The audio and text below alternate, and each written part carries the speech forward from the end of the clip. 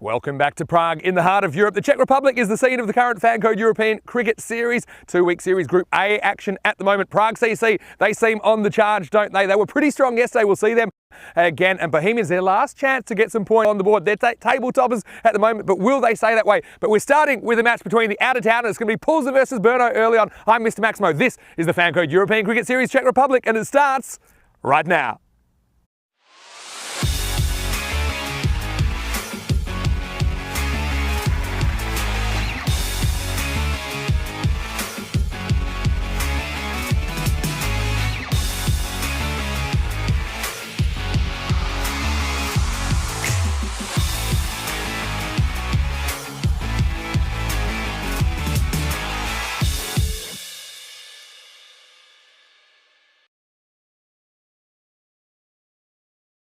Good morning to you wherever you're watching from around the world. It's Mr. Maximo here, Vinny Sandhu for the European Cricket Network. Welcome to another big day in European cricket. It is day 4 here in Prague, the capital of the Czech Republic. We've had some beautiful weather so far. Today seems like no exception, and we have 4 more T10 matches for you today. The Group A action continuing, and we're starting with a bit of a battle between the out-of-towners. It is Brno versus the Poulsen Guardians in match 13, the first match of the day. And I know that sometimes funny things happen in match 13. Let's see what happens today. And I know that Charles Croucher is in the middle with the two captains. Let's see who wins the toss for the first match of the day. Okay, your call. So heads. Heads is the call. And it's a tail. We on the bat. So it is Brno that have won the toss, and they've elected to bat first. I think that's a pretty smart move with their batting lineup, although they are missing Riaz Afridi. He's being rested this morning. So interesting, they won't have him batting at number 3. And of course, his bowling has been pretty useful. So slightly weaker for that. I think it's a bit of a strategic one. I think they're going to keep him for later in the day. But they still have Dylan Steyn and Ihilagi at the top of the order. I think they're the keys for Brno with the bat. I think they'll be hoping for a big opening partnership to bat Poulsen Guardians out of the game. Now, Poulsen Guardians, they are without a win compared to Brno's 2-2. The Guardians really need to make something happen. They need an upset along the way if they're any chance to qualify for quarterfinals next Friday. I do think this presents a little bit of an opportunity because Brno, they have been up and down, haven't they? And yeah, sometimes they've struggled to make runs if those top order batters have failed. But Poulsen Guardians, this looks like their strongest team they put on the park this week. They've got they're 3 big guns, if you like, at the top of the order, all playing today. So Data Shetty, as well as Guru Singh and Jatin Madin. I think that between those 3, if the score for Brno is anything below 100, I think they'll fancy their chances of chasing it down. So it should be a very interesting start to the day in match number 13. I can tell you right now, it is beautiful out in the middle of Scott Page Field here at Vinoj Cricket Ground. It's a great facility here, actually, just north of the capital. I can tell you the weather today, it's expected to be fine and sunny. 23 degrees is the maximum we're expecting a little bit later on. Right now it's about 16, so I think it's ideal, not too much of a wind. We know when that picks up it can be a bit difficult for the players. We saw some of the bowlers with some control issues yesterday. I think that was all about the wind being a bit unpredictable. Okay, I'm looking forward to a big day of cricket ahead. It's Brno that have won the toss in match 13. They're going to have a bat over to Danny Hudacek, who's in the commentary box. And Danny, looking forward to a great day in the box with you. Over to the giant ice cube. Let's get ready for some cricket on day 4. Thanks, Vinny. Yeah, looking forward to today again. It's going to be another great day's cricket here in the FanCode European Cricket Series from the Czech Republic. And again, the weather's fantastic. Not too warm yet, but nice and sunny. And this has been an intriguing game, I think, between Brno and Pilsen. Pilsen really need a win to stay in this tournament, and they've got 3 big guns at the top: Data Shetty, Guru Singh and Jatin Kumar. Also Nirmal Kumar will play his part. No finisher today though, no Yash Salian. For Brno, they've added a bit of firepower in Ali Kashif, but they've left out Riaz Afridi, as Vinny mentioned. Yug Warrior was very impressive with the ball yesterday, but Dylan Steyn and Yannicka Ihilagi are the 2 openers who are walking onto the field now. And it's going to be a very, very interesting tussle. If these 2 can get away from the Guardians, who are a second division team and are winless in this tournament, then the Guardians are going to find it very difficult to reach the score. But a little bit brittle, I think, Brno. Had a good win against Bohemians yesterday. at the end of the day. And here's the expected scores: 94 for Bernard, 80 for Guardians. It's not too much difference. The average runs so far, 82 for Bernard and 67 for Guardians. But the average runs against, they've both conceded quite a few runs. This will be an interesting tussle, especially the first few overs. If these two openers can get on top of the bowling, then it might be messy, because they can both score very quickly. Ihalaga, very clean hitter of the ball. Dylan Steyn, just a class batsman. And he missed out yesterday, running himself out in a very close run-out decision against Bohemians. They still got up in the game, but I think he'll want to make up for that. He's just newly into the Czech Republic team, scored his first 100 in Malta. But, interesting selection for Bernard. They've, as I mentioned, they've decided to rest Ansan Azir and also Riaz Afridi, their new fast bowler. Still got some very good bowling options, and the addition of Ali Kashif as well. He's a dynamic player, both with the bat and the ball. So it'll be Kishore Paravilan to open the bowling. He's going to be bowling to two left-handers, which is always a bit of an issue with line and length. And interesting ploy. They've actually, Pilsen, I don't know how much they trust their keeper. They've got, in fact, it's not Ihalaga who's opening. It's Jai Ratore who's opening with Ihalaga, and Dylan Steyn just going down the order a little bit. Interesting move. So they've had a slip and a third man, and a fine leg who's quite wide. So you want to get it right here. Padavillan comes in for the first bowl, bowling around the wicket. Just poke down to the gully. I'll take a quick single. Nicely run. Vinny, good morning. Yeah, good morning. Good morning to you and all of our viewers. Great to have you with us. Yeah, late team change, actually, because Jayaprakash Lakshmanasamy is late out for Burno. So Jaira Thor is the man that came into the lineup. Not only did he come into the lineup, he's gone straight into the action because he's opening the batting with Ihalagi. So Steyn, maybe we'll see him at 3. Maybe he's sensing an opportunity to get some more batting into his teammates, but slightly risky strategy, I think, because Pulls and Guardians, for them, they need to grab a couple of wins from somewhere, and I think they'll fancy, especially with no Riaz Afridi in the lineup, I think this game could be a bit closer than you think. And the other thing is that the Guardians, they've got their 3 big hitters all playing at once today. So I'm talking about Dutta Shetty as well as Guru Singh and Jatin Kumar. So I think they'll fancy themselves to chase something under 100 here. But first they have to keep Burno quiet. And Kishore Padavilan is the man opening the bowling. Yeah, pulls in certainly a few of their regulars back. I think they're a bit more settled as a team, this lineup that I'm seeing. So I think it'll be a really interesting day. A really interesting game to start the day as well. I called it the Battle of the Out-of-Towners. So let's keep it going. It's nicely played out to point, no run. Very keen fielding there. It's only about 10 metres or so from the bar, right from the bat. Rifled it back to the keeper. He's got to be careful with that back foot because it shouldn't land on that line. It's a hard one for the umpires to see. It's getting a bit of movement in the air. And, it's moving away from the left-hander. So that's the reason for the slip. Whoa. Is that the reason for the slip, Vinny? Yeah, well, he got to run-saving position as well. This one completely gets away from him. Yeah, I mean, the good thing is the movement.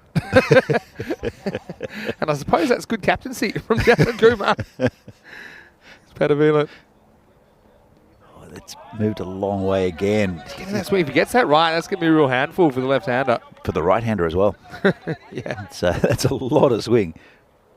Yeah, some people asking about Stain, but how many he is in the lineup? He's also listed to keep, so maybe he's just holding himself back a little bit, considering that workload. Don't forget, they've got another big game coming up in the second game of the day as well. Down the leg side, clipped away, that'll be 4. It's a very quick round here. A nice shot there from Ihalaga. Just that one, he aimed it around leg stump or just outside, and it didn't swing. Doesn't swing as much, and this is what happens. And I remember swing bowling coaches saying that if you just aim with your arm, you lose your mechanics of where the swing's coming from. So by aiming to the left, that one really doesn't do much at all. The angle of approach is the way that you kind of adjust your line. That's certainly one of the best tips I got. That's a better ball. Just poked out to the gully, just a single. We've already got a few good mornings. Pro Predictor in the chat saying, hello, Danny, love from India. And also, hello to AK Fantasy 11, who said nice fielding placement. Yeah, certainly worked out well. Hello to Kawaja Shan as well. Also to Maya Patel. Great to see you. And yep, she's right. There is no Yashwant Thasalian in the lineup. So no finisher today, or at least in this first game. And so, yeah, a bit disappointing for the finish of hands. I'm sure we'll be watching though. This one's down leg side, tucked away. That's 4 again, and called it no ball. Well, you got it really wrong then, the bowler. Just over pitching, and it's anything that goes down there. There is a man protecting that area, but unless it goes straight to him, it's just going to rocket past. Yeah, and I think that is a good call. It's above the belt buckle, I think, and a pretty good put away. So that'll be 5, and a free hit coming up. So hello to you, and hello also to Ivan, who's watching from sunny Norwich, Norfolk in the UK. Yep, Ivan, not Ivan. Yes, we've worked it out now. It's Ivan, and he's celebrating the first day of the Queen's Platinum Jubilee celebrations. 70 years on the throne. As the free hit's not cashed in by Rathor. I sometimes wonder if I'll end up doing 70 years on ECN. If I do, I'll be about 110. But, you know, with medical advances, and if I do that, I will have done about 70,000 games. So I think will probably be a record. Anyway, here's the next ball.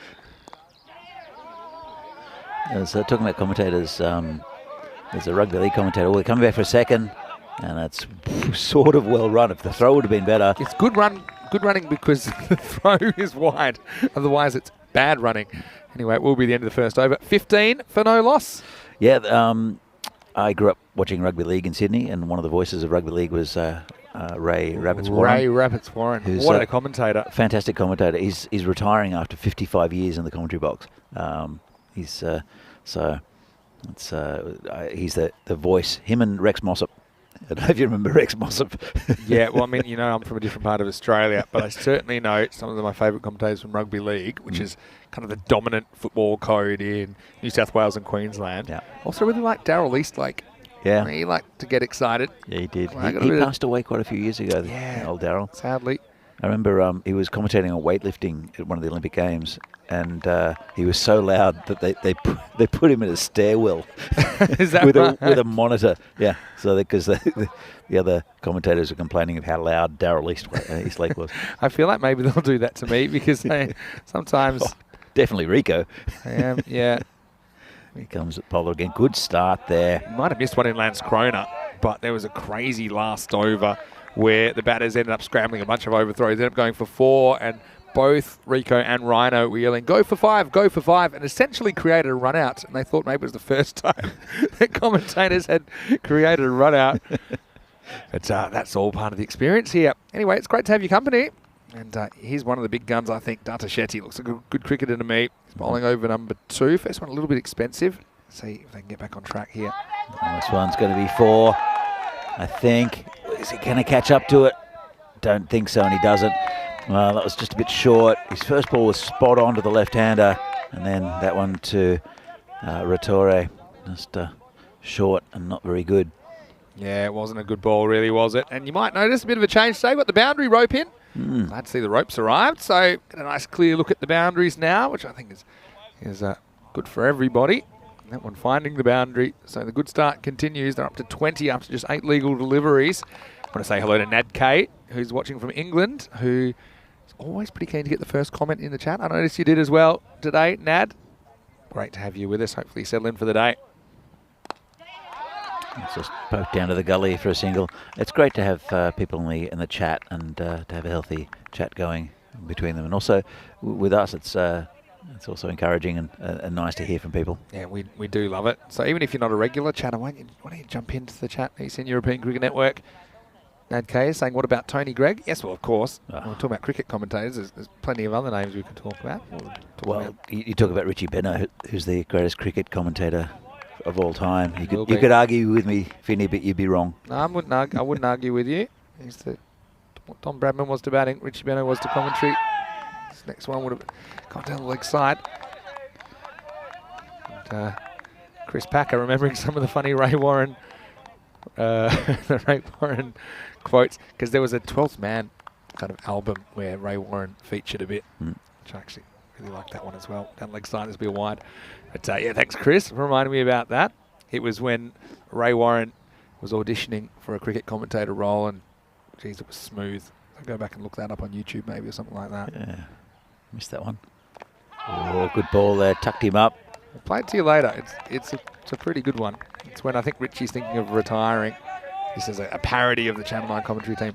And lots of people are auditioning for his spot, and he's one of them. And yeah, he's one of the better ones. Did it in a kind of Friday night football kind of vibe. I liked it. Anyway, it's pretty decent over from Shetty, probably apart from that short ball that went to the fence.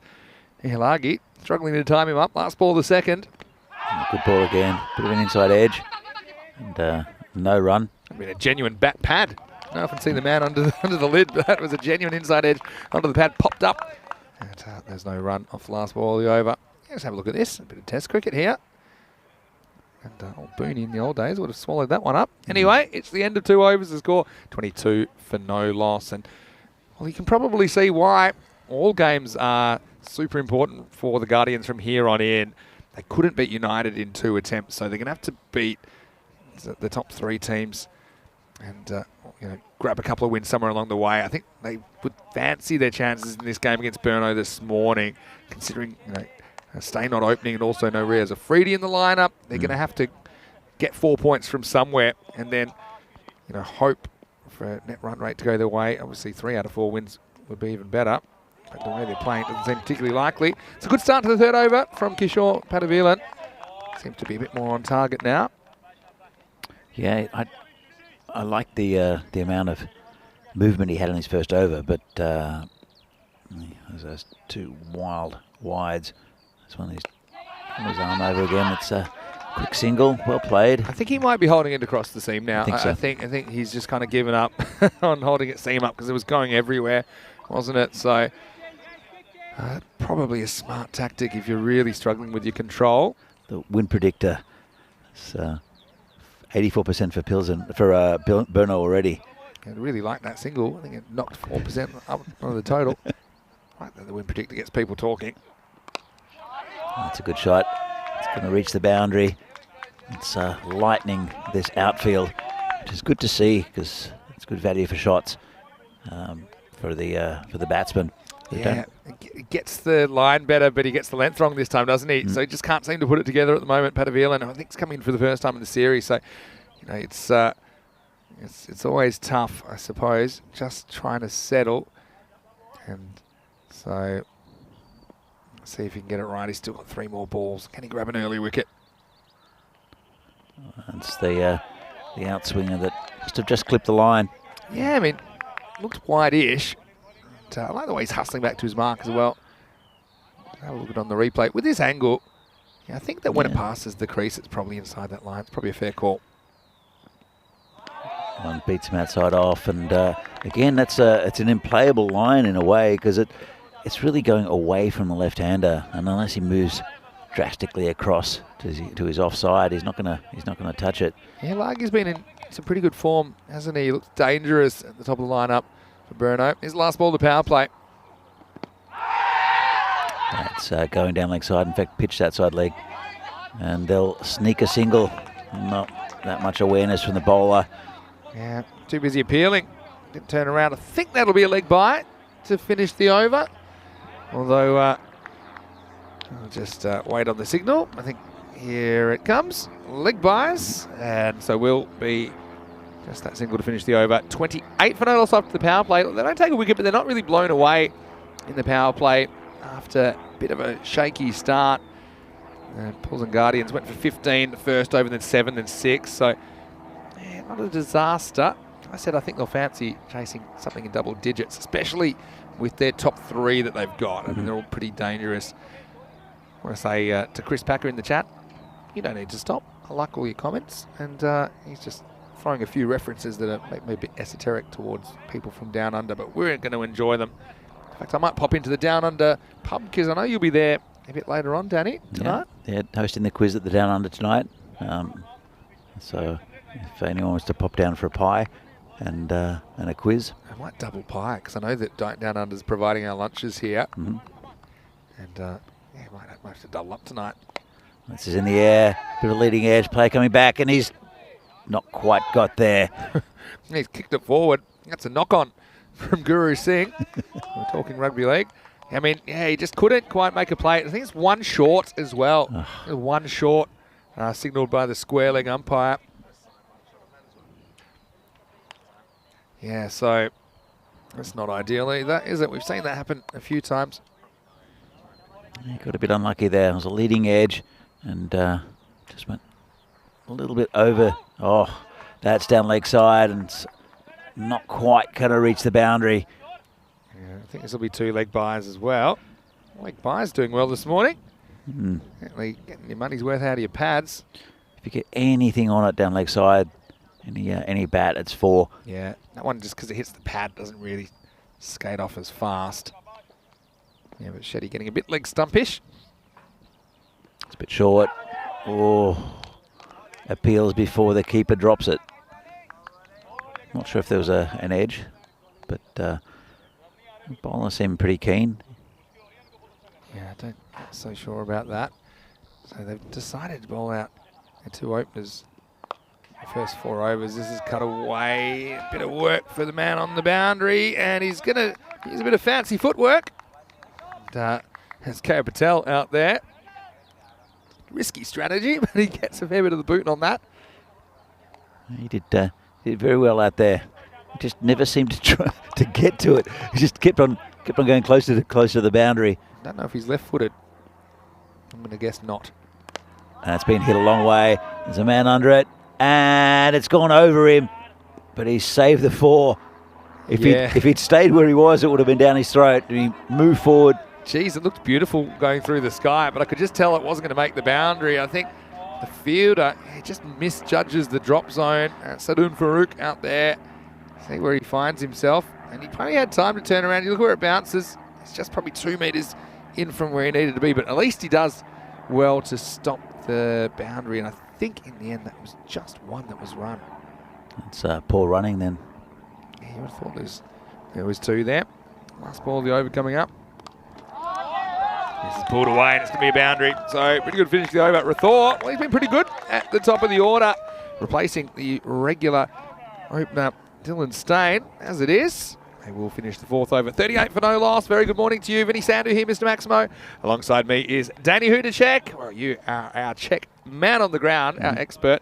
But I did mention this is kind of a battle between the out-of-towners because Poulsen and Burno are both a fair distance from the capital. But still, I mean, it's a must-win game, you feel, for the Guardians. And look, they haven't taken a wicket, but they haven't been blown away yet in the first 4 overs. No, it's true. They've got a plucky team. They're a 2nd division team, but you're right, their big 3 are in today. Yeah. So if they can restrict the Burno team, as you mentioned, to around about 100, I think they've got a good chance of winning this game. Yeah, look, I do want to invite all of you out there to join us in the live chat, ECN European Cricket Network. It's always great to have your company. I'm going to do a really early lurker call out. If you are watching first up this morning, please let us know in the chat where you're watching from. I want to say hello to you. I want to say thanks for supporting European cricket. So, yep, I want to see the lurkers popping in a comment in the next couple of overs.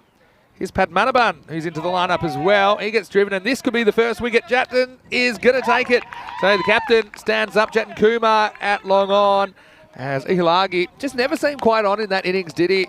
And that'll happen sometimes. He had a bit of a lucky escape, I think, in that last over that just kind of lobbed over Sadun Farouk at deep in the wicket. But this time he can't clear the skipper at long on. The first wicket of the day. Burno lose it. It is 38 for 1. Yeah, it's good bowling. It's a good first delivery. And you're right, never quite got going. It brings an interesting character to the field. It's Ali Kashif. Yeah, I know that it's really cool to see Kashif out there. And he gets opportunity number 3. So yeah, slightly different looking lineup for Burno. Again, this is always the challenge as well. You want to manage your resources as well as trying to win cricket games. And you got 8 introductory matches or 8 group matches, and then Burno will have that really important quarterfinal match up next Friday. And so a lot of people are saying, well, why aren't you batting staying here? But remember, they've got a big match in the second game against Prague CC as well. Dylan's also going to do the keeping. So I think he's just trusting a few other guys to get the runs on the board here in match 13. Well done to Padmanabhan, who takes a wicket with his first ball in the series. And then he gets a dot on Kashif Ali. Yeah, he's an interesting player. He's a big hitter of the ball. And he bowls as well. It's beaten him outside off. Good start here. It's very, very good bowling from Padmanabhan. Right on line. And having a chat to Ali. He bowls as well. He was bowling, if you remember the series last year, he was bowling leg spin, and he's quite a tall man. And then he starting to bowl a bit of pace. Comes again, tries to charge wide. He's really slingy, isn't he? And because he's got really long arms, I think it's quite effective. A catapult to the faster bowling of Padmanabhan. It's wide again. But I was chatting to him before, and he's got an injured foot because he started a new job and a pallet dropped on his toe. So it's a little bit of an injury. Not afraid to go out there at number 3, though. It's just going to go over the man at fly slip. The third man picks it up, just a single. Good field placement, I think, to the new batter as well to have the third man in. You're probably going to have a few balls fly in that direction off the edge. Chris Packer saying the ground looks so much better with the boundary rope. Yeah, I mean, it looks so nice already. I think the boundary rope just finishes it off. So the throw on strike now. It's just dab down to that man at and the slips, and I think not sure if it carried. No, I think that doesn't quite carry. It turns out to be a good stop. Good view of it here. It's well blocked down there by Ashwin Sampath. This is a full toss and sort of gets away with it. It's gone past the keeper. It's going to be called a wide. Yeah. And that should have been in the car park. Yeah, it was a bit of a gift, wasn't it? But at least it will be re-bowled. See, just below the waist, but gets anything on that, it's going to fly away to the boundary. Got the lurkers coming in thick and fast. I'm going to pick a few out in a second. And before that, the last ball of the over. So, I mean, on 87 pace at the moment, I said that I think with this batting lineup, Guardians, I don't think they can chase down something under 100. Well, if Ali, that's a wide. That was looked like a tight call. Yeah, it did look a little bit, just because the way he played it. He felt it probably wasn't that wide, but I mean, the replay will tell the story. Yeah, well, tight one. This one's hit onto the leg side. There's a man out there, just a single. Remember, if any of the ball grabs the tram line, will be called a wide, so probably inconclusive even after the replay. 5 overs down, it's 44 for 1. And I know that a few lurkers have popped into the chat. Thank you so much for doing so. I know that Suhas Shetty, I think, is watching from Sweden. Hello, Suhas. And I missed you when I was there because I did have a couple of weeks off the tour, but it's great to see you following on. I know that Sam Tapdal, he's saying he is a full-time lurker. He's an Aussie abroad, but he's watching from Bodrum in Turkey. Well, hello to you, Sam. And also to Dr. Paul Broughton. I like to have a doctor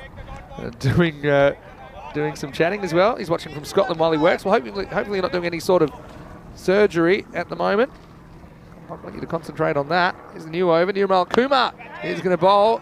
And first one is just squeezed out. Well, Paul, let us know what sort of a doctor you are, because I'm curious about that. I'm going to give you a follow-up question. Kai Bay is watching from Sydney, enjoying Czech cricket, saying good morning. Good morning to Craig Element as well, who's also watching from the UK. And he's kicking off the 4-day Jubilee weekend with some ECN. That is wonderful. That's great that you're enjoying the cricket. We love bringing it to you. And the more people that know about it, the more likely we can keep doing it. an unprecedented amount of cricket that we bring you on ECN. And here's Nirmal Kumar with the next ball. Outside off stump drags it, and that's the man at short mid-wicket. It's good fielding position at this level. It's good fielding. Say hello to Jeff Maguire from Northern Ireland as well. Hello, Jeff. Hope you're well. Obviously, Nad is there as well. And Rob Thompson saying hard to recognise me. I do look a bit different today. I have lost the beard. So it's nice to see you, Rob. Hope you're well.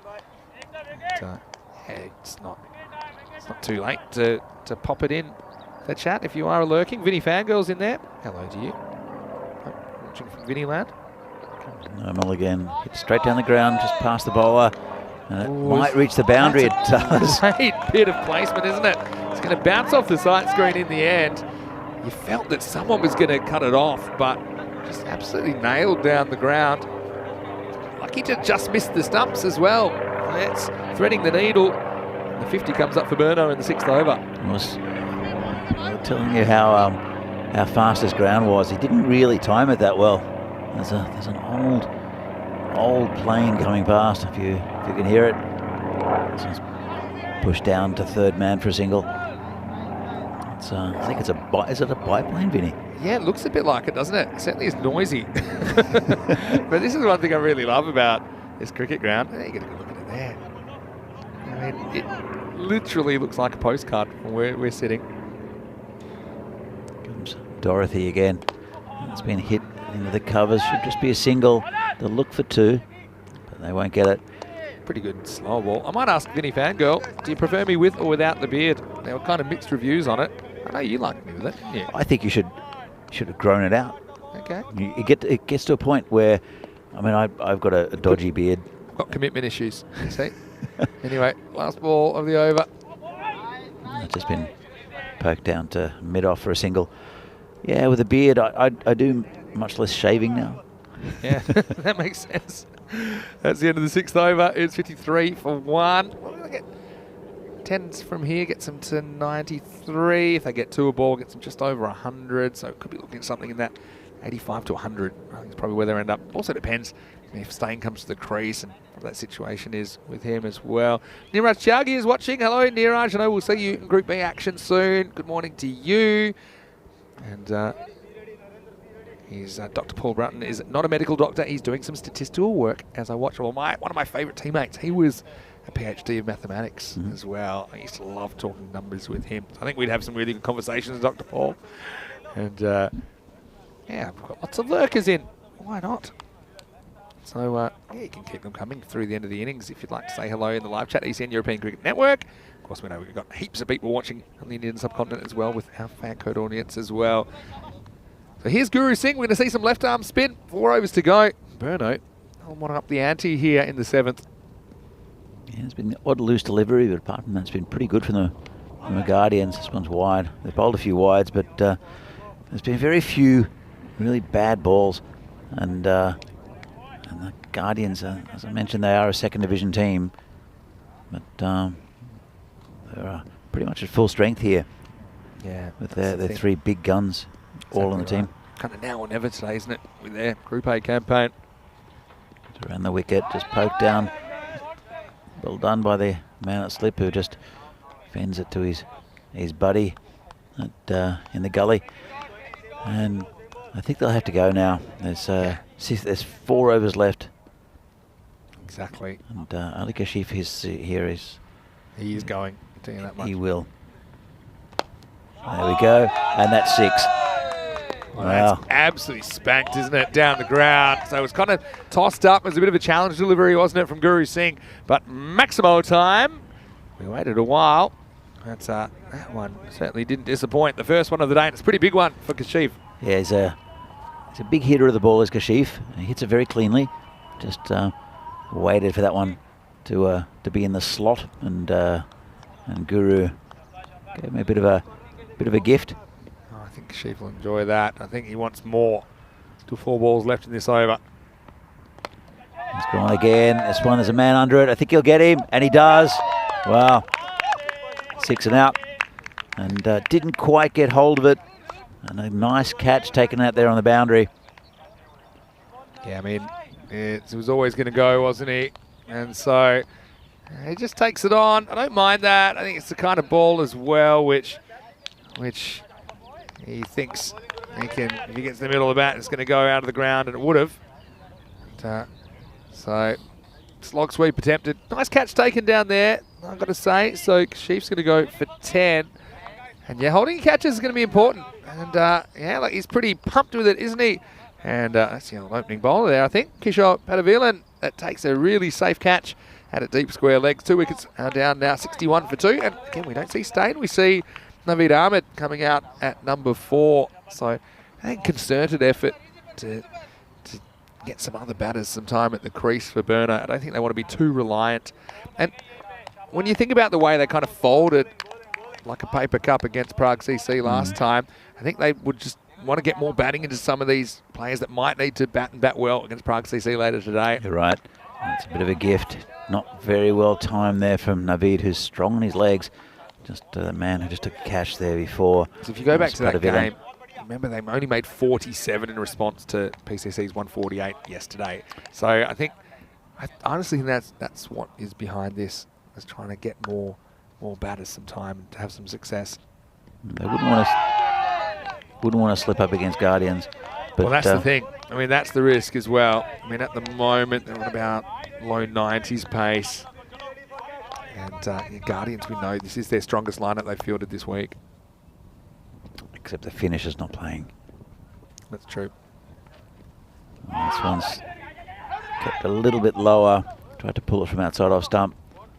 And Torre, he's been there for a while. His strike rate's not too bad, but you'd have to think that they really need to push on.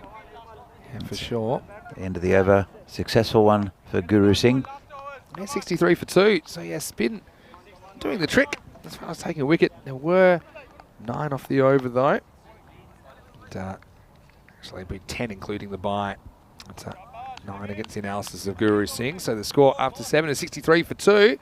Just a reminder, we are in the Czech Republic, the heart of Europe, they call it. We're in Prague, and we'll be here for just over another week before we head to Hungary for a really exciting one-week series. That was probably one of the most exciting one-week series we had last year. Then we've got Austria for a one-weeker as well. It'd be great to be back in Vienna.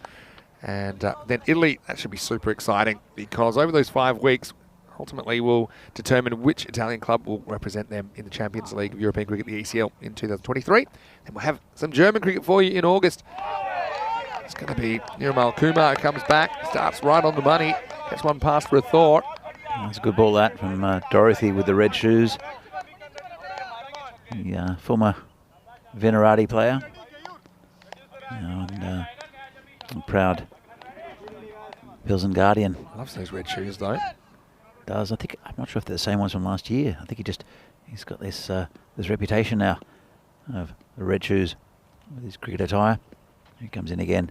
Slower ball, right on the money. Just tucked away around the corner just for a single. He's bowled that slow ball well, actually, Nirmal.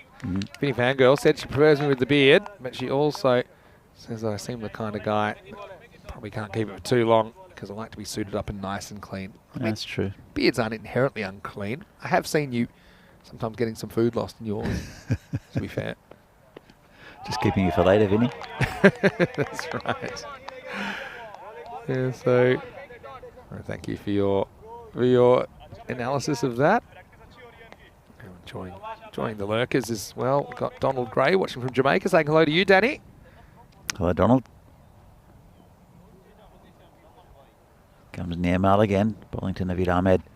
And just on leg side, it's going down leg. I'll take a leg by. And yeah, it's good to hear from people from around the world.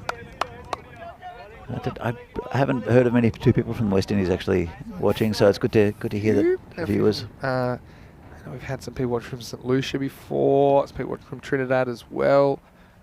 One place I'd really like to visit, actually. Yeah, it's a part of the world I've never been to, but I would love to go. And that's a lovely shot by Torre.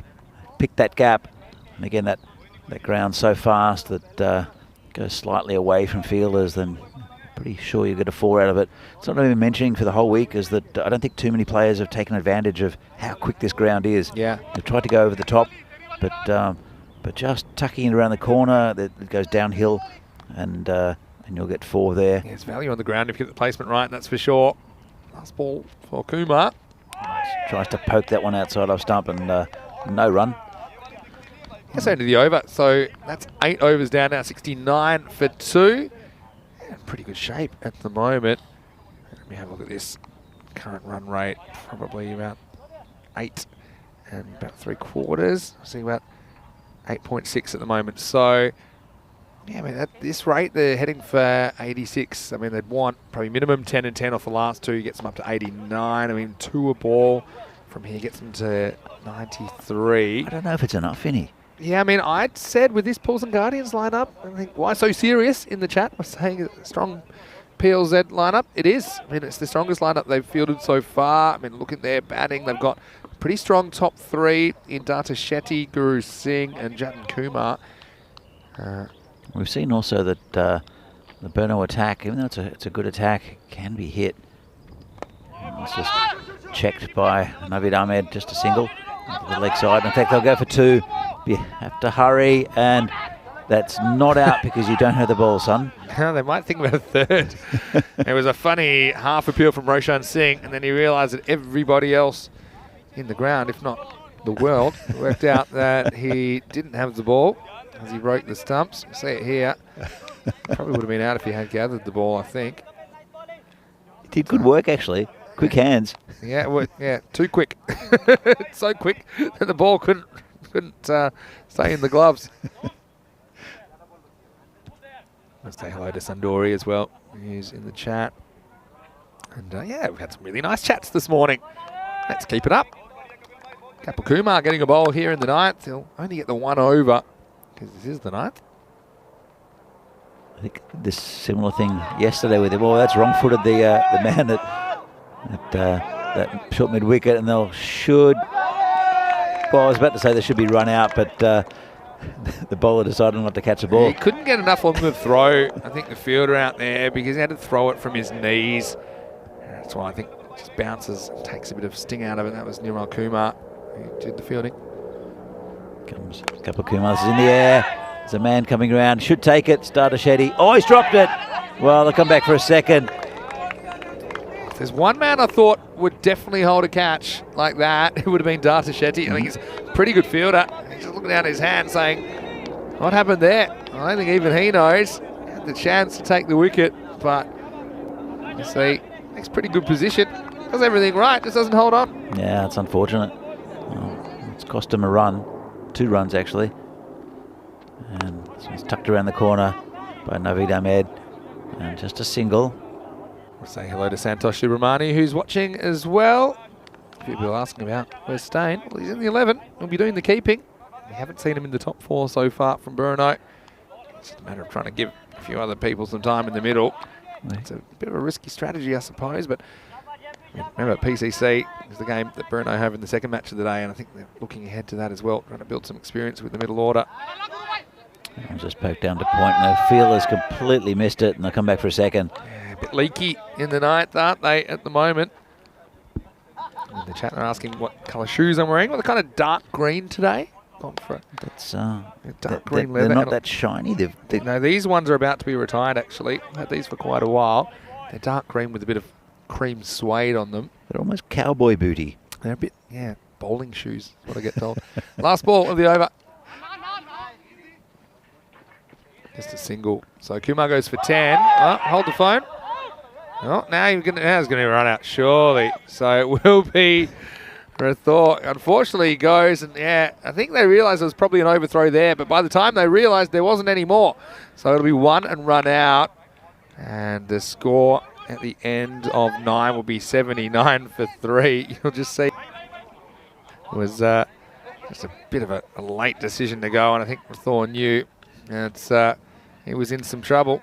So he wasn't watching when the overthrow was on, and then by the time he sees it, he was gone by, well, several metres, probably a furlong. I don't even know how long a furlong is, but it will be 1 and a run out. So no boundaries in that over, but 4 twos plus a single and a 1.5. So essentially 10 runs off the over. But I tell you what, the Thor is getting a really good good ovation from his teammates. I think he's probably run out of puff a bit there as well. He's going to be gone for 32. The score is 79 for 3. And big news is it's still no Dylan Stain. It's Vasu who's come out. So I think you're right, Vin. He's getting batsmen to have a bit of a hit, and he's that type of cricketer as Dylan Stain. As a captain, he's got a very strong sense of responsibility. So and as a keeper in this tournament, yeah, I think he's doing the right thing. But hopefully, let's look at that. Whoa, he's got him! Wow, that was a great ball there. This is an unbelievable delivery. With the ball that's 9 overs old from Padmanabhan. He's found life as a pace bowler. Watch this one bend around the corner. It really goes. Oh. Goes from leg to off and knocks the stumps over. So Naveen Ahmed, well, he grabbed the strike back last ball, the last over, but he gets an absolute peach. I don't know if anyone's hitting that, to be honest. He goes for 8 and 2 wickets in consecutive balls now. It's 79 for 4. Well, finally we see Dylan Stain, and he hasn't got many balls to play with here, but that was a fantastic delivery. I would have loved to see Stain take on that delivery, because that one really went. Yeah, absolutely. Look, I bowled outswing when I was bowling, and I used to love bowling the left-handers because I could act as an in-swinger in a way. For a left-hander, and I love finding the gap between bat and pad. That was what I always aimed for. Catch an LBW sometimes. So Chris just asking where Stain's from. He's originally from South Africa. I think he's been playing in Czech Republic for 4 years now. Actually, Vinny, I think his family's from South Africa, but he's from New Zealand. Ah, I see. I think I did know that actually. So he's been here for a few years. Yeah, so he's got a bit of New Zealand background as well as South Africa. Now, round the wicket. Don't know if I like this tactic, but anyway, 5 to come. One's rubbish and put away. Well, beautiful ball, one ball, and then just a hit me ball the next. Yeah, it's completely gets away. I think he's got that kind of action where he might get some inconsistency, and it's a no ball as well. Look how high this is, probably chest high, if I think. Yeah, maybe even higher. Stain deals with that well, and now he's got a free hit coming up. It'll also be a first warning for a full high delivery, which I think is why they're stepping in there. Hopefully you won't see another one of those from Padmanabhan. I think he's going to step across and go leg side here. Free hit. That's a pretty good ball right in the block hole. Look for 2 and they'll get it. Fielder admiring his work. He's gone actually. Well, he's run out again. Yeah, he got run out yesterday, didn't he? And I can see why he wants to strike back, and I think that Vasudevan is on that page, but I don't think he really goes full pace here, Stain. So I think he's going to be run out. I don't know if he's given on the field. We'll see it here, but he is gone. Yeah, for sure.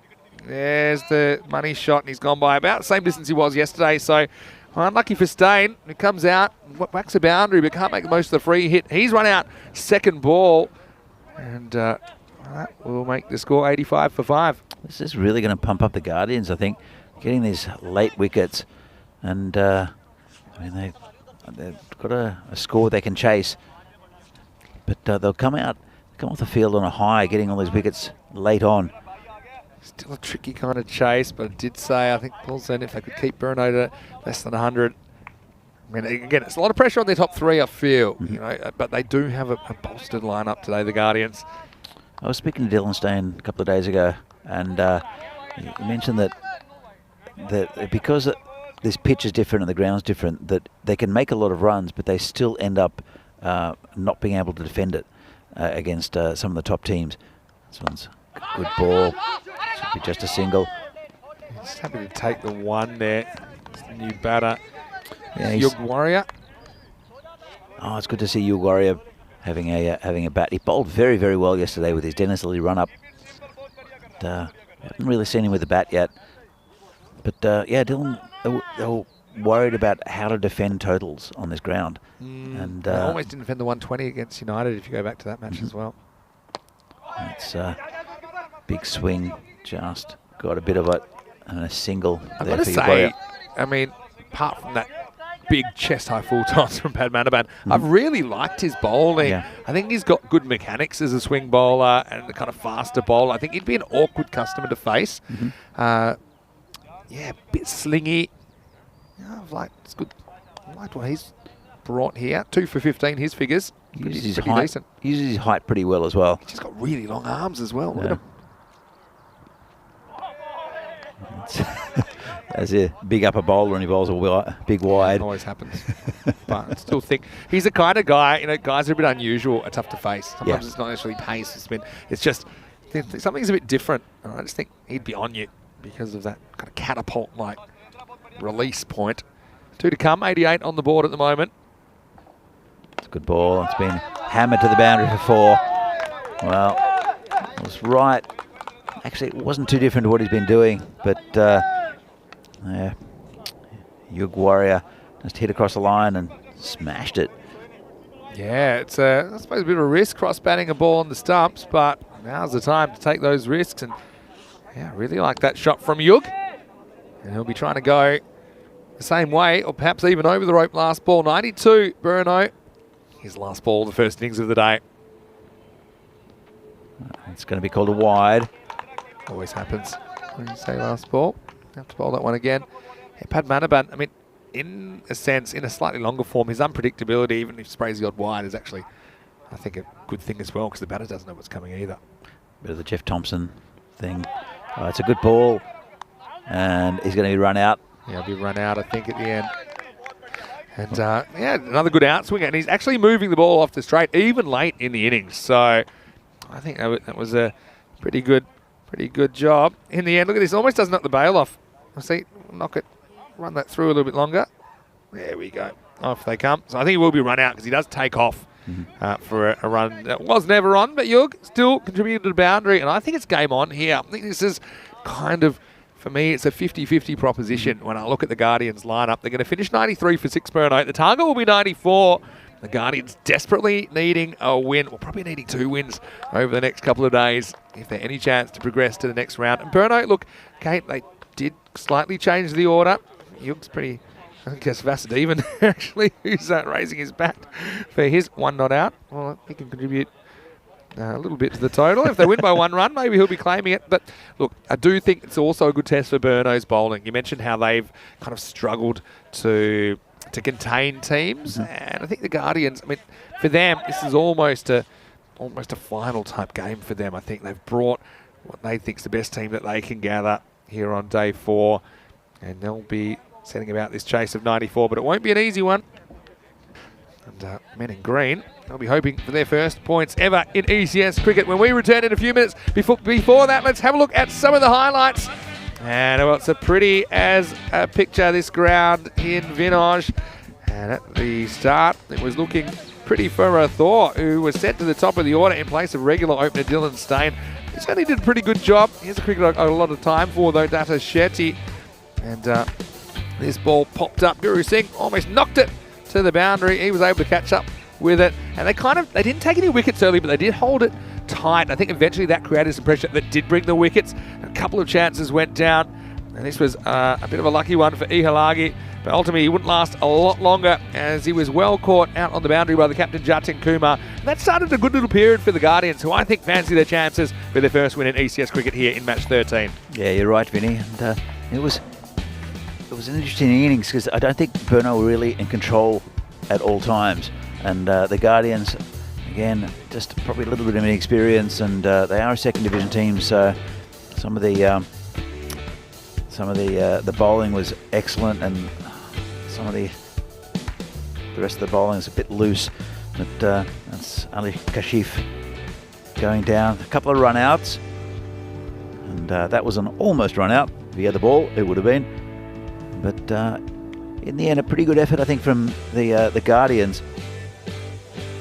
There's a bit of a gulf between the two as far as the experience with the clubs. Burno's been an established club for quite a while. They have 3 sides in the leagues, where the Guardians are pretty much brand new from last year.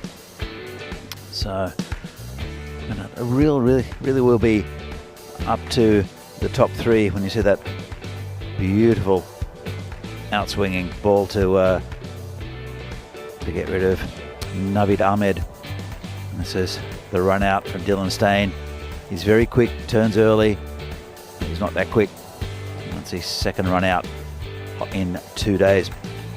So, Bills and Guardians think they've got a very, very good shot if the top three get going. Dada Shetty, Guru Singh and Jatin Kumar. I think they're the main three. Nirmal Kumar also will lend a good hand with the bat. For Brno, they really need to get the bowling tight, get a few early wickets, get that top three out. Otherwise, it's not a huge total. And Pilsen Guardians, I think they'll be backing themselves after a good performance in the field. So, we'll be back with the second innings of this game between Brno and Pilsen very shortly. See you in a few minutes' time for the second innings of this game.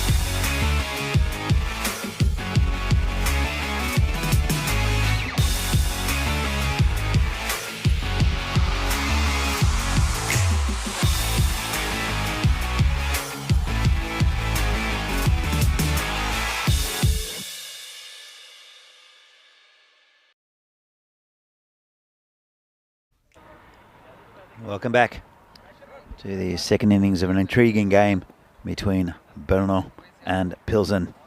So this is going to be an interesting chase, I think. The top three, Dada Shetty, Guru Singh and Jatin Kumar, all quality bats. And I think Brno had to put a lot of pressure on them early.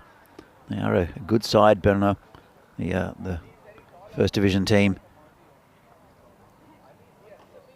And they've posted a decent score, but it's achievable for Pilsen. They'll want to get a good start as well. And Brno, they've had a few problems with big scores, 140 odd from PCC. It's a different animal though here with the Pilsen Guardians. And it's a very offside attacking field set by Dylan Stain. There's only 3 on the leg side. There's a man sweeping right on the boundary, square. And then there's a man on the circle. It's Ali, who's at mid-on, and also a fine leg, but there's big gaps on the leg side. He'll have to keep it straight. The bowler, Vasudevan, will be opening the bowling for Brno. Looks like there's a big gap at third man as well. Not much to play with here for the bowler. As he comes in and it's down leg side, called a wide, and they'll take another easy single as well. A bit loose from the bowler first up. But Brno, they've got a big game coming up against PCC. I hope they haven't taken their eye off this one, because Guardians will want to get one up. They need a win here to stay in the tournament. Comes Vasu again. And this is in the air, and it's into that vacant third man area. And they'll look for 2, and they'll get 2. Wow. The Guardians cheering every run. It's Guru Singh and Dada Shetty who are opening the batting. We've got Jatin in next, the captain. He was very good on the first day. Bit of movement in there for Vasu, bowling at a decent pace. That is an area where there is a third man, but very, very deep. Comes Vasu again. And it's a good ball. It's gone to that man short at cover. It's quite an attacking offside field set here by the skipper.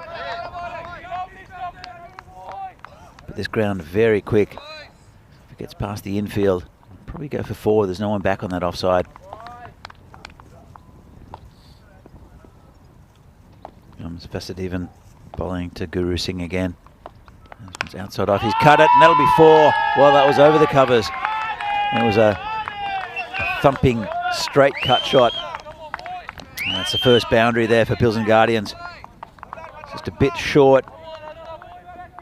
Gave him quite a bit of width. He slapped it into that area over cover for 4 runs.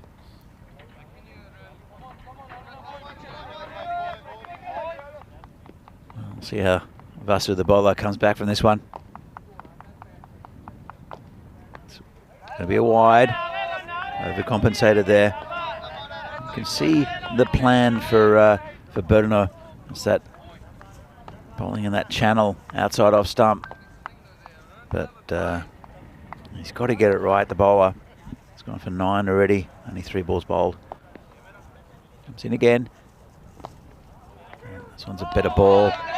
Rolls his wrist over that one. A bit slower. There's quite a bit of chatter out there from Brno. I'm sure you can hear it. And that man behind the stump still in Stain. He'll be doing most of it. Vasu again. Ball into Guru Singh. And just a bit on the leg side. Turned it around the corner. And it'll just be 1. No, they'll come back for 2. That's well run. It's a bit of a gap there. Just slightly mishit it.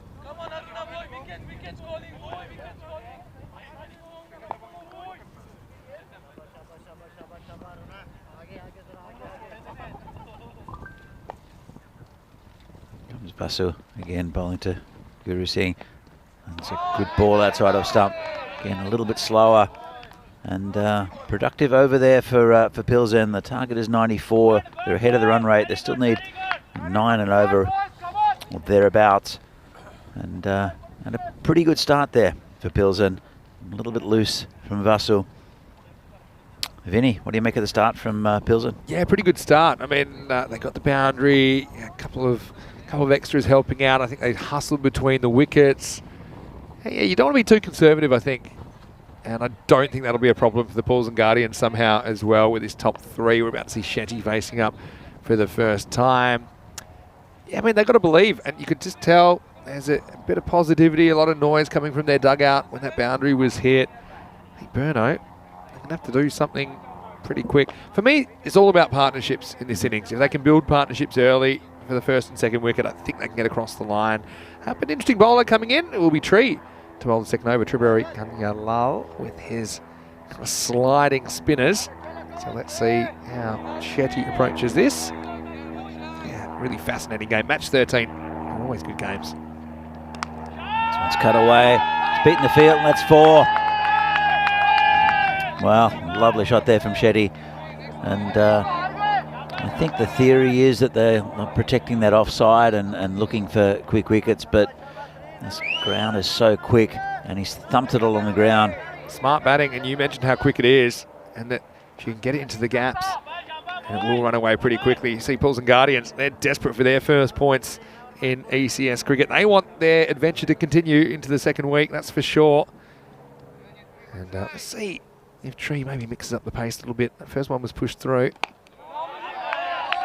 He's an interesting bowler, Tree. I'm not quite sure if he doesn't really get much turn on the ball. He gets a bit of dip. Yeah, he's a spinner, but he doesn't bowl with a lot of side spin. This one's hit down the ground. Kashif have to do well, and he does well. Good stop there from Kashif Ali. That's an amazing stop. And that's some of the best fielding I've seen all year. And I wasn't expecting it, I'll be honest with you, because I thought this was 4. This takes almost gain speed off the first bounce. And what a fantastic bit of fielding there's from Kashif Ali, saving 3 runs for his team right there. Oh, it's a good ball there from Tree. A lot of people talk about the fielding. I know it can be inconsistent, let's say. But geez, you see some really good fielding. It makes such a difference. I mean, 3 runs. I mean, it's almost as good as a boundary. Oh, good ball. And he's gone. Well, Tree gets a wicket. That's one of the big 3 out of there for Pilsen. And here's the thing, by that piece of fielding earlier from Kashif Ali, it changes the strike. Shetty was looking really comfortable against Kanyalal, but then not so much when Guru Singh got down there. And I think he just chops this on. I'm not sure if he gets anything on it, in fact. And, well, the decision to bowl Tree in the second over paying dividends. Eventually, Pilsen now 16 for 1. Well, not who expected to come out, I think. Oh, hold on. It's a bit of confusion as to the new batsman. Someone running onto the field. In fact, he's changing his bat. That is Sadun Farooq, who I don't think we've seen much of this week so far. I think it's his first game. Yeah, I don't think so. Well, I'm not sure. He hasn't really featured much for Pilsen. They did have a day off yesterday. So curious they didn't throw the captain here, Jatin Kumar at number 3. I would have thought that would have been the play, but maybe they're thinking with an over left in the power play, they're going to throw Sadun Farooq in there, see what he can come up with.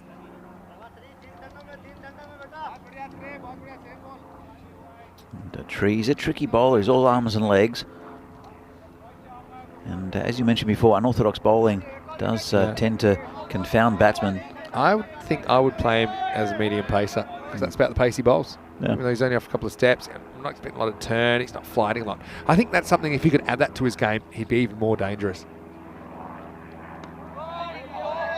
When you look at top line spinners though, compared to the pie chuckers we have in these sorts of leagues, they do go through the air quite a bit faster than what you expect. That is true. Wait for the end of the over score. It's 16 for 1 after 2.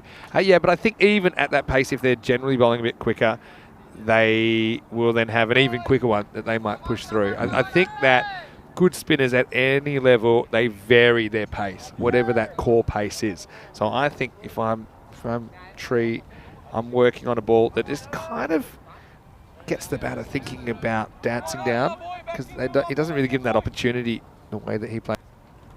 Anyway, here's the third over. Starts with a wide. Yeah, so, oh, they'll make that 2 wides. I think we might have 3 because there's nobody home. That's really good running. And we end up hitting the batter who's miles away from the stumps anyway. So what should have been 1 turns into 3 to start the over. Yeah, so he doesn't really have a ball, I think, that lures the batter forward. So I think, like I say, to me, Tree's a good bowler, but he's a bit predictable. I think once you realise he's not really going to turn the ball, but he's certainly capable, I think, of going next level if he develops one that kind of hangs in the air a bit longer. Here's Vasudevan in the third. It's another wide. It's been very loose from Vasudevan. And they do have a lot of bowling options to Bernard. Shrug in the chat. Loves your commentary, Danny. Your quote of, compared to the pie chuckers we have in this league. Yeah. Don't pull your punches. Wow. Well, this is just chipped over the bowler. It'll only be a single. Tell you what, I've never seen batters more scared to get out than when the real pie chuckers come on, mate. Oh. They get it up in the eye line, above the eye line. Don't care who you are. It's gives you enough time to get yourself into trouble.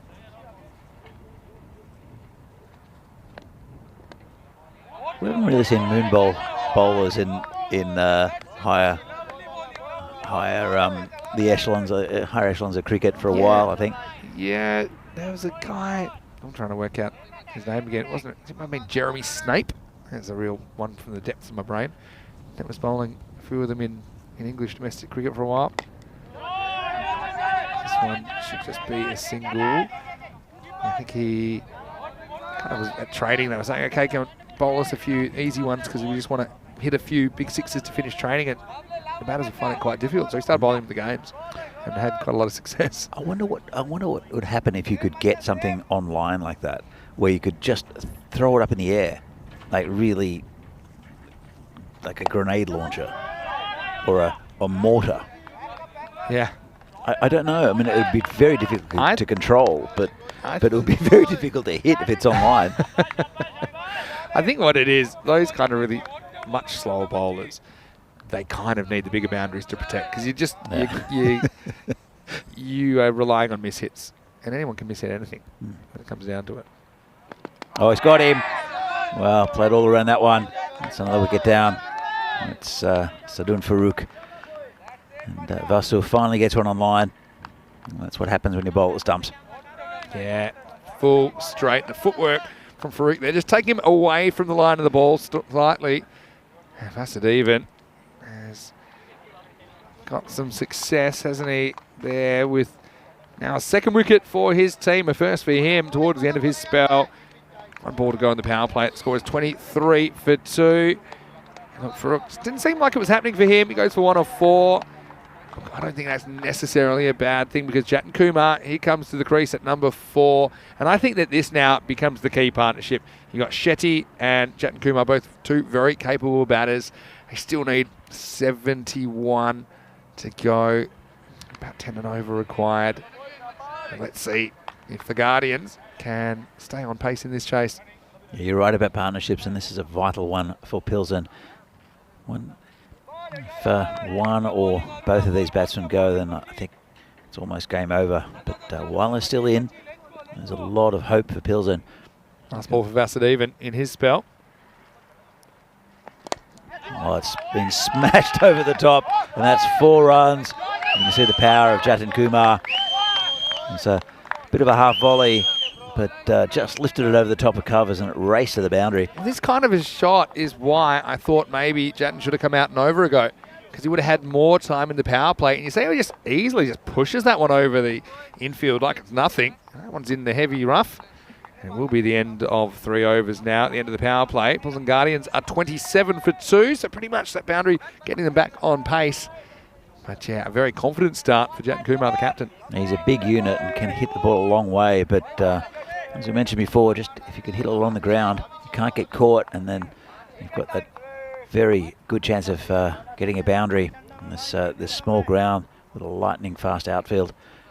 Well, there's the confusion for me. Yeah, look, they had a little intersection there for a second, halfway through the second. It's only 14% for Pilsen. Only That's yeah. that I want. That maybe I missed. But maybe see, I saw it wrongly. It's taking into account their previous performances, I think. Oh, is it? So Okay. that's why it's not rating them too highly. But, I mean, you've got to start somewhere. And Paul's and Guardian, they're certainly in this contest. Tripuri Kanyalal is going to bowl over number 4. Just been poked down to point, no run. Nice quick fielding. Shetty handled Tree pretty well last over. Remember, hit him for a 4, and then what looked like a 4 down the ground. It was a really good stop by Kashifali. But yeah, let's see if he can continue in the 4th. Bit more protection in the way of outfielders though now, as we are out of the power play. Just been poked down away, and that's good fielding there. Just knocked it down. That was Janika Ihalage. That saved 4 runs. Yeah, I mean, almost could have gone for 2 there. Pretty slow jumping back on that. So let's see how Jatin Kumar handles the bowling of Kanyalal. Oh. Plays all around this one, first up. Hey, you're right. I think Dada Shetty found Tree pretty comfortable. Yeah, the batsmen have had a few problems. That one is a bit of a quicker one, bit of a shorter one. That's too wide as well, and they come back for 2. In fact, it'll be 4, 5 wide. That shows you the pace, because that bounces off the gloves of Dylan Stain behind the stumps. Again, he's probably not a regular keeper, Dylan Stain. It's a bit of a stopgap job. So up to the stumps can bother keepers. I mean, I would actually consider maybe standing back to Tree, because he's actually pretty quick, and that way you might be able to catch some little edges. As it was, that one goes for 4 byes. Handy runs. So it's been prodded down just for a single. They'll look for 2, but never on. Like I say, batters aren't really coming out of their crease very often either to Tripuri Kanyalal. Yeah, that's true. But I think if you do stand back, then it gives you a bit of breathing space. It's been poked back down the ground. That's a slightly slower one, I think. He's varying his pace a little bit at the moment. But yeah, Shetty, he's played some good shots off Tree, but it's been forward by some good bits of fielding. Just poked down to that gully sort of area, picked up, and the throws just always keep on coming in a half volley. Dylan Stain, he's just saying, help me out here, guys. It's the end of 4 overs. The score is 35 for 2. Hope you're enjoying the coverage wherever you're watching from around the world, whether you're watching on FanCode in India or whether you're watching on our YouTube channel, ECN European Cricket Network's Vinny Sandy here, Mr. Maximo, alongside me is Danny Hudacek. Seeing a really good game of cricket here, basically. And Pools and Guardians, I think they'll believe, especially if this partnership continues, that they can get their first points of the series here. Absolutely, and I think Burno a bit fragile. They snuck in with that win against Bohemians yesterday. Were absolutely hammered in the first game against PCC, and I think they've got a bit of revenge on their mind for the next game, but they want to take their eyes off this one. Yeah, no doubt about it. I mean, they've tried to get some batting in some other players. Right now, Pools and Guardians, they have a sense of belief about them. Of course, they had the day off yesterday. They had a long time to think about this start of their tournament where they had 4 consecutive losses, but maybe it's 5th time lucky. Stay tuned, because this could be a really tight one. And it looks like we're going to have Sandeep Tiwari coming on to bowl the 5th over. And let's just see if the Guardians can continue this partnership. There's been some good shots from both of these players so far. But they will want them to stay there down the stretch. Here's Tiwari. It's a good start, a little bit uppish and good fielding there. Again, saves 4 runs, just a single. Well, that's 3 really good stops that I've seen so far from Burno, and each one has saved 3 runs. So that's basically saved 9 runs, or 10% of the target, just through some good stops. We saw Kashifali early, then Ihalagi, and then that was a good one by Nagaraj. Comes Sandeep again to wide. This is not the most athletic Burno team I've seen, apart from Dylan Stain, who's a fantastic fielder, and Kashifali, who's seen there. And then it's Afridi who's not playing this game. Yeah. And but they do a lot of work in the fielding down in Brno. They've got great facilities. Here comes Tiwari again. This one's hit over the top, and that'll be 6. Lovely shot there. So powerful is Jatin Kumar, and just picked that one up.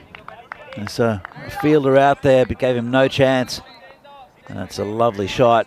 I mean, so often we see batters trying to drag this ball to mid-wicket, but if you can get a guy that can hit on the offside and powerfully on the offside, I think he's going to be a pretty big asset to your team. And he goes Maximo. Just the second one of this match, and the first one for the Guardians. So I want to say hello to Jay Wild, who says the Ice Cube's looking pretty cool. And hello to you, Jay. Hope you're well. Hope things are going well down in Kartama. Look forward to being back. Maya Patel, thanks for your nice comment as well. Here's the comeback ball from Tiwari. That's what he does, Tiwari. He, with his bowling action, he tends to lean to his left and sometimes sprays it down leg side, which is dangerous because there is not much protection down there. There's one man at a short, fine leg, but any little bat, any little bit of bat on it will go. This one's dragged across. Just for a single. Keanu had a really good observation, and nice to see you in the chat as well, Keanu, watching from Australia. To say they saved 3 runs with that good stop earlier in the over, but then the next ball went for 6, so they had the other batter on strike. Yeah, but I mean, you can see how important Kumar is. I think they missed him on Tuesday, and he wasn't part of the lineup. And he's made a really good start to his innings here, 12 off 5. Right now it's Shetty. He's also looked very composed so far. He looks like a good cricketer to me. He was good with the ball as well. Here comes Tiwari, bowling to Shetty. It's a good ball. And there's a bit of an appeal and he's gone. Well, it was a bit of a half appeal. Dylan Steyn put his hands up and Shetty will have to go. It was a good ball from Tiwari, and that's a big, big wicket in the context of this game. Yeah, he just gets him playing down the wrong line, doesn't he? Yeah, it must have been a little feather. Dylan Steyn takes the catch. We'll probably pick it up here, but certainly was flying pretty close to that outside edge, and yeah, Data pretty quick to crane his head around and see where that one went. So unfortunately for him, his innings will end on 10. So the partnership is broken. Bulls and Guardians now 45 for 3. Yeah, I've still got that man Jatin Kumar. I'll have to build around him.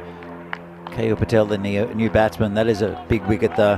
He was looking pretty good, Data Shetty, and just as you bigged him up, Vinny, he loses his wicket, but it was a good nut from Tiwari. Yeah, it was. It was right in the corridor of uncertainty, if you like. And we've seen a lot of caught behinds actually so far in this tournament. And I think that's to do with the pitch. I think there's something in the pitch that can move the ball sideways and just move it that half a bat, which you need, and that's why I think we're seeing a few more nicks. I'd certainly like to be keeping out there. Here's Tiwari. Gets a full ball up in the block hole. Pretty confident start from Patel, who's got his role to play now, doesn't he? Needs to be an ally for his captain, Jatin Kumar. Roughly about halfway to the total at the moment. We're about halfway through the innings as well. So very interesting. 5 overs or so ahead. Yeah, I think it's down to this man, Jatin Kumar, but we'll see what Pilsen have with the rest of their batting lineup. It's just been poked out to point and just a single. Well run there. But we'll see. A big step for them to be playing in the FanCode European Cricket Series. I know they haven't had a good time of it so far, but we know, and you know, particularly, that anything can happen in the ECS. That win predictor is 41 now for Pilsen, 59 for Brno. So you're a bit addicted to the win predictor now. Oh, it's fascinating. You weren't a huge fan of it originally. No. I don't mind the win predictor. The graph, I mean, I kind of get it. I think the key with the graph is just look at one of the lines, not both. They are essentially telling the same story, just in opposite directions. I really like the win predictor as far as you can see what the supercomputer's thinking, which is good. And I would agree with it that Brno are probably still favourites because if they get the big wicket here of Jatin Kumar, then. But anyway, here's Yug. It's Yug o'clock. That's wide outside of stump. He's a good bowler, Yug. As I mentioned, he's got that Dennis Lilly run up, and he's got a good rhythm to him. I like his bowling. Might have been like lucky to get away with that one, though. I reckon that grabbed a bit of the line. The umpire didn't think so, and that's what matters. I know that Ashish in the chat noticed that I put the real kibosh on Shetty by saying I like the way that he was put together as a cricketer, and he nicks the next ball. Always like very that. Astute from you, Ashish. It's the commentator's curse. Might just say Kumar's hopeless then. There we go. Here's the next ball. Oh, just chipped over the bowler, and they'll just get in for one. Yeah, that was a bit lucky, wasn't it? That could have gone back to the bowler. Just kind of hurried on to him a little bit, and he doesn't get the timing right on the attempted pull stroke. He's a bit late on it. That's why, you see, instead of going to leg side, it goes straight, but just looped over the bowler. Yug Warrior. Yeah, we think he's got one of the best names we've seen in European cricket. We should do a best names 11. I might put that to the chat, actually. Barty Banger would have to be up there from Albano. Barty Banger. That's a really good one from Milan. Yeah, it's last year. Albano. Yep. My favourite Italian team. That's comfortably wide. Barty Banger. Tell us some of your favourite names in European cricket in the chat if you're a regular viewer. ECN European Cricket Network on YouTube. Now I'm totally blanking, but there's some really good ones that we've had. Anyway. Warrior coming into bowl. It's like a predator. That's a bit full, could be out, and just had a bit of a slip there, did Naveed Ahmed. I think it would have dropped in front of him even if he kept his footing. Don't think he was getting there. He just sticks the brakes on it. Certainly after the slip, he wasn't going to get there. So pretty good over this so far from Warrior. That shot does bring up the 50 though for Poulsen, halfway through the 6th over. Yeah, they just need that 9 and over all the way through. There's only been 3 off this over so far, but we're halfway through it. Love a boundary at some point in this over. It's outside off stump, well bowled again. I'm impressed with Yug Warrior. I don't think we saw him in the first couple of games. We saw his name there. Yeah. He just didn't do anything, and then he's coming as a bowler and has been fantastic. Been really great. Can bowl one side of the wicket as well, which I think is really important as well. Give that predictability essentially to the captain. That he can set his field a certain way. Can he escape out of this over without any more damage? That's the question, though. On to Kumar. He's been dragged out from outside off stump. That's Kashif Ali who picks up the ball. It's interesting. Dylan Stain, he's been very... he's got a plan. You can see that it's very much an offside field. There's only ever been really 3 players on the onside for the whole of this game, and most of the other games that Bernal have played. He's really stuck to that. Yeah. I'll come back to that in a moment. Last ball of the over. It's a good ball again, and a very good over there from Yug Warrior. Only 4 from it. Excellent over. Excellent over. The 50 comes up, but they just put them slightly behind the 8 ball now. 6 overs down, 51 for 3. I know that Fangirl in the chat has talked about some of the cool names, cool team names. Friendship CC in Portugal is one, and they had a player called Mohamed Azaduzaman, which I think is pretty cool as well. You can see right now up to 27, although I think a second ago they were more like 41, weren't they? So yeah, things changing pretty quickly, as you'd expect, I suppose, at this point in the game. Yeah, it's a quite a funny story in Portugal. A team registered and they asked, what name would you like? And they said, we like to be called Friendship Cricket Club, and they said fine. And 3 days later, another team comes down and they say, we want to register. And then they say, what name do you want? They say Friendship Cricket Club. And they said, no, I think you guys were here 3 days ago. Someone else already registered you. And they said, well, that's not us. And so within 3 days, 2 teams that wanted to be called Friendship out of nowhere. And the second would-be Friendship team actually became Fighters Cricket Club. So now I always love the Friendship versus Fighters clashes we have in Portugal. Right, here's Kashif Ali, who's coming on in the 7th. This one, probably there was a single there in the end, but I think Kumar turns it down. Didn't know if it was going to go back to the bowler or not. I think this is the over they need to move, isn't it? Because that run rate is crept out to 11 required and over. Yeah, Kashif is... Oh, it's a no ball, and that's been hit for 6. Oh, that's a big turning point, I think. Just dragged it down a little bit. And that hurts. Now, that one is bad as heaven. It's 7, and it didn't seem like a front foot no ball. It might have been for a field indiscretion. That's all I can think, because the foot seemed fine. But it must have been the field. It must have been only 3 players in the circle. Let's have a look. I think it was. So, well, next one's a free hit coming up. Back to live action. Oh, he's punished him. And that's gone a long way. Well, Ali Kashif has just dropped short again. And Jatin has smashed him over cow corner for 6. It was 13 off that ball. That's game-changing potentially. What's the win predictor take off? Well, now they're 64%. That's going to go through the roof. And just on the back of essentially 1 legal delivery. So, next ball coming up. They've got to pull it back now, Burno. They're in big trouble. He's dragged it down again. This one's gone on the offside and it's 6 again. Whoa! This is a huge over in the history of Pilsen Guardians. Have not won a game on ECN yet. It's their first ever appearance in the tournament. And they're looking very, very good. Well, sometimes at this stage of the innings, they start looking at half overs, and that half over went for 19, and the first ball was a dot. So, in very big danger of going magical. Kumar, he's motoring 33 off 14. It's a better ball, just poked down to the... Oh, it's terrible fielding, and it's going to cost them an extra run, I think, only, but it'll bring Jatin back on strike. Yeah, that's the thing. Should have been off strike, but he gets back, and yeah, the wheel's just falling off in this over. The win predictor's gone from like 14 to 81 in about 4 balls. I do like it, Vinny. I do like it. Let's drag that one down, and that one's been hammered towards the boundary. That'll be 4 as well. Oh, well, they are giddy over in the Guardian dugout at the moment. I often talk about match 13s. Weird things happen. That was the game where we saw France beating England in the ECL, and not just beating them world record style with 82 in the power play.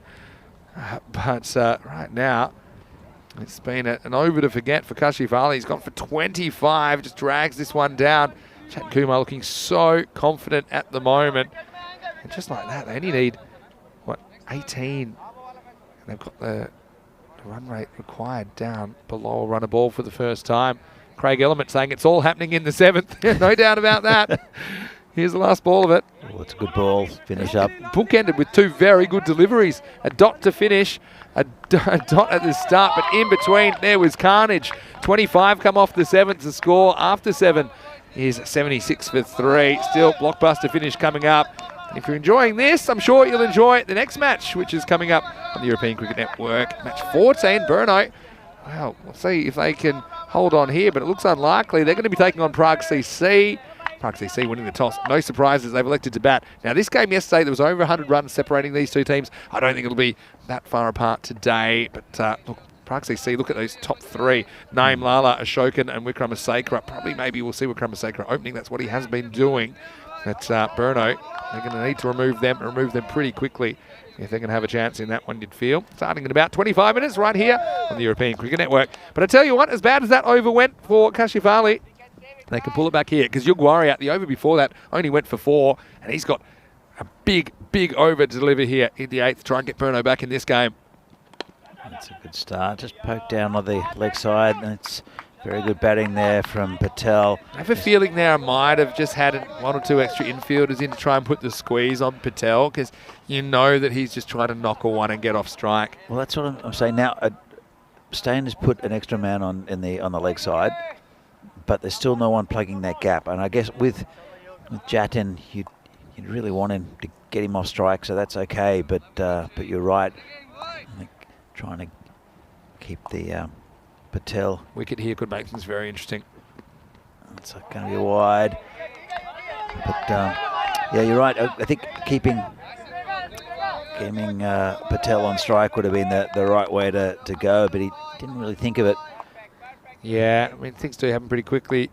Also, Dylan's having to concentrate on the keeping as well. I think it's pretty tough to keep and captain at the same time. It's a lot of mental energy. Well, especially in this format. I mean, it happens so quickly, you're right. And, well, everything happened in that last over. So here comes Yug Warrior again. Big swing, and that's gone down the ground. Should be cut off. And he's done well there, Naveed Ahmed. Naveed Ahmed's such a good fielder. We haven't seen him with the ball yet, though. Yeah, and that surprises me. So you think about, we didn't really see Stain with the bat till late on. Naveed, yeah, I'm quite surprised we haven't seen him.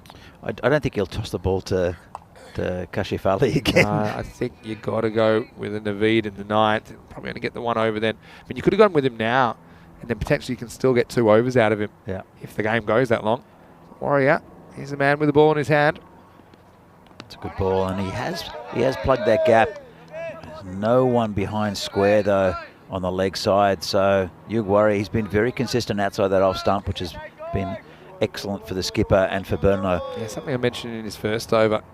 He has been pretty consistent with the line. Look, he's occasionally pulled one a little bit too far left and he's missed, but that's almost an acceptable wide. He's not bowling any rubbish down the leg side. That would be an easy put away for a boundary. 15 still to get. It's called a wide again. Thought it might have been inside that line, but obviously the umpire's got a better view of it. Close one. He got away with one of these early. Yeah, that's well wide. That's definitely a lot wider than the one that he got away with. Been impressed with the umpiring so far this week. It's been very, very good. For sure. Just speaking to the umpires as well, I think they've settled in. We've had enough of this cricket now. They know it's a bit frenetic and they've got to have their wits about them, but they've used the technology well. I think they've done a really good job. Let's head out towards Naveed again. So this is where I think this ball, I'm probably bringing the field up, trying to dot him up, and then last ball probably I don't mind if he gets a single as much to keep the strike. I think it's a tough one, managing your strategy at this stage. You see Patel, just look at the strike rate, 4 off 6. He's happy just to give the strike over to Kumar. That's what he needs to do. Here comes Warrior bowling to the very dangerous Jatin.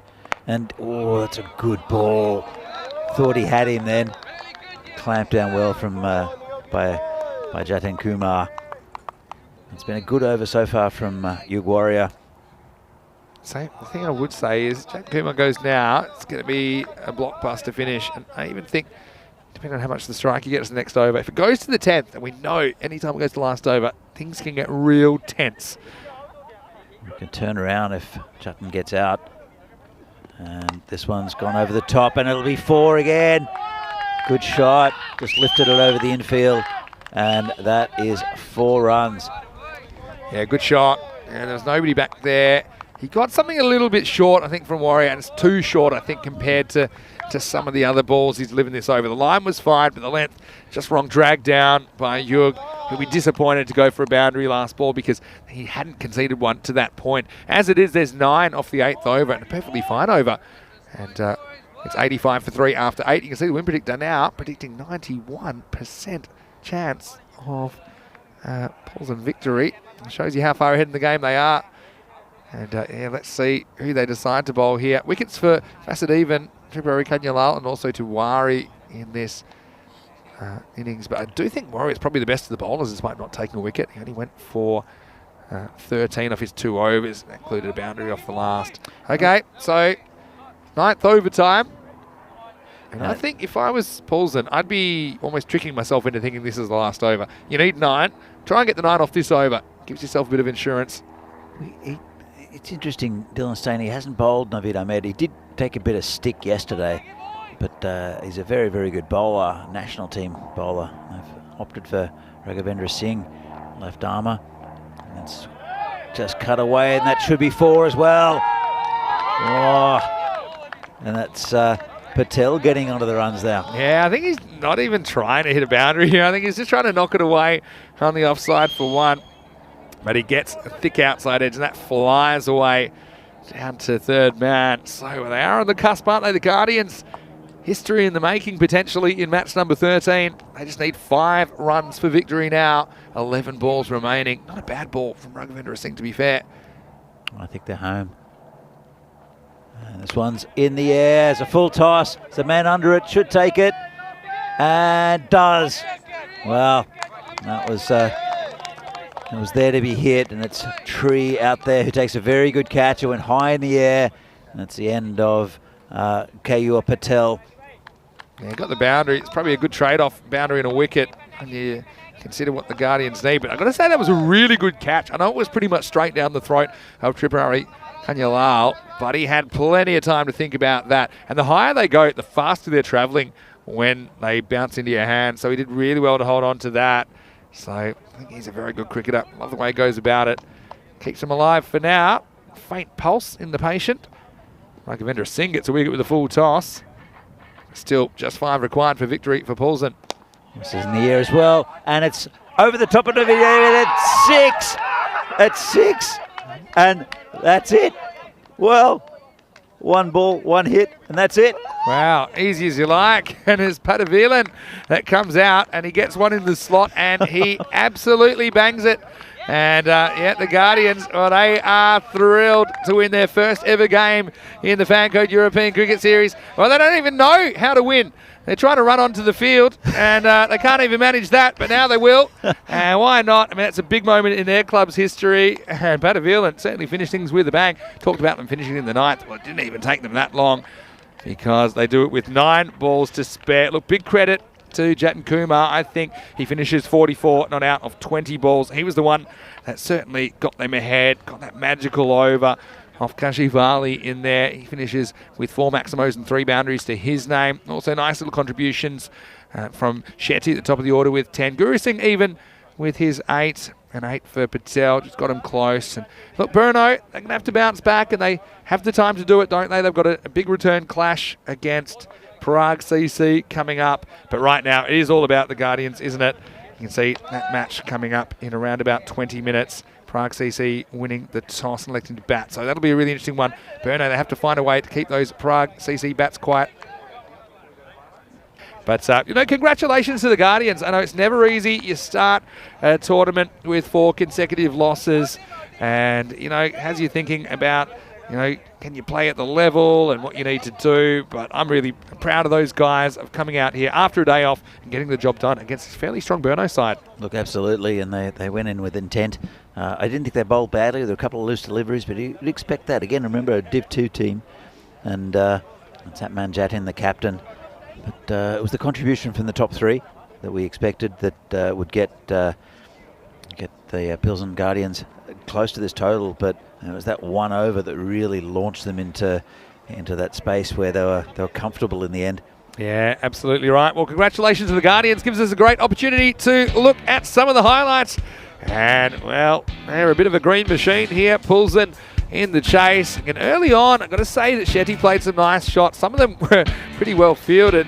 Could have had more boundaries. I mean, look at this bit of fielding. I mean, that was a good moment for Kashif Ali before he'd have an over to forget a little bit later on. That was the kind of athleticism that was just keeping Burno in the contest at this stage. You saw that it was Guru Singh who ended up getting castled by a tree. And then Farooq did come out number 3. He went the same way. But that did bring Jatin Kumar to the crease. He started really confidently, and that was a sign of what was to come. And the Guardians, you know, all through the efforts of their captain, they certainly made pretty light work of this chase. I think I said I fancied them to chase anything under 100, and that's exactly what they've done here in match 13. Look, absolutely. And I think Dylan Stain did shuffle his pack a little bit, gave opportunity to quite a few players, including the bowlers, because he's got a couple of his top bowlers who he hasn't really used. Left Riaz Afridi out of this team and didn't bowl Naveed Ahmed. And he also batted himself well down the order. But I don't think he took Pilsen lightly, but I think he's just trying to give players a bit of a go, and it backfired. And it was that this over from Kashif Ali, where it was 25 from it. Yeah, and that completely changed the game. Including a no ball, which we thought was for a field indiscretion. And the thing is, the over was bookended with dots, but in the middle, it was big trouble. And then towards the end, K. Patel, he was able to sneak that one past the keeper to the boundary. He didn't fall the next ball, and you thought maybe that would keep things interesting. But Kishore Patavilan, well, he came out and he made sure that the game wouldn't last too much longer. You see, they'd gotten close, and it means so much to them. Nirmal Kumar, well, he is cock-a-hoop about that. We'll see the Guardians a bit later on today. But right now, they are winners for the first time in the European Cricket Series. And it's certainly interesting as far as the qualification goes, because United, I'm sure they watched that one. They'll know that they're not particularly safe after that. Coming up next, we have Burno versus Prague CC, and Yeah, like I say, look at that name, Lala. He was the story of yesterday, wasn't he, in the ECS for the first time. He'll be opening up with either Ashokan or Wickramasacre. I'm not so sure. But Burno, they have to find a way to bounce back and bounce back quickly. That game will be coming up in about 15 minutes. Don't miss it. And let's have a look at some of the details in the chase. Jet Kumar, 44 not out of 20. He certainly engineered it, but handy little mini contributions, I think, as well from Shetty, Guru Singh, Patel, and even Patavilan. He came out and showed no signs of nerves, but one thing that was a concern as well. He had 17 wides in the innings, and I think that hurt them as well, the extras. Apart from that, could have gone down to the wire. You mentioned Burno shuffled their pack a little bit, no David Ahmed at the bowling crease, but still take nothing away from the Guardians. It was a very, very good performance. It was a very good performance, and you can see they're a pretty solid unit with that bowling spell in the middle from Yuk Warrior and also Tree. But apart from that, it was pretty ugly for the Burno side. Going for 25 of his over Kashif and Raghuveer Singh, 20 off his 3 balls. Took a wicket. 10 off his 3 balls. Yeah. But took a wicket. That's right. I mean, he couldn't keep it in the game. It was just a good shot to finish it off as well. So Guardians playing with a bit of confidence. We'll see them a bit later in the day. Right now, we're going to take a quick break. We'll be back in about 10 minutes to take you into match 14, Prague CC. They will be hoping to continue their good form, batting first against Burno. Burno will not need to bounce back pretty quickly. Vinny Sander here, Mr. Maximo, alongside Danny Hudacek. Hope you're having a great morning or afternoon or evening, wherever you're watching around the world. We hope you have your company very shortly for more FanCode European Cricket Series.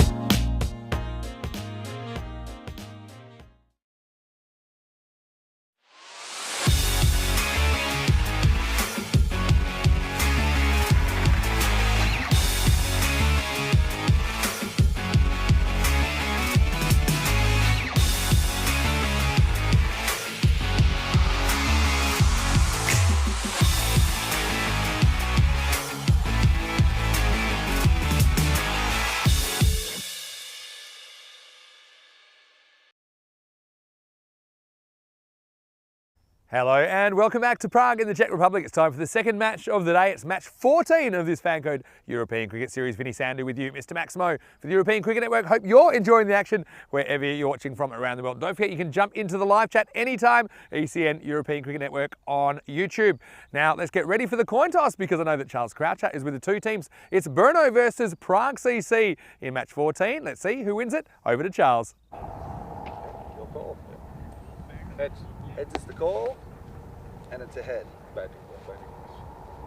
So it is Prague CC skipper Aaron Ashokan that's won the toss. He's elected to bat first. No surprises. In fact, I think as soon as he saw that coin land, he was very quick to say that he wanted to have a hit first. And certainly when they've batted first, they've had some success. Their last 3 matches, they have had huge winning margins, including a 100-run victory over Brno yesterday. And yes, certainly Brno, look, it was a big target, but the batting fell away completely. I think that Aaron, he's hoping for much the same again. Naeem Lala was outstanding. He was the story of day 3, wasn't he, at the top of the order, and he's probably going to open up with the B Sudesh Wickramasekara.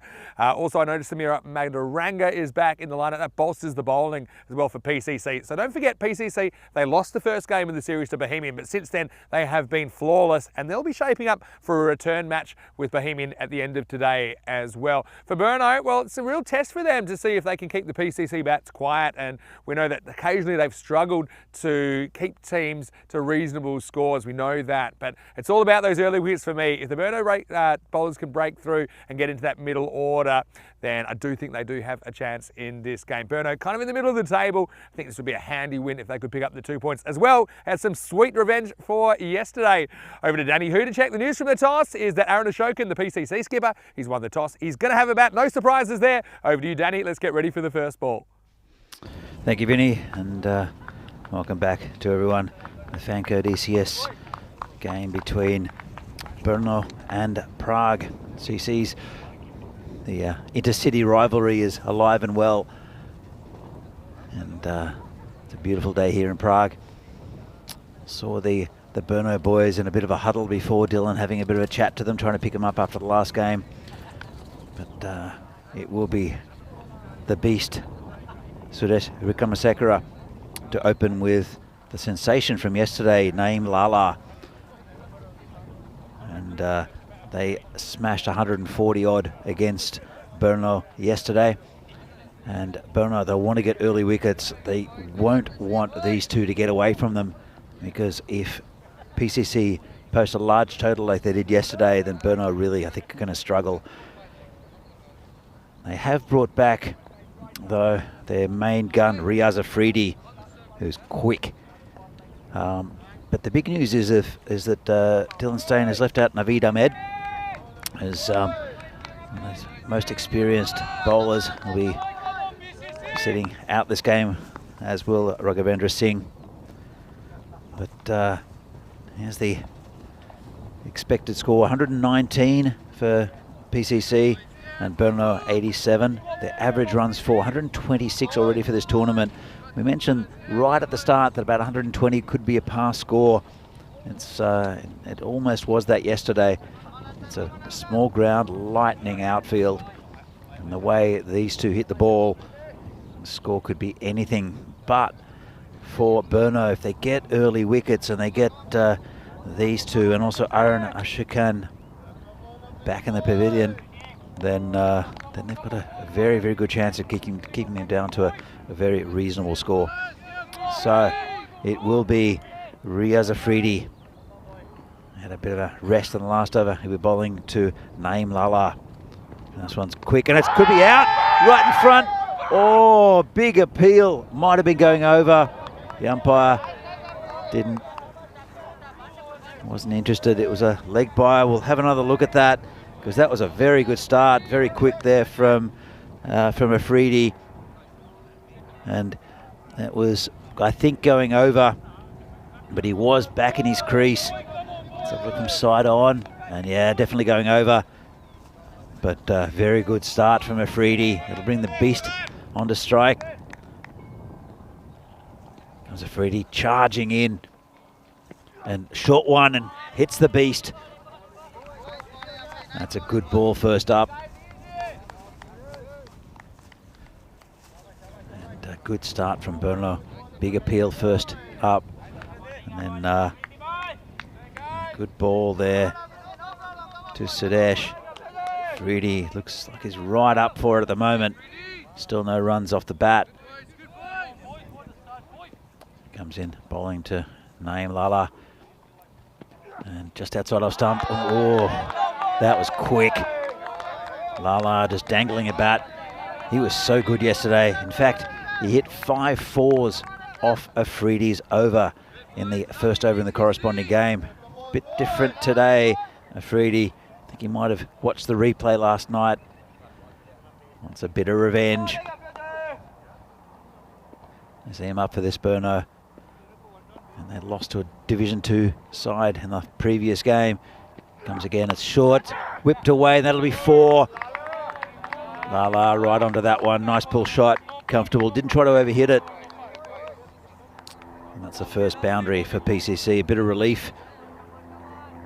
Just a bit short, but not short enough. It is pretty quick though from Afridi. And he's a new recruit for Burno. Looks a very good athlete as well. He's a good fielder and handy with the bat. I think bringing Kashif Ali into this side as well. Burno, they've got a bit more to them with the batting lineup. Here comes Afridi again, bowling to Lala. Short again, tucked around the corner, and that's 4 again. Oh, it's not actually. It's hit the fielder, and they'll come back for a second. And good throw. Didn't quite have him in trouble, but did well, the fielder. Not sure if he knew much about it, but he knocked it down. Let's have another look. It's a good pull shot, and the fielder just turned his back and hit him and saved 2 runs.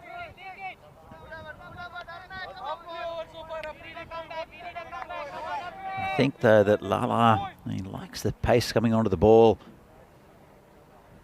and maybe the beast. I think he might be, I don't know if he's protecting him, but definitely Sudesh would prefer just the fruit that might be to come from Burno rather than the pace of Afridi.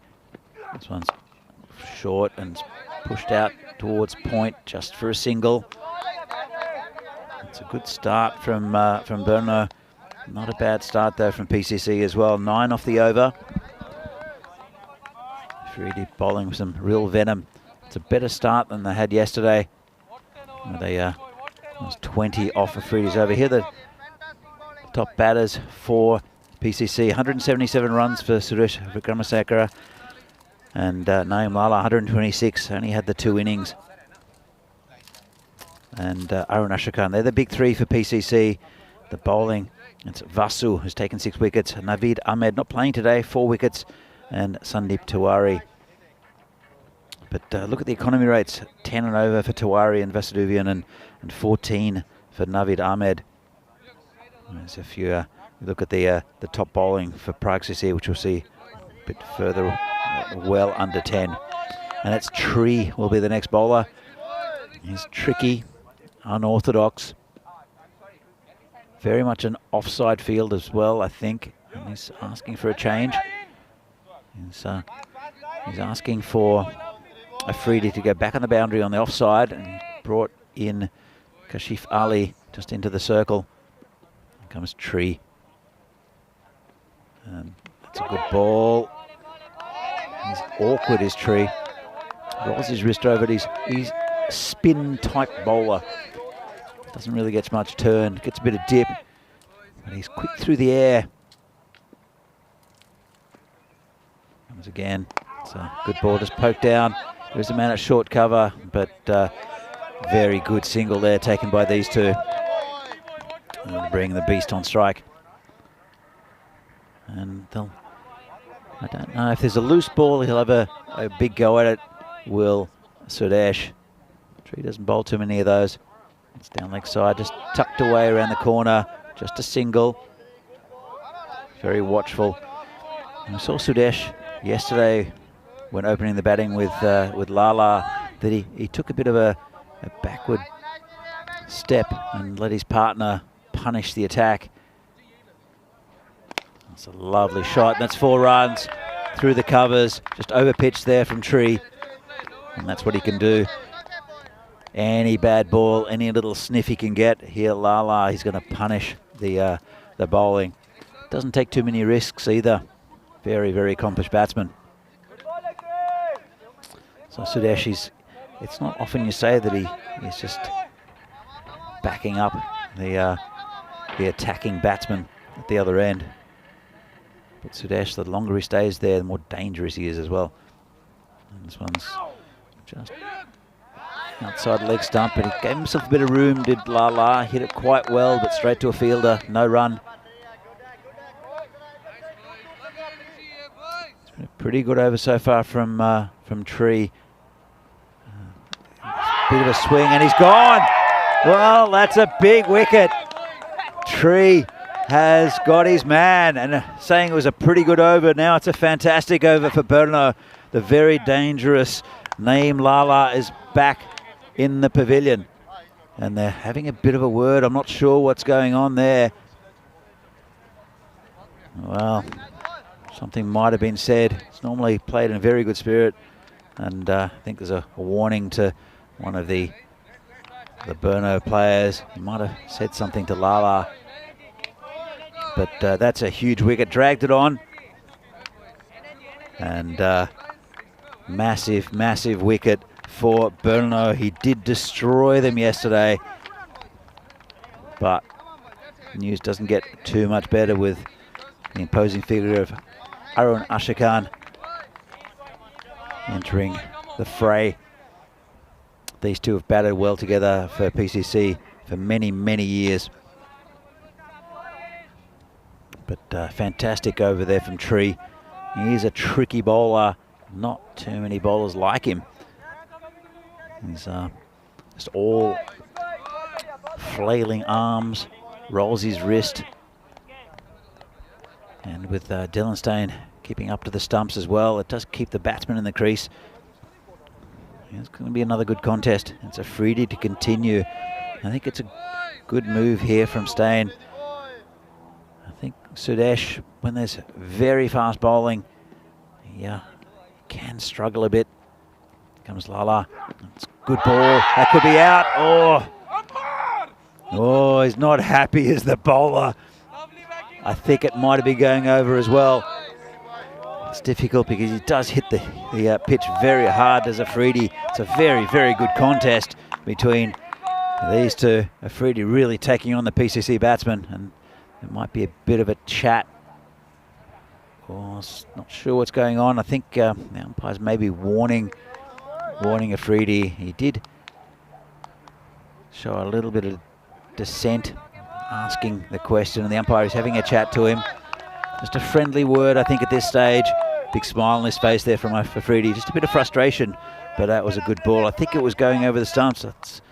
Yeah, I think clearly going over stumps, but he is a bit frustrated, is Afridi. He thought he had his man.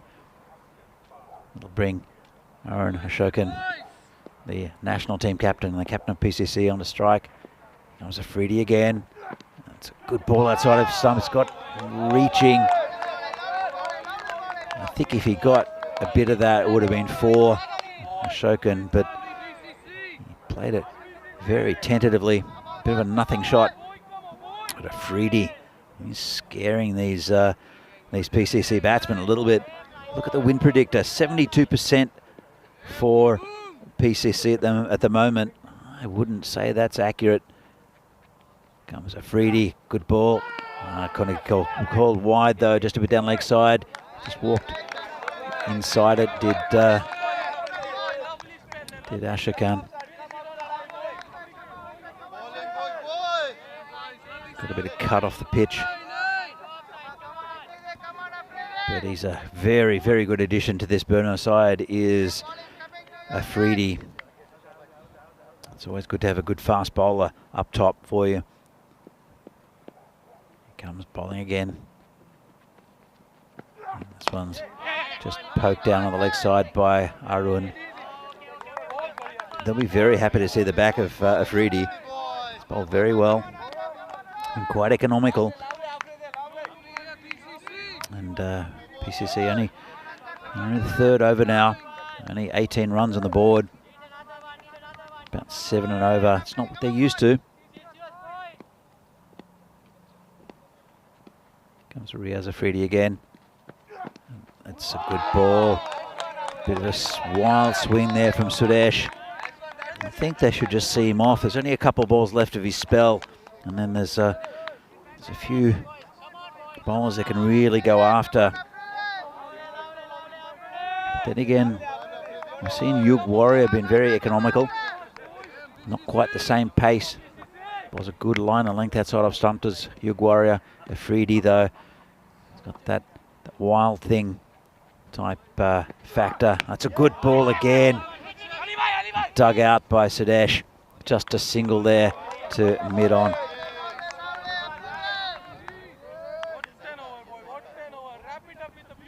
Again, looking around, I see the pies have been delivered early today. So, looking forward to the down under pies, the pie shop pies. Not sure what we'll get today. Always delicious. Here comes Afridi again. And just poked down again, a really good ball. And these are two of the best batsmen in the country, and they're really not quite surviving. They're just poking it around, and a very, very good spell up top there from Riaz Afridi, and 10 from his 2 overs, and Tree from the other end getting the wicket, the big wicket of Naeem Lala. Vinny, good start here from Burner. I was just tucking into an early lunch, and I thought my lunch was spicy. I had the chili and rice. A bit of spice out in the middle, wasn't there? I mean, Afridi, he was bringing it. They've left him kind of like caged in the first game where he wasn't in the lineup. They have unleashed him on this top order, and he has certainly bowled with some good pace. Doesn't take a wicket in the end. None for 10, but it was Tree that got the big wicket of Lala, and that's one of the big 3, if you like, that I think they're going to have to get. But yeah, these two, you mentioned they're just a bit conservative. I think they were happy to play off Afridi and maybe try and cash in against some of the other bowlers, but yeah, let's just see if Kanyalal can grab a second wicket. Super interesting start to match 14. Start of the 4th over. Well, he knocked away and no run. Yeah, so key partnership, isn't it? Always is. We've seen the two batting together so many times on ECN. Push through. And this time they do take the one. Yeah, I mean, it's funny because a lot of people are saying things like, Lala is way too good for this competition. And I'm not saying he's not a very good player. He is. But the thing is, even very good players will give opportunities and they'll make mistakes just because of the nature of the 10 over format. And you can see he played one away from his body and chopped it on. And I think Kanyalal was pretty happy about it. I think Burno were pretty happy, and they were stung, I think, by that loss to the Guardians in the last game. But a real opportunity for them here in a game where 24 hours ago they lost by over 100 runs. I'll be very keen to avoid a repeat of that. Goes after this one, and it's into the gap. It's going to be 4. It was all about the placement from Ashokan. He's a powerful batter. And he just kind of plays this off length, gets a bit of pace from Tree, and 1 bounce, 4 runs. Yeah, it's the beast there. He's very powerful. As soon as you get anything a little bit loose, he's right onto it. But as I mentioned, I think with Afridi's pace, it troubled him a little bit. Yeah. Tree's a very, very tricky bowler, and this will be an interesting over. See if you can get one of these two. One strike again this time. It's straight into the ground, straight to the fielder. Yeah, so the beast, he does love that mid-wicket region if you bowl on a length to him, but also would say you can hit through the offside pretty handsomely. They've got some protection in front of the wicket to him at the moment. Goes square this time, and he lasers this. Going to bash into the banner. Well, that was straight into the word stronger. Well, maybe we need to make that barrier stronger, because that was a powerful finish to the 4th over. The score now is 29 for 1. So, yeah, really interesting start to this game. Burno, I would say 24 hours ago, they had a really tough loss to PCC, and they're coming off a really tough loss as well to Guardians this morning. So I think they're keen to put down a marker here. No Naveed Ahmed in the lineup, and noticed that. I think he would have been handy, but obviously saving him for tomorrow. But this is the partnership they need to break, and need to break quickly, Burno, if they're going to have a chance in this game. Well, these two have done it so often for PCC. It's and for the Czech national team. they're both very experienced and both fantastic batsmen. So you were mentioning that people were saying that Lala was too good for this league. I mean, Sudesh is a world record holder. Yeah, exactly. He's been doing this in this league for years, and he's one of the biggest hitters in Europe. Yeah, no doubt. I mean, that's the thing. This format is such an evener. I think that's something people need to realise. Now they're going to go for Aaron Vasudevan in the 5th over. So essentially they're going to have to go for 2 new bowlers here. I'd be tempted to go for Vasudevan and probably Yug Warrior in these middle overs. I think that Yug bowled pretty well earlier in the morning, bowling one side of the wicket, which I think you have to do to these guys. Vasudevan gets it outside the off stump as well. I'd agree with you. I think Yug Warrior has been very, very good. The problem is that who do you turn to in the last few overs? There's Sandeep Tiwari, who's, again, a very experienced bowler, but at his pace, there's not much margin for error, especially with these two towards the end of the innings. There's Vasu. And Kashif Ali, where's his head up with the ball after going magical earlier. Whoa. This one has completely gotten away. It's going to be a no ball plus 4 byes. And so, yeah, Vasudevan, talk about bowling one side of the wicket. Well, taking it to extremes. This one, it hits the edge of the artificial surface, and that's why it's called a no ball, correctly so, by the umpire. And what's even more hurtful about that for Burno is it means next ball becomes a free hit. Yeah, it's very loose there from Vasudevan, who's the top wicket taker for Burno in this tournament, but that's a big one, especially bowling to this man. He's got to get this right. Trouble. Well, might get away with this. That's well blocked out there. They're going to come for 2 on the fumble. Good throw, might have had him in trouble, but couldn't quite get that much on it. Still a good stop out there. Limits the damage on the free hit to 2. Yeah, it's a very good piece of fielding, and he saved 2.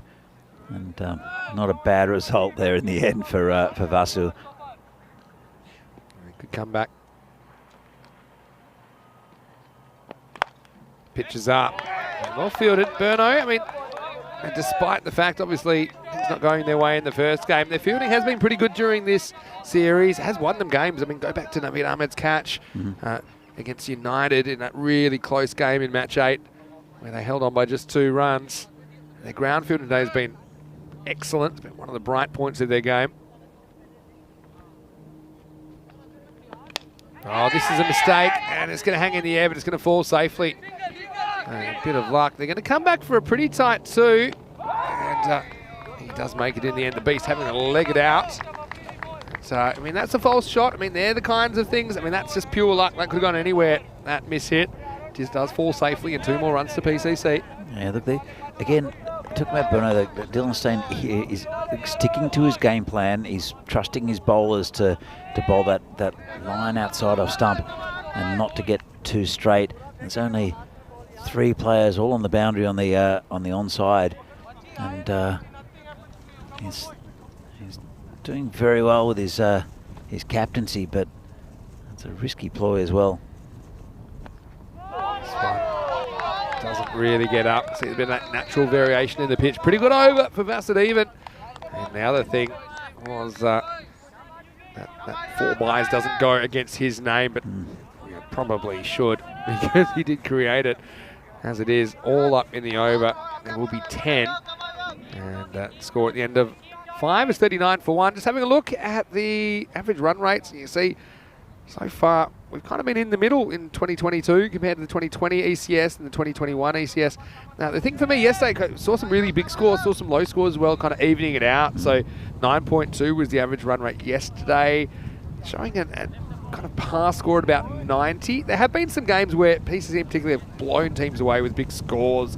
But I think you looked at that last game as well, scores in the 90s. Might end up around about the 9.5 to 10 on average, but interesting. We talked about the boundaries a bit yesterday, but across the board, we have seen a fairly consistent rate of scoring across the last couple of days at least. And that always interesting. Overall in this ground, 8.7 for all the ECS cricket we've played here. Thanks to Ravi for providing that data for us. And here is the man we were just talking about, Yug Warrior. Let's see how he goes against these big 2 for PCC. He's bowling over number 6. Pitches up, and I think that's exactly where you want to be. I mean, Ashoka does like to hit over mid-on. He's practicing over mid-off now, but he's still only human, and he kind of plays an indisciplined shot. Misses out. He's been very disciplined, has Yug Warrior. That's that again, that line outside off stump, and that's the game plan for Berno. Anything too straight is going to be launched with these two, but they've stacked that offside.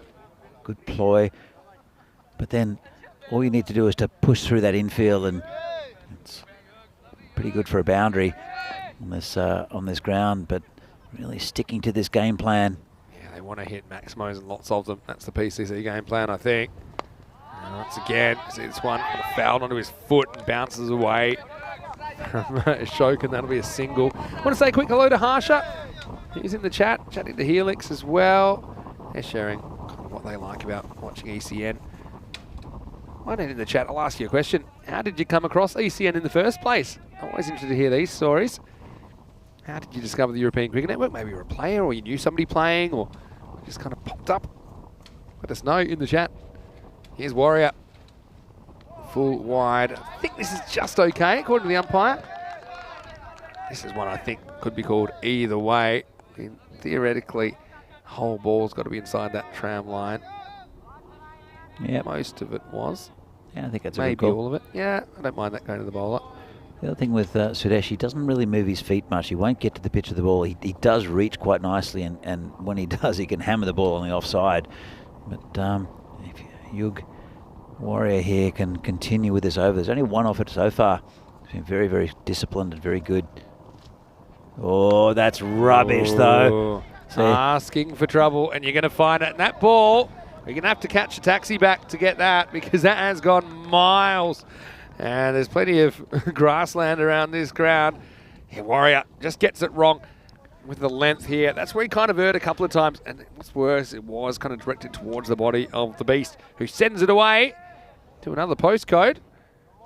Vikram Sekera moves up into the 20s with that stroke. Well, they're just looking for the bad ball, and that was a bad ball.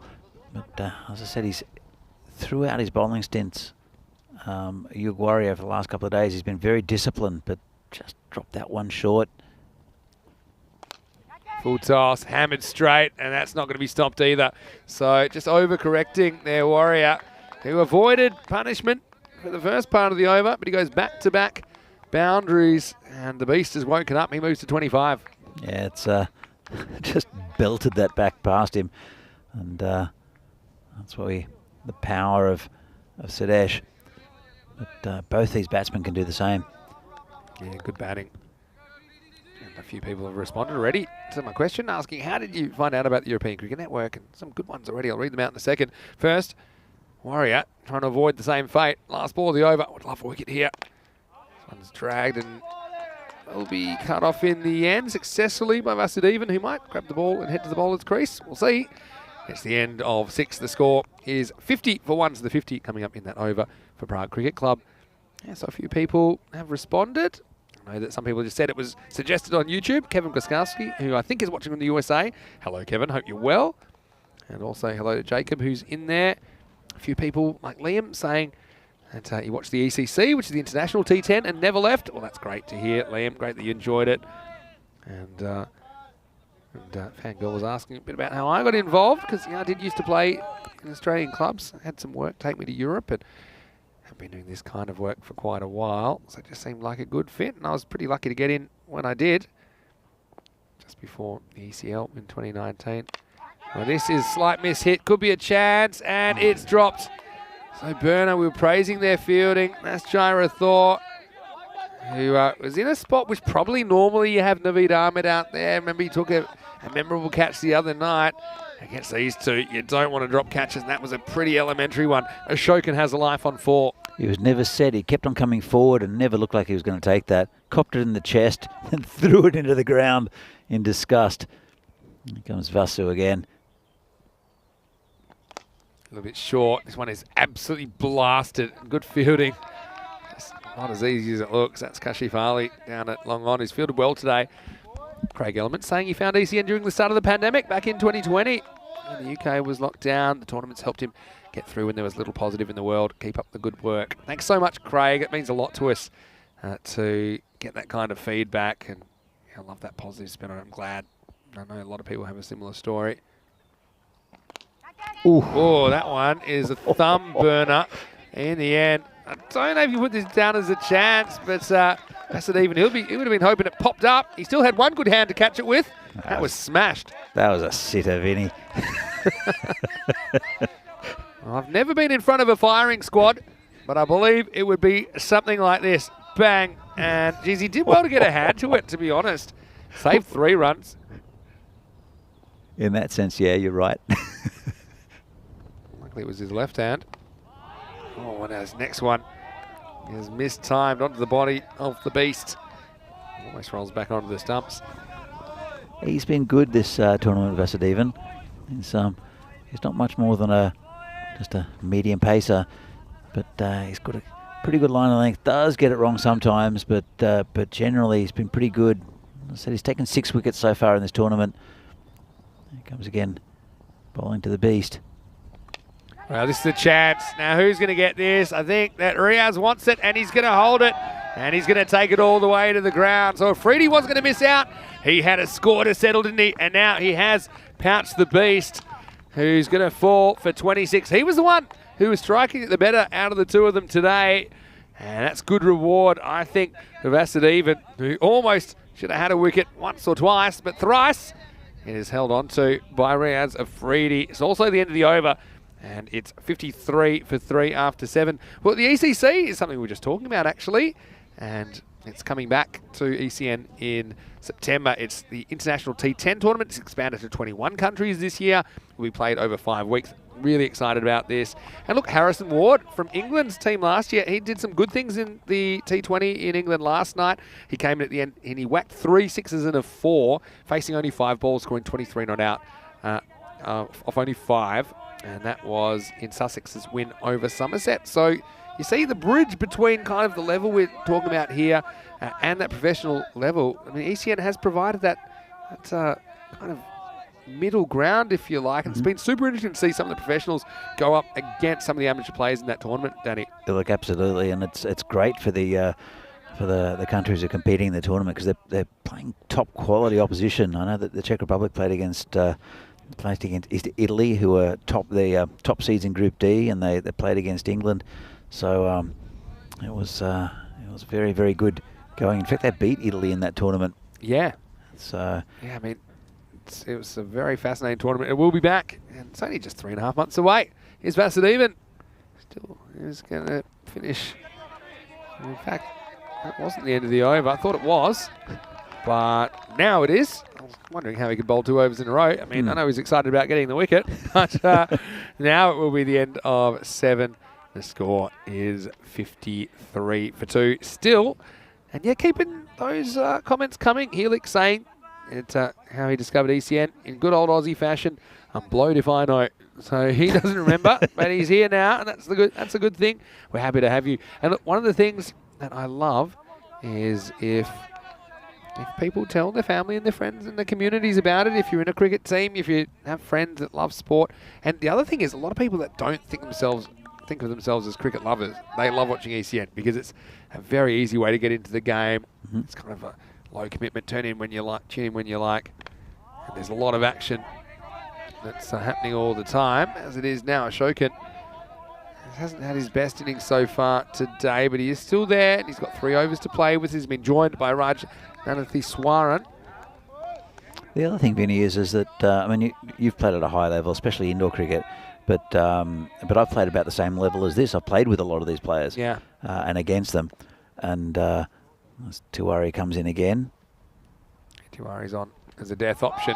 Gets one past Raj first up. So, and I'm assuming that, I mean, there are some viewers from places where cricket is not a big sport. Yeah. But a lot of people will be watching this game and thinking, I could have played this in my day, or could play this now. Yeah. And I mean, it's still a very good level. I don't think we appreciate how good some of these cricketers are. Yeah, it's a really good point you make. Wait for this. It's just hit straight. It's hit pretty well. Well, third time lucky for Raj as he just stands tall and blasts this off length. Maximo.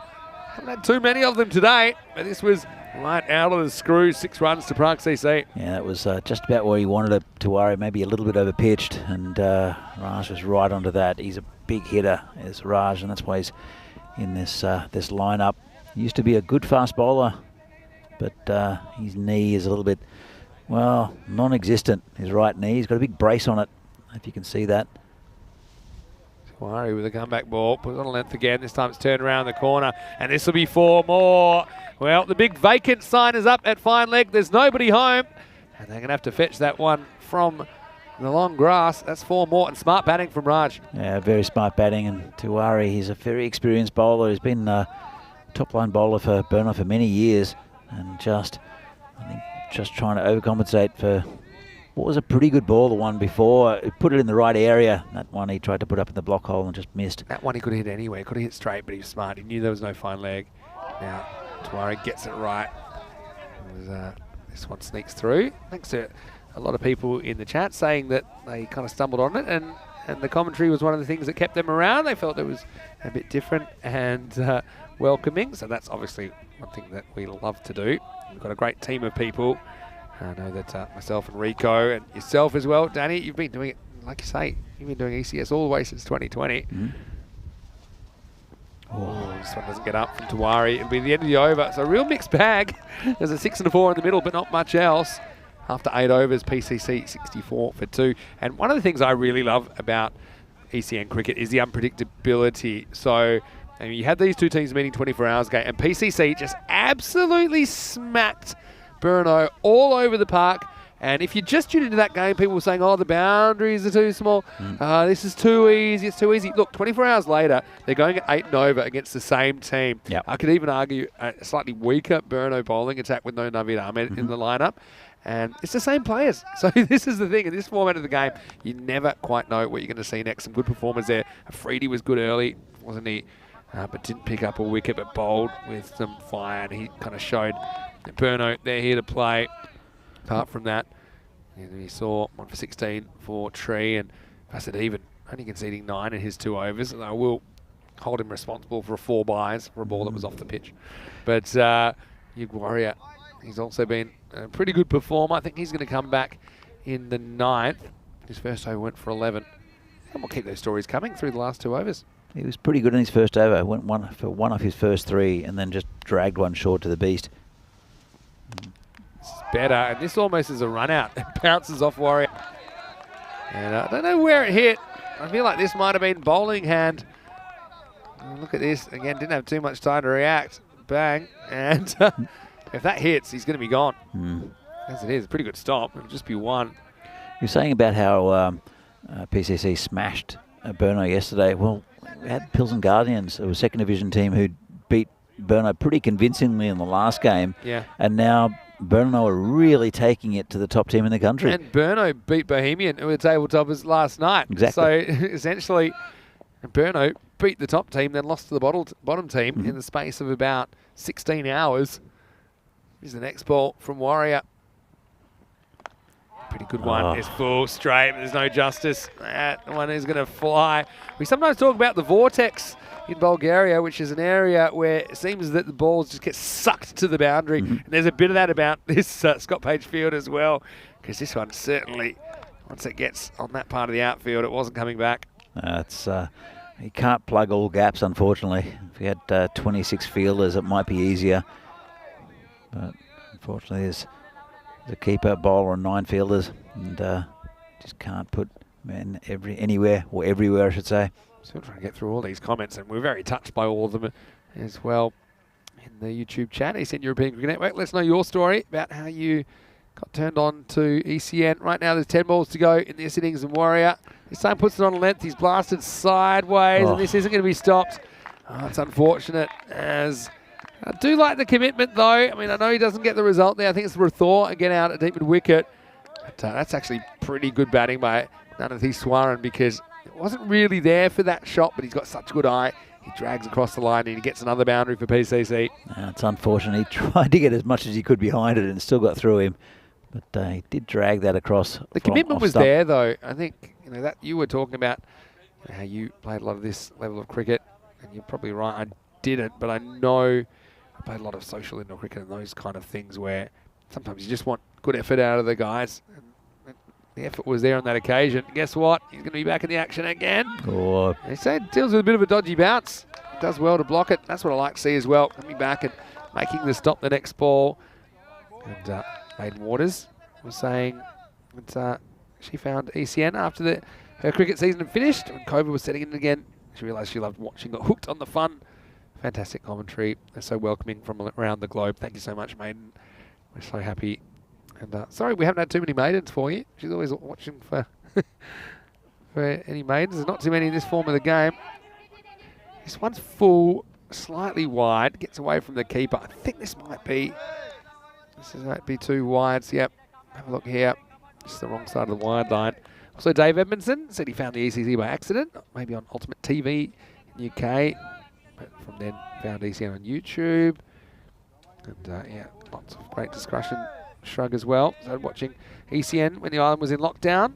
It was Rico's enthusiastic commentary from the baseball field in Barcelona that kept him optimistic in a bad time. Well, that's really nice. I know a lot of people have similar stories related to the pandemic. Okay. Still a couple to come here. There still will be after that. Another wide warrior. If there's a criticism of his bowling, he's sometimes dragged it a bit too wide, but I think you'd much rather do that than bowl, to use Rico's term, Gundy balls, which are shortened into the body, because I think they're just getting hit for boundaries. At least, you know, with a wide, it's just a one-run penalty, though you do have to re-bowl the ball. well, it's a definite plan, as we mentioned before. So, but it is very, very difficult to get that right every ball. Here comes Warrior. A little bit short this time, and well stopped. Yeah, for the most part, the ground fielding's been good. Got to say that Tripurari Kanyalal has been excellent in the field for Burno this morning as well. Makes a good stop there. Brian Price saying, watching from Muswell Hills in London. Caught the ECC on Free Sport, of course. It was hooked. Well, that's fantastic, Brian. It's great to have you in the chat sharing your story. Everyone's got a story in the chat. I mean, everyone's got a story in European cricket about how they came here as well. I mean, I've got mine, but all the players have theirs. A lot of people obviously weren't born in the country that they're playing their cricket. Last ball of the night. Warrior, full, wide, stopped, carved away for one by Ashokan. He still hasn't had too much of the strike of late, but he will have it for the start of the 10th. He moves to 9, and after 9 overs, the score is 79 for 2. Yeah, keep them coming. I think it's really nice. And this is one thing I like about commentating on ECN is any particular game, the conversation might take us somewhere else. So we've kind of gone, this wasn't really planned. We've talked about how people have gotten into European Cricket Network. Sometimes we talk about food. By the way, I'm going to encourage you to have your lunch in there. I'm going to in the innings break. as soon as the In last fact, I think ball's I'll let bowled. you go just when the highlights start, Danny. I think You won't be able to stop me, Vinny. There's Yeah. a pie waiting for me. I did go the chili and rice today as an option. Means I can have a pie at the Down Under tonight, maybe, if we catch up. Anyway, here's Sandeep Tiwari to bowl over number 10. This is going to be gone. Yeah, really good bowling from Warrior. I suppose it was a challenge delivery, and Ashokan just never hit his straps in that innings. And yeah, it was a nice bit of bowling. And Sandeep, he's come back well, and he's got the Czech national skipper first ball of the 10th. He comes wide of the crease, and nice take there from Dylan. Big edge, and he didn't really get going, did Ashokan. So the top three, the big three for PCC are out without doing too much damage. It is Raj from the other end who's hitting the ball very cleanly. And well, interesting to see the new batsman is Samira Madaranga. He's a bit of a last over specialist, isn't he? He is. Last ball specialist. I remember he hit his only ball that he faced in match 1 against Bohemians for 6, which was good. But the problem is they needed 9, I think. Yeah, right now it's not a bad time for him to come to the crease. It's game on here, Vinny. I mean, I don't know if PCC are going to get to 90 even, but I've got a pretty solid batting lineup. Yeah, for sure. Pitched up and driven kind of into the gap, and it's going to go all the way for 4. So, well, pretty handy runs from Madaranga at the end. You see, Tiwari hasn't really hit that block hole. Even that ball to Ashokan, I know he nicks it, but that's the kind of ball which you're in danger of getting driven out of the ground, and that's kind of what happens this time. Samira gets off the mark with 4. Yeah, he can hit the ball nicely, Samira. Doesn't do it very often, but We saw him, I think, in the ECC crack a couple of sixes to the surprise of most of the Czech supporters and the Czech team. I'll say hello to Zaid Aziz. He was asked me, have I even eaten duck curry and roti? I'm a big duck guy. Oh, It's Vinny, you're in the wrong part of the world for not liking duck. I saw a duck swimming in the pool at the food market the other day, and I was wondering, is that on the menu? Was. Now, Madaranga doesn't have to worry about a duck. Even like one of the things I was talking about, how I like the unpredictability of ECN. I mean, Ashokan can come out and look $1 million and probably whack 100. And that innings he never got going. And that's kind of what cricket's like, isn't it? You can be a good player, but you just have some games where you have it and some games when you don't. And that's kind of a bit of a microcosm of life, if you ask me. Okay, it's on a length and it's sliced away. It should be caught and it'll be dropped because this is the 10th over, and that's the kind of thing that happens. Madaranga gets away with it. But probably even worse, not just the drop catch from Nagaraj, but it does change the strike. And Nanathi Swaran, he's looked really good, Raj, hasn't he, in this innings? And I think he's pretty happy that gets dropped because that means that he gets to face. Yeah, that's a twofold mini disaster there for Berno. Let's see what Dras can do to Tiwari. And that's what he can do. That's exactly what he's going to do. He's going to go aerial and he's going to go Maximo. Well, it looked like they might not make the 90. They get there with the ball to spare now. And Raj, we're just sending a message, isn't he? I mean, I know we haven't talked a lot about him since he's dropped down the order to accommodate Naeem Lala, but he's shown here he's a very, very important cog of this batting lineup. He is. He hits the ball very cleanly. And he's the main contributor to this innings as well, with 26 off 11. Yeah, so last ball coming up of the first half. Sandeep Tiwari's gone for 22. Here we go. Ooh. Oh, he wears this, and now he's got to get up and run him out. Well, he decides not to throw. Well, he probably could have. And man down, man down. Have a look at this. What did he finish to the innings? And, well, hopefully he's all right. I'm not sure where it hit him. I've got an uncomfortable feeling, and it might be in the middle region. I thought it got him kind of the inside of the thigh, Tiwari, who then had the presence of mind. I think it's like he had 2 breaths left, and he had to decide how to spend them. Oh, yeah, it's kind of gone shin to other leg. And then he could have thrown, but then decides he doesn't want to because probably knows that if he misses, he has to go then get up and get back to the stumps. So it'll be a weird single to finish the innings. Maybe a smart move to hold on to that one. So they just take the single off the last 91 for 3 off 10 overs. And, yeah, very interesting chase coming up. I'm going to say, Venki, you like the way that Dylan Say made his catch look casual. There's nothing casual about that effort from Tiwari at the end, but still, Danny, I think we've got a game on our hands. Berno, they'll need 92 for victory in the second half of match 14. Well, definitely got a game on our hands, and as long as Dylan Stain doesn't run himself out for 2 again, I think he'll play a vital part in this run chase. They've pumped up the batting a bit with Kashif Ali coming in. I saw Jai Rathore also doing well in the previous innings, and Ihalaga and also Afridi. I think they're gonna do well to hold them back here. PCC, they've got a pretty good bowling lineup, but Berno is stinging after the last game, and I think they've got a very, very good chance of beating one of the best teams in the country. Yeah, I mean, Prague CC. It's kind of an underdog story that we saw this morning, but this time Berno have that kind of mantle on them, having to chase a score in the 90s against a team you'd say on paper is probably a bit stronger. So, I mean, maybe they can take some comfort from the fact that the Bulls and Guardians were able to do that against them. And so certainly done the hard work. I mean, I like the way they started this game with a lot of aggression. And, yeah, certainly think we'll see some action and entertainment in the second half innings. Well, Prague CC, we know that they are a pretty strong unit, and Naeem Lala, he's had a great series so far, but then he chopped on. It just shows anything's possible in the ECS, and your luck can change in an instant. Tripperary Kanyalal got the big wicket of Lala, and then the Beast and Aaron Ashokan weren't really able to put their foot down as much as we'd expect out of them. That was a close call by Afridi, who was certainly fired up during this innings. Big Warrior, he's got it right for most of the time today, but that one was just a little bit too short and disappeared. And apart from that, a couple of catches going down. Rathore, he couldn't hold on to the Czech national skipper.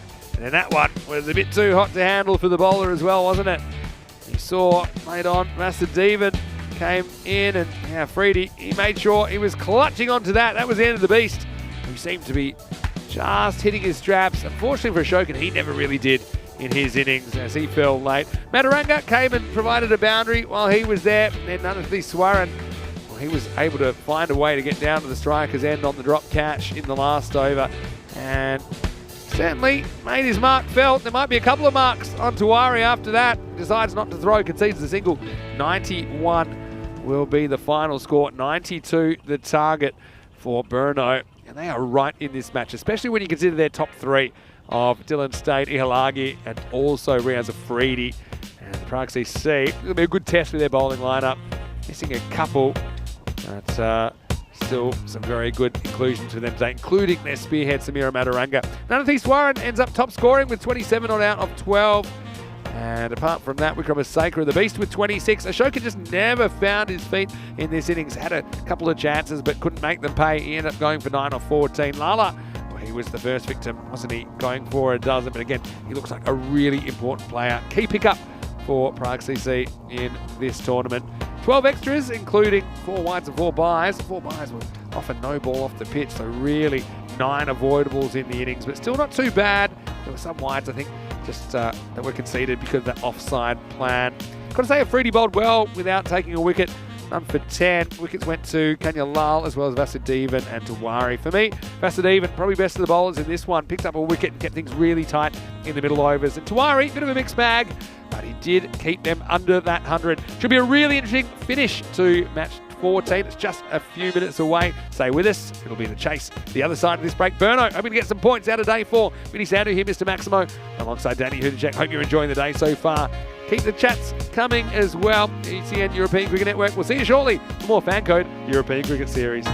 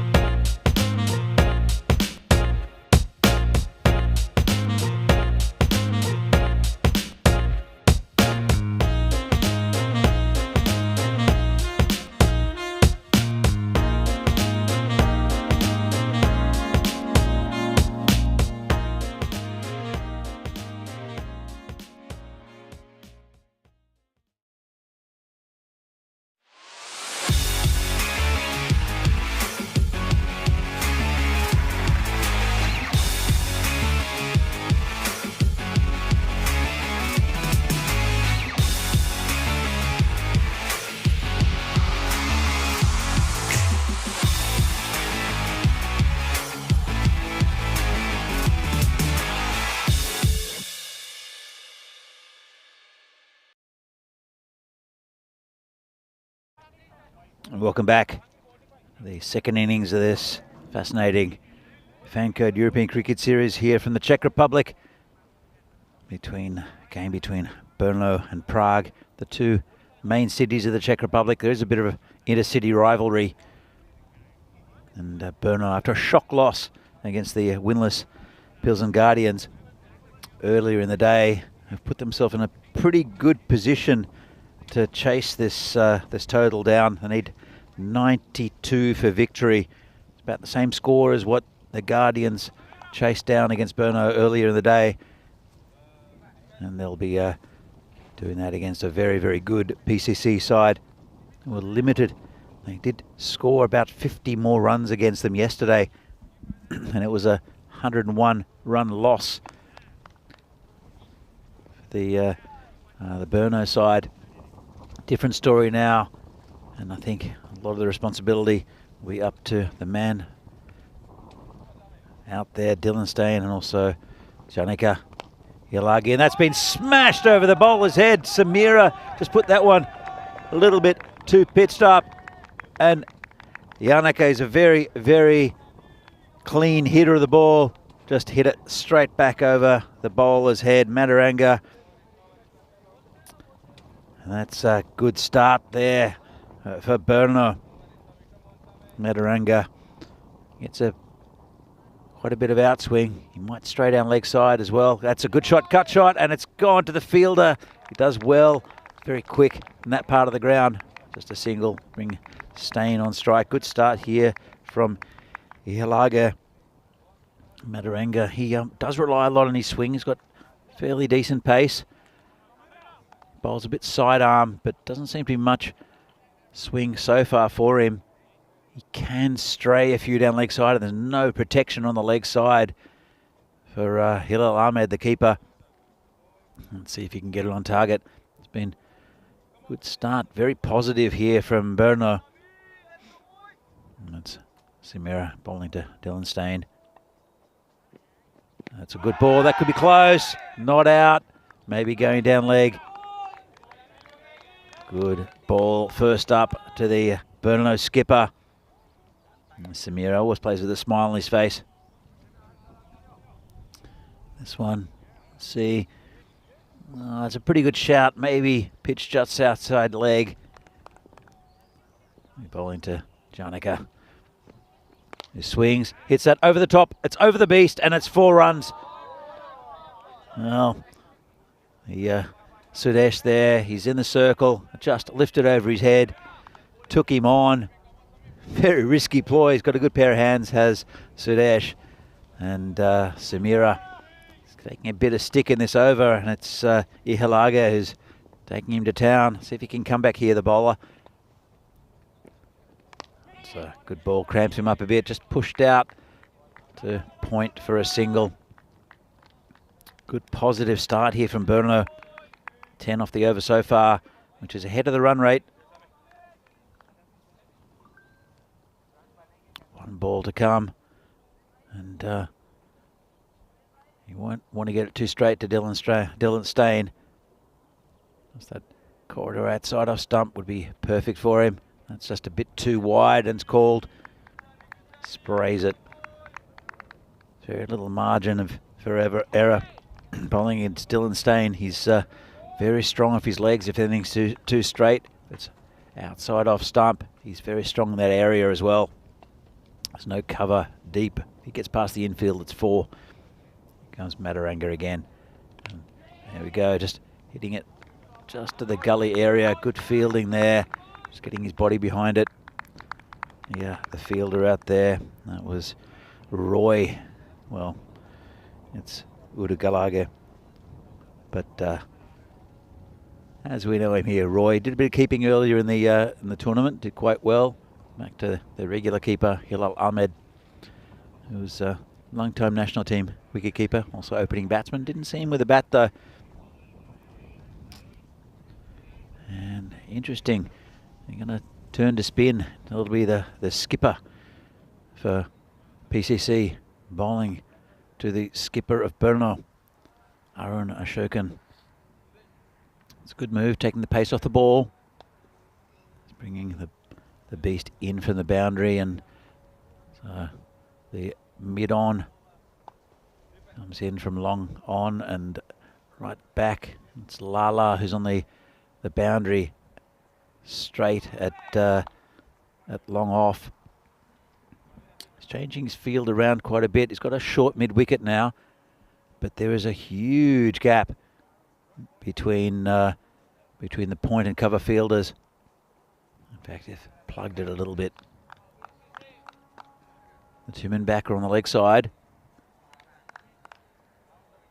but no one really square for PCC, and that's where he's looking at the moment is Dylan Stain coming around the wicket. Shokin, and just been hit straight. Must be a single. To Lala on the boundary. Got some good bowlers on the offside, good fielders on the offside. Smit Patel, very sharp in the field. Good bowler too. I'm sure we'll see him with the ball a little bit later in this innings, bowling the middle overs, maybe the death overs as well. That'll be Ashraf Khan bowling to Ihalaga. There's a bit of a swing. It's a good ball outside off stump. Two left-handers, always a little bit tricky for bowlers. He's experienced though, Ashraf Khan. Pitches this one up. It's a bit of flight and it's gone through the field. And I think it might not get to the boundary. They'll come back for two. Stain, I think he'll stay there after he's run out disasters, but they'll take another one. Bounces over the keeper. And they might even take another one. And then, no, he's going back on Lala's arm. They snuck an extra one. It was good running in the end. They ran three. Don't see too many 4-all run on grounds this size. Bit loose there from PCC. Here comes Arun again, bowling to Dylan Stain. Let's drag this one from outside off stump and just gone down to the beast for a single. It's been a positive start. Not a bad over here from the skipper, Ashraf Khan.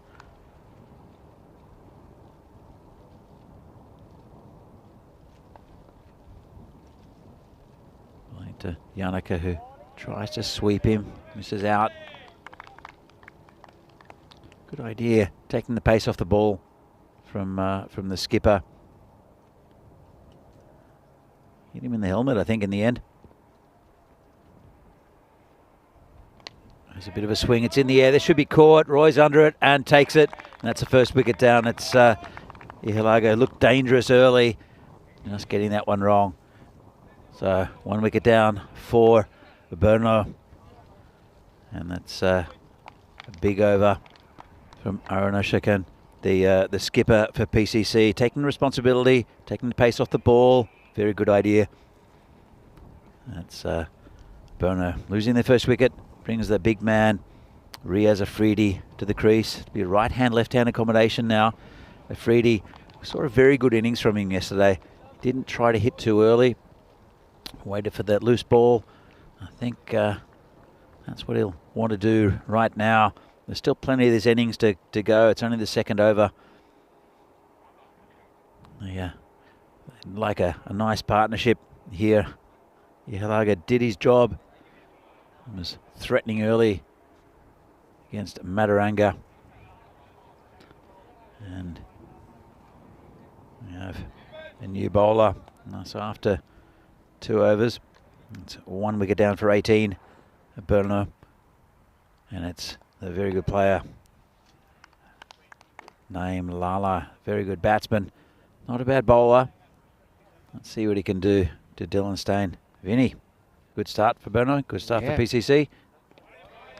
I was talking a bit earlier, wasn't I, about how, you know, you can get the same two teams, put them on the park, different day, different story. And PCC kind of blasted Burno out of the game early yesterday. That was pretty good bowling by Lala.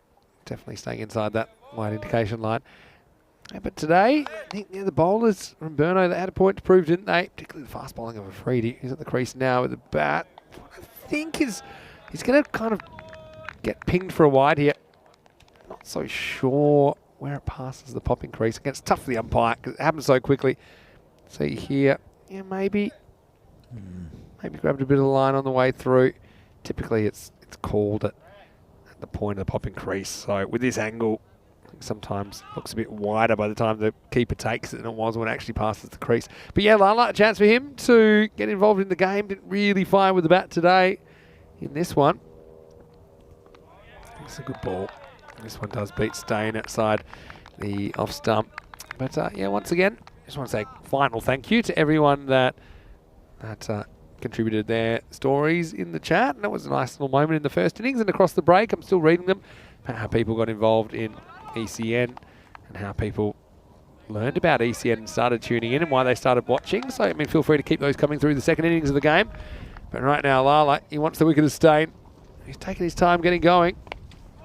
This time it's driven back past the bowler. They will get a single. Yeah, no, Burno, they've made a good start, but there's still a long way to go, isn't they? And isn't there? And Ilagi, he's one of the big fish that PCC want. I think these are the other two in particular that they're pretty determined on removing from the scene if they're going to win this game. Look, absolutely, and Halagi was hitting the ball very cleanly.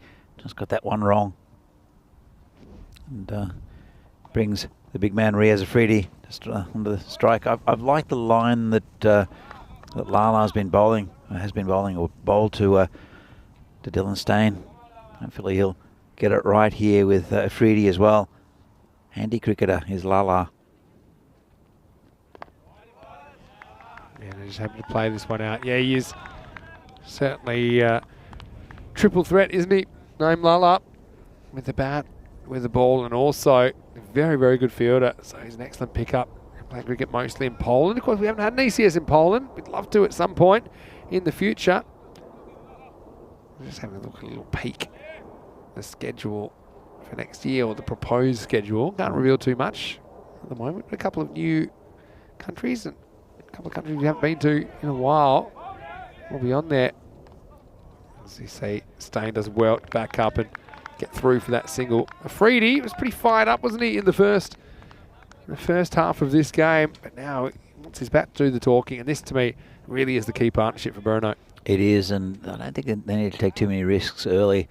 I think Afridi knows that he can hit a long ball, but there's no point in doing that when you're just fresh out on the ground. And I think Dylan Stain's been a bit watchful as well, but it has been a very good line bowl to him from Lala. Pushed away deep, just a single.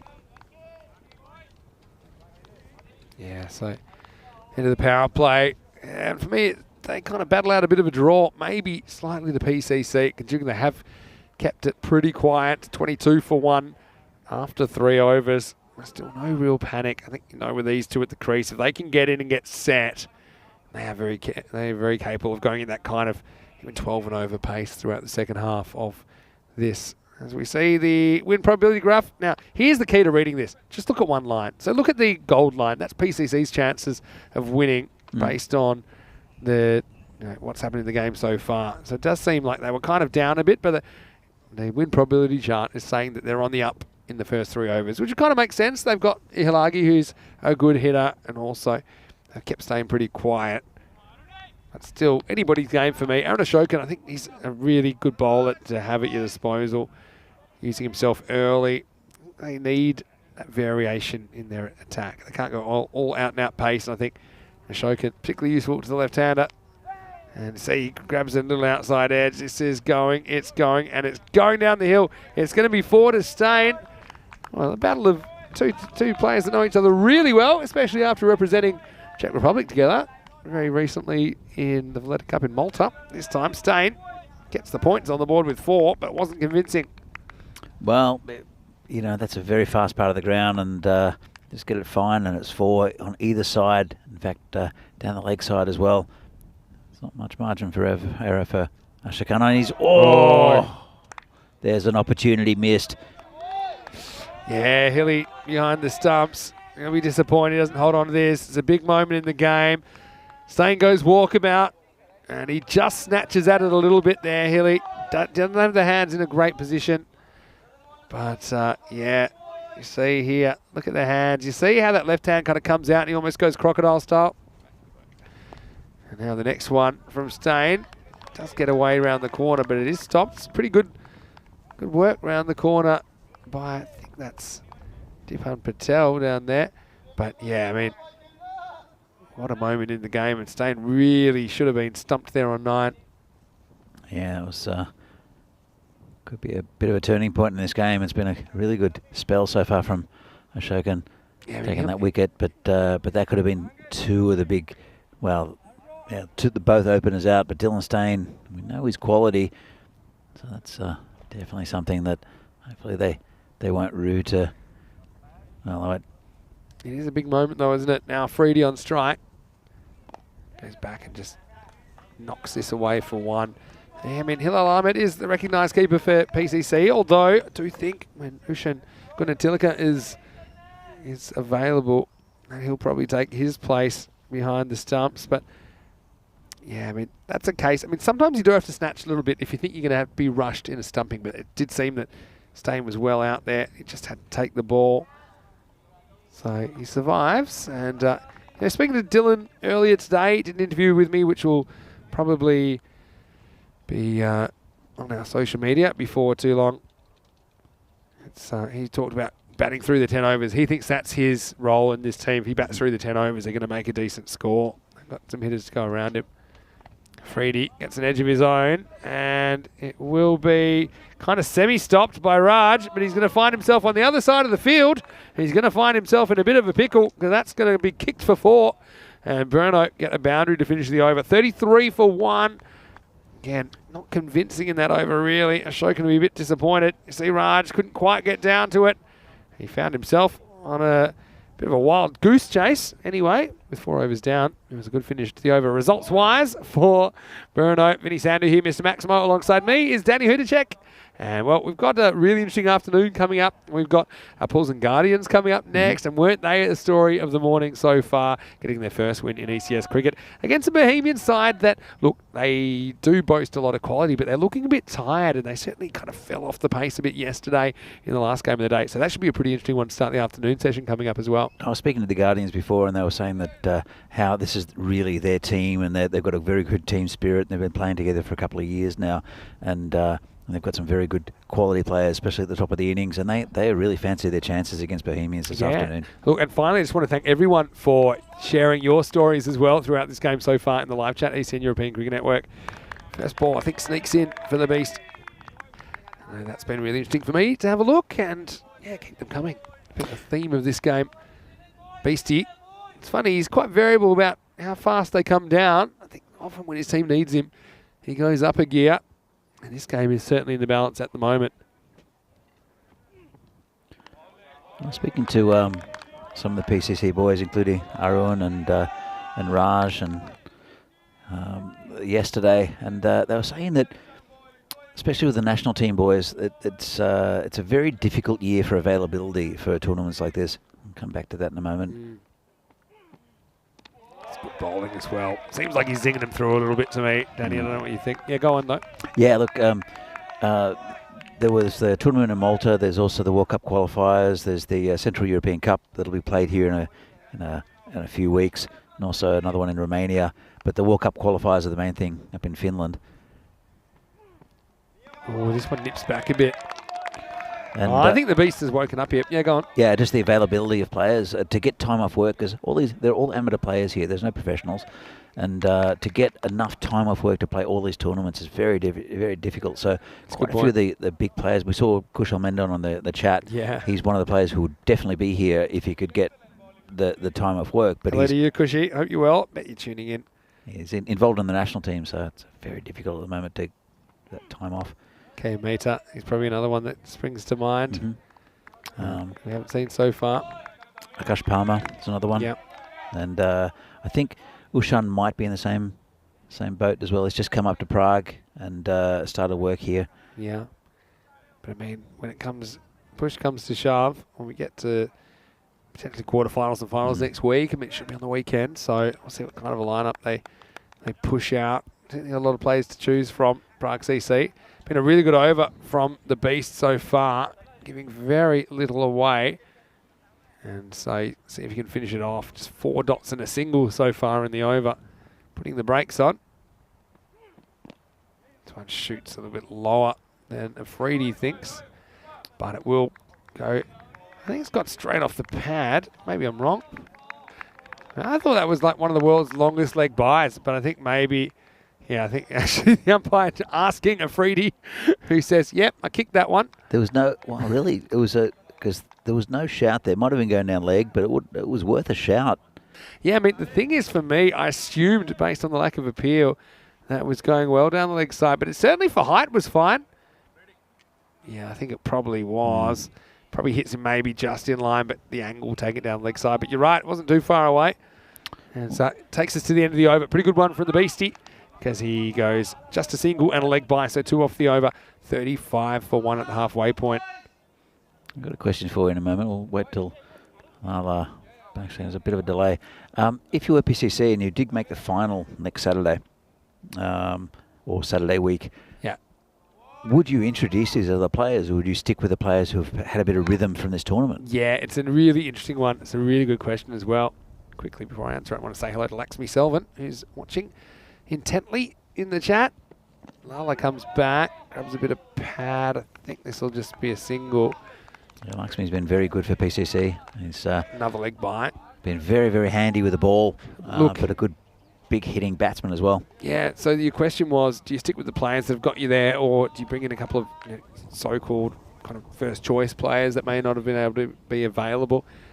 Probably I'll lean towards players that have got you there, because I think that it can take a bit of time, even for the good players, to get up to the kind of rhythm of a tournament, because it's a different sort of cricket. Yep. And I think that they've certainly not seemed like they've been lacking in any areas, PCC, in this tournament so far. Maybe you could argue middle order, but even then I think they've been pretty good. You look at Nanathiswaran, Raj in the middle order, performing pretty well today for them. They have already used quite a few players in the tournament as well, that's the thing. And the other thing is, well, probably counterpoint to that is that, well, regardless, they would have had a week off after the end of the group campaign and the quarterfinals anyway. So you could kind of argue that some of the players that have played will be a bit kind of cold anyway. So then maybe you could go back to the drawing board. But I think I'd certainly lean towards the players that have got you there, unless there's some glaring deficiencies in your lineup that you feel like you need to hold. And I think most of the players, they would probably feel comfortable going with the players they've got there at all. They certainly have a squad, based on what we've seen, just in players we've seen this week, that they feel can go all the way, PCC. Yeah, I think I agree with you there, Vinny. By the way, just going back to this game, Lala's bowling a very good spell here, and Dylan Stain a bit frustrated. He really not getting any width at all. He's not getting the ball away. So he tries to drag that one out from outside off stump, and just a single. So yeah, we haven't had a boundary since the last ball of fourth over from Ashoka, and that was a pretty streaky one at that. Since then, we haven't had any wickets, but yeah, you're right. There hasn't been too much going on. There's been 3 singles and 2 leg buys in 11 deliveries. So there's 6 dot balls in there as well. And suddenly that run rate required has ballooned out to almost 13. So with these two, I did say they'd be comfortable getting 2 a ball or so in the second half. Well, we're going to have to test that theory, because that's pretty much what they need from here. Here's Lala, slower ball, really good slower ball. And completely does Afridi. So it's a high quality matchup at the moment. The other thing I would say is that Lala has almost bowled out his spell. They haven't used a 5th bowler yet. We'll see exactly who they choose to use here. We've got a couple of good options in Naveen Padmaraju and also Smit Patel. That's true. And Madaranga's still got an over to go as well. This one's worked away behind square, long chase, and in fact he's not going to get there, Smit Patel. So handy boundary, just breaking the shackles slightly, so they pull something out of the fire, but still 6 off that over. One of them was a leg by. And so 6 overs down. The score is 41 for 1. They're leaving their run late, but certainly they've got the batters at the crease. If they do click, then they will fancy their chances, Bruno, in this game. But yeah, the story so far, Stain, he's been bogged down a little bit, hasn't he? There's been some good bowling, to be fair to him, but Prague CC, they are firming as favourites according to the win probability graph. But I do think Burno, I'd fancy them a bit more than 20% at this stage, especially when you know who's at the crease. Exactly. Look, in the last game, against the Guardians. It was that one big over of 25 that completely shifted the momentum of the game. That's the word. And it could still happen here. And Smit Patel is a very good bowler. He's worked a lot on trying to bowl in the block hole. Bowls a good slower ball as well. And it won't be easy for these two. But if you can get on top of him early, it might just play in his mind a bit. Steyn gets a wide ball off the end of the bat, but there's lots of protection in that area. Just a single. Well, Maiden Water saying, really appreciate the players taking time off work to play. Yeah, not only work time, but family time and discretionary time. And obviously, the financials required to travel some of those vast distances in European cricket. It really is a big commitment for the players. And we certainly appreciate, you realise that Brno, a good couple of hours away from Prague. We've seen Poulsen as well, some distance away. So it's an experience though for these guys. Oh, it's a little edge, going to fly away for 4. Well, thought he probably hits a wide there, Afridi. And so in the end, he goes at it anyway, just throws the hands at it. And hits some boundaries from somewhere. Yeah, it would have been a big wide, but even better, he turns it into a 4. Doesn't have to move. Gets down on one knee. Romantic kind of shot. But it will be 4. That flew past the fielders. They both stuck a hand out just to wave at it. And I think Afridi, he had a really very strong swing at that one. I think he'll do the same with the next ball. They kind of have to. And, they put the third man back now, but I think even if the third man was back in that position, I doubt he would have stopped that. Yeah, and it's opened that the gap between that very fine third man and Gully. Full toss, and this could be another boundary. Gets it into the gap, and so Afridi kicking now. He hasn't been completely convincing, but he's getting the boundaries that they need to stay alive. And that one brings up the 50 for Brno halfway through the 7th over. He's swinging hard at it, and if he gets any piece of it, all he needs to do is maybe a metre or 2 away from a fielder, and it's going to go for 4. As I mentioned many times, this ground is lightning fast. Particularly in that behind the wicket area and that offside area. Seems to run away so fast. Well, there's a slight slope going that way as well. Smit Patel again. Better delivery from Smit. You could argue his first 2 weren't the worst, but this one's just dragged out for a single. We'll change the strike, and now he'll get to bowl to the left-handed Steyn.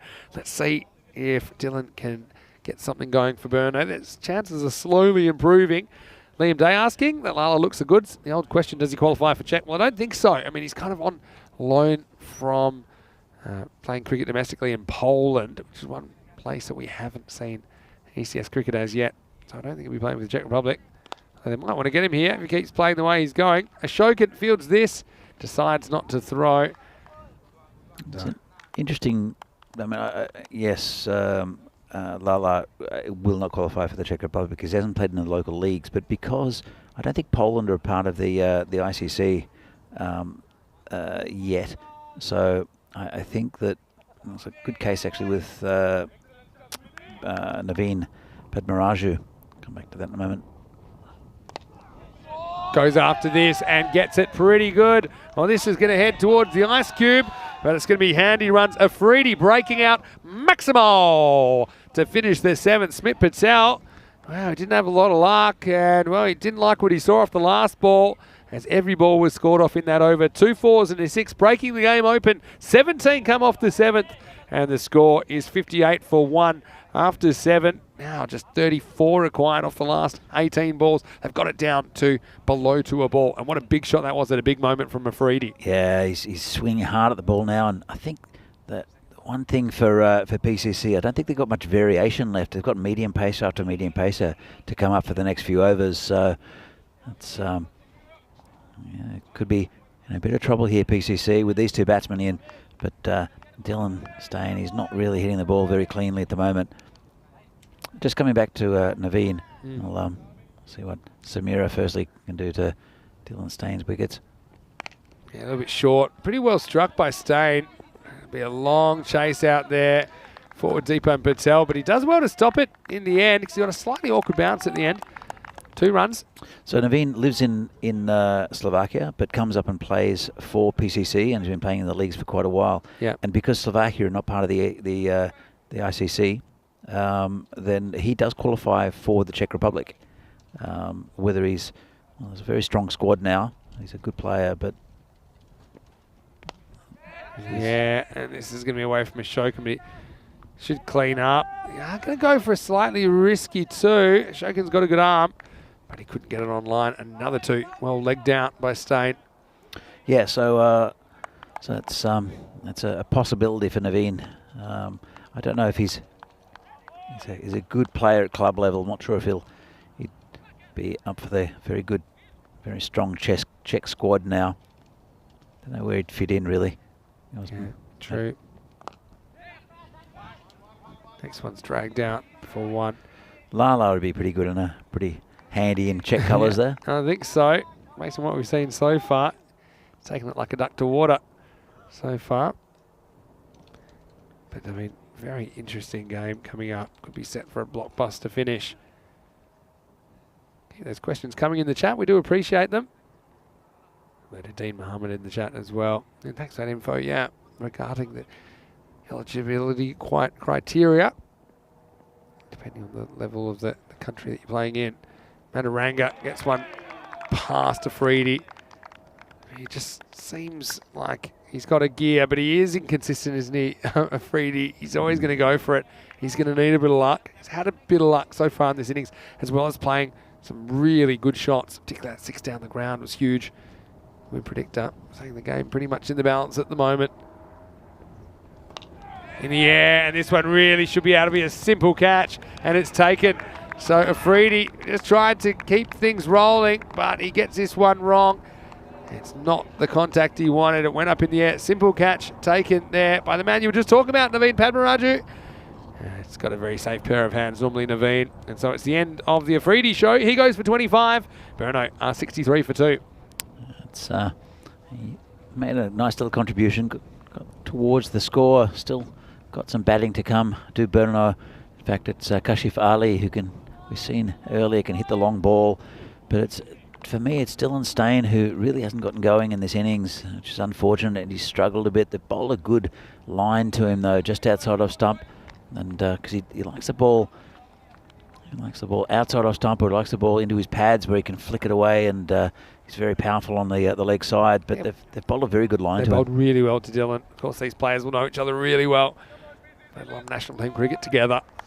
Mataranga comes back and does his job. He was there to get a wicket, and he has. So he's got one more ball to go in his spell. Here he is bowling to Kashif Ali for the first time. And the last time, it'll be a dot. End of 8. Game on, 63 for 2. Very, very late. 29 will be required off the last 2 overs. Yeah, it's going to be difficult, but it's possible. Just takes that one big over just to pump them up a bit. And as I mentioned, the bowling options a little limited. I think the Beast has 1 left. Yeah, he's a big over, and I think I'd probably bowl him now, to be honest. Question from Helix in the chat. Danny, maybe you know this. What price is fuel here at the moment, given that some of these teams are travelling long distances? Do you know? Because I don't think you have a car, do you? I don't have a car, but I know... You don't need one in Europe. A lot of places. No. Yeah, look, public transport in Prague is amazing. So it's gone up quite a bit. I'm not sure. It's something like 48 or 49 crowns a litre, something like that. Does that sound about right? Yeah, that's about €2 a litre, which is about $3 Australian a litre. Yeah. But a few months ago it was around about between 32 and 34. Just to give you an indication, it's gone up by about 50%. Try and do a conversion for you. So when it was down at 32, 34 would be around about Euro 30. Almost Euro 40, which is probably about 210 Australian. I know that's where you're watching from, Helix. Now it's probably more like $3 a litre in Australian terms. I know in Australia right now, I'm told it's about $2 a litre. When it first went above 1 when I was a kid, everyone went absolutely crazy. And that's the times. And prices typically do go up with inflation over time. The important thing here is that beer's cheap, Vinny. Yeah. And isn't it the law that it's very different to the way alcohol is taxed in Australia anyway. Yeah. That beer is cheaper than water in Czech Republic. So see, now Stain tries to get inventive, and he knows he's got to try and create a boundary from somewhere. And I think he hopes he can turn this one down to fine leg, but he's just a bit late on it. So, yeah, from here, you're kind of looking at, okay, you need 27, right? So you probably need to hit 5 boundaries to win, and there's only 10 balls left. See what Stain can do. He hits one really well, and that's going to eat up Ashokan. He got a bit of a tough bounce, but that was smoked by Stain as he gets after the beast, and he gets the 4 that Burno need to stay in the contest. Yeah, there's one of those 5 you mentioned, and he's a very good fielder there, Arun, so it must have taken a bit of a wicked bounce. It was smashed at him, though. And Dylan Stain, you can see there, he's thumping his leg, he's motivating himself, he knows it's on his shoulders. A lot happening in the chat. I'm going to try and catch up in a second. First, we've got a game on our hands here. This one, he just chops down and does just get the one he wants to here, Stain, but he's not going to get it. It's good to pick up and throw. He's kind of baiting Hilly to throw him out. So first thing I would say is hello to Frantic. I won't be able to get through to all the comments, but I want to say hello to Mohamed Sufyan, who I think is watching from Bulgaria. And I did say hello to you yesterday, Mohamed, and hopefully you're well. And Sufyan's first tournament, I was pretty impressed with it in Bulgaria. I know that he really enjoyed playing on ECN, and it's really great that you're choosing to tune in. And a lot of former players do that. You know, we literally have thousands and thousands of players a year. It's something that it's quite unbelievable, and that cricket's been done on this scale in traditionally non-cricketing countries as well. All right, this is where the rubber hits the road. Kashif Ali, can he get after the beast? No, and over go the stumps. And so that ball is still gone for 4, despite smacking into leg stumps. So Ali can't move the needle as it is. A 3rd wicket for Burno. We're struggling now in this chase. It's 70 for 3. Yeah, it's that was a very good piece of bowling there from a very experienced cricketer in Sudesh Vikramasekaran. And just aimed at the stumps. Kashif, a bit of a wild swing. And it's going to be difficult here for Burno. Much better effort than yesterday, but I think just been bogged down a bit as Dylan Stain. And Dylan Stain, he's looking a bit frustrated. Yeah, he is, and he's at the wrong end at the moment. And to be honest, got Vasudevan coming out now, and he might as well just go for this, because I don't think they want a 1. They'll take a 2, 4, or a 6. I don't think they'll find many 2s out there, so that probably leaves 4 and 6. It means he's going to have to go after this. Maybe you can try and get inventive and try and scoop Sudesh, but it doesn't seem... He's not wearing a helmet. Yeah, I was going to say, if you care about your safety, it's probably not something they'll be trying without a helmet for sure. Last ball of the over coming up. So let's go. And Sudesh, once again, the beast. Been super tight, hasn't he? 7 off this over despite that boundary from Stain. Just fallen further behind in the 9th. Last ball for the beast here in match 14. Those 91 look more likely not to hold up. But is there a twist in the tail? This is a good quick ball straight over middle stump. That's an even. Can't score, and it'll be up to Stain to pull off something magical in the last if they're going to win this one. Burno, they're 70 for 3 after 9. Yeah, well, just some more comments in the chat that I'm trying to catch up, but there's a lot going on, which is a good sign, because I know that lots of people are getting involved and sharing their opinions. Stephen Roberts saying, you know, is it okay loaning a player at this level? Maybe it shouldn't be allowed. But the thing is, you've got to remember, someone like Lala, we don't have ECS cricket in Poland. So you know, part of the beauty of European cricket and the European Cricket Network is we've been putting players in touch and making connections between countries. So, you know, someone like Lala, because we haven't gone to Poland, players are pretty free to kind of make those connections if they're available, of course. And that availability is a big thing in the ECS because they are played during the week. So yeah, there's nothing wrong with players, you know, changing clubs, I suppose, for ECS tournaments, depending on if the ECS is qualification for higher criteria, of course. But I think I'm pretty excited to see Lala in the series. Here's Padmaraju, who needs to keep them to 21 or less. I think they're going to... Stain really wants to find a way. Now he should probably go. Now he should... Okay, here's the thing. Stain needs to face, right? So Stain knows what he's doing here. And he's trying to go to throw. And once this throw goes to the bowler's end, they should just run. Because Stain thinks he's the man that can win the game, but maybe Massad even saying, well, you haven't been able to really score at the rate required either. I tell you what, it was good backing up there from Mataranga, and he had a bit of a go at the fielder because it was fired into the stumps. It wasn't a smart throw because it wasn't actually saving a run either. I know anything. You might want to get rid of Stain, but... Well, I think that's what Dylan was after, is for him to have a ping at the stumps. Yeah, and could have had 4 overthrows. That would have been big. Inducing the throw, I suppose, is what we call that. Massad even gets some bat on this, but I think this will just be a single. Stain, he's a very, very quick player, but at the moment, they need power with the bat. Not necessarily the running that are going to get them there. 20 required off the last 4, 2 6s, 2 4s, all better. And any other questions, please put them in chat. I'm going to try and make a special effort to respond to them in the next 20 minutes or so before we start the next game. We do appreciate all of your questions and comments. Here's Padmaraju. This is hit pretty well. I think this will be 4. It's coming our way.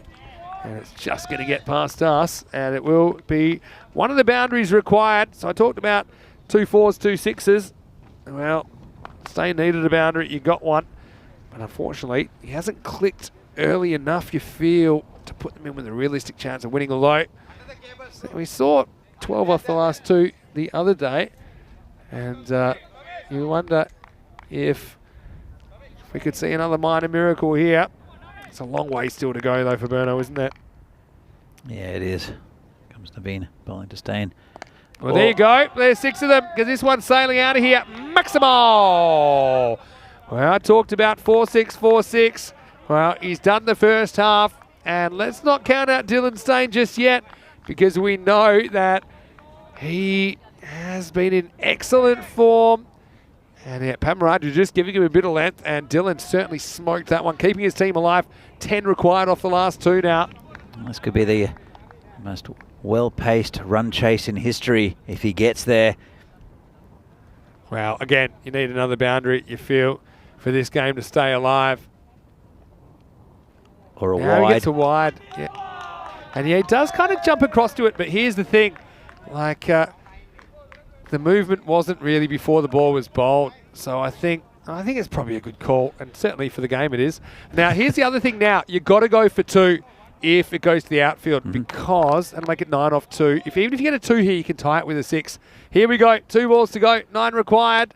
And he goes for it, and it's in the air. It is going to be caught, and that is going to kill the game. Ashokan is going to end the little counter-attack from Stain, who did pick up the pace, but it was just a bridge too far for Burno.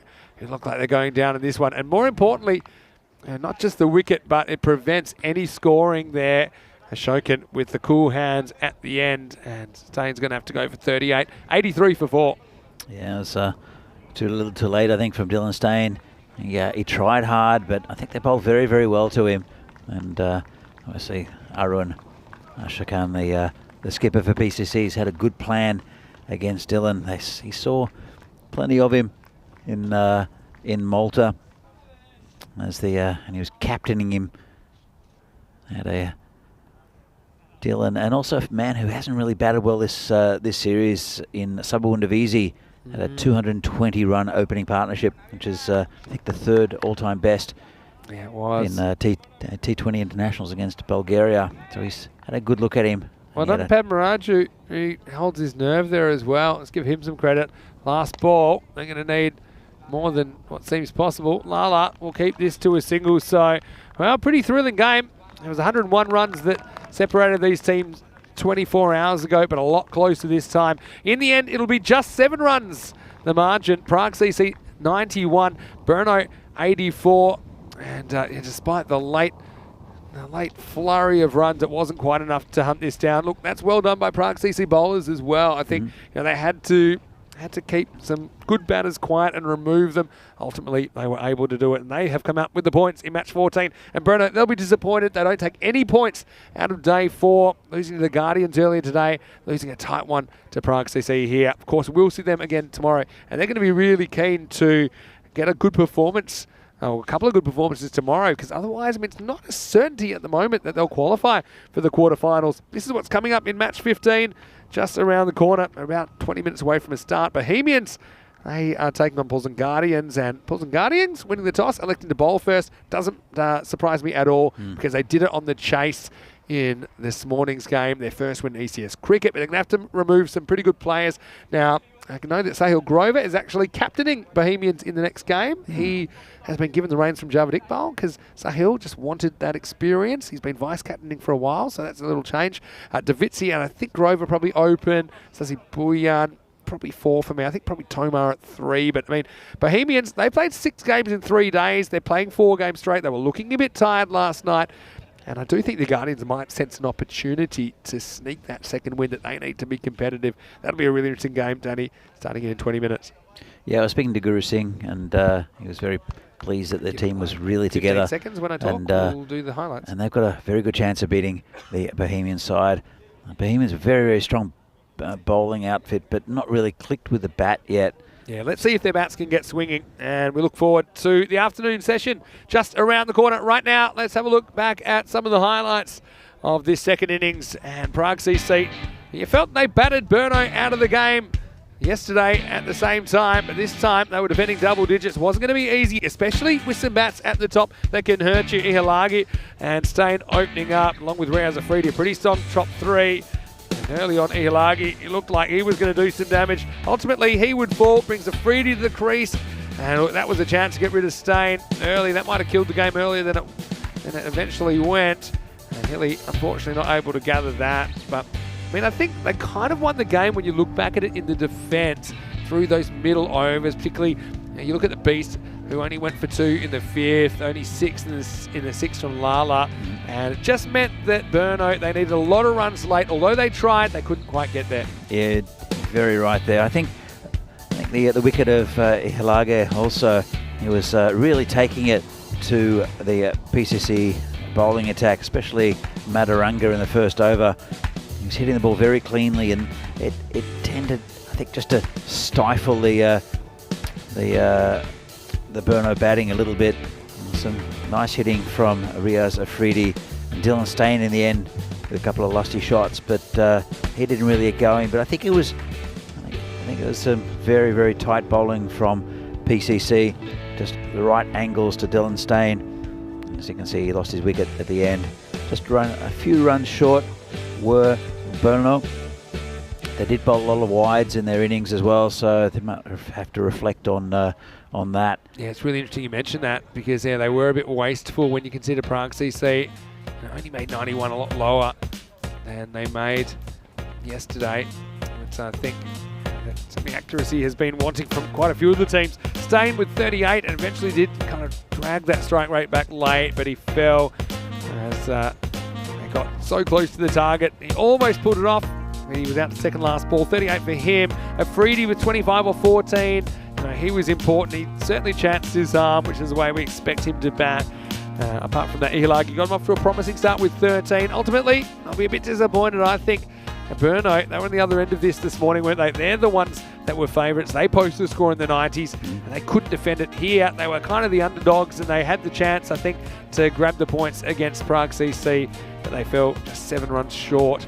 7 runs the margin here in the second match of the day. Look at the bowling figures on Prague CC. They had to defend well, and they certainly did. And for me, it was Lala and Wickramasinghe in the middle overs that just kept things tight, really tight. They only went single digits off their 2 overs. The wickets were kind of split reasonably evenly between 4 bowlers. But for me, the economy is what was required. And you can see Padmaraju, he was asked as a 6th bowler to bowl the last over. Okay, he had a couple that got away from him, but ultimately he held his nerve. And congratulations to Prague CC. Well, their comeback continues after losing the first game. They've gone undefeated since, and we'll have a really big game between Prague CC and Bohemians, the last game of today. And I think that Prague CC, with a win there, they could go back to the top of the table. I think they'll have a very good chance of beating Bohemians, but Bohemians are a very good side as well. It's really not clicked with the batting yet. But PCC, they've got a knack of winning games. Sometimes they win ugly. They rely on a few players. Over the years, it's been Sudesh and Arun, but with Naeem Lala coming in, both with the bat and the ball. They're Yeah. looking much, much stronger as And well. Look at Raj Nanatheswaran. We talked about their middle order sometimes not necessarily getting a hit and is a liability. But Nanatheswaran just showing with that 27 on out of 12 balls. He's probably my player of the match. I think Yep. he's the one that drags them up to that 91. And they probably needed all those runs in the end. So plenty of action from Prague CC and Burno. Burno, a bit disappointing for them that they don't take any points out of day 4. We're going to take a quick break. We will see Bohemians just around the corner against the Guardians. Or can the Guardians' Fairy Tale Thursday continue? Find out just around the corner. When we return in 15 minutes, it'll be match 11. And if you tune in a bit early, you'll probably see me kind of knee deep in some sort of crops. I'm not even sure what they are, but it'll be worth tuning in for. Until then, it's Vinny Sandu, Mr. Maximo, alongside Danny Hudacek. Hope you're having a great day. Super Thursday continues. Just after this, it'll be match 15. You're watching ECN, and this is a FanCode European Cricket Series.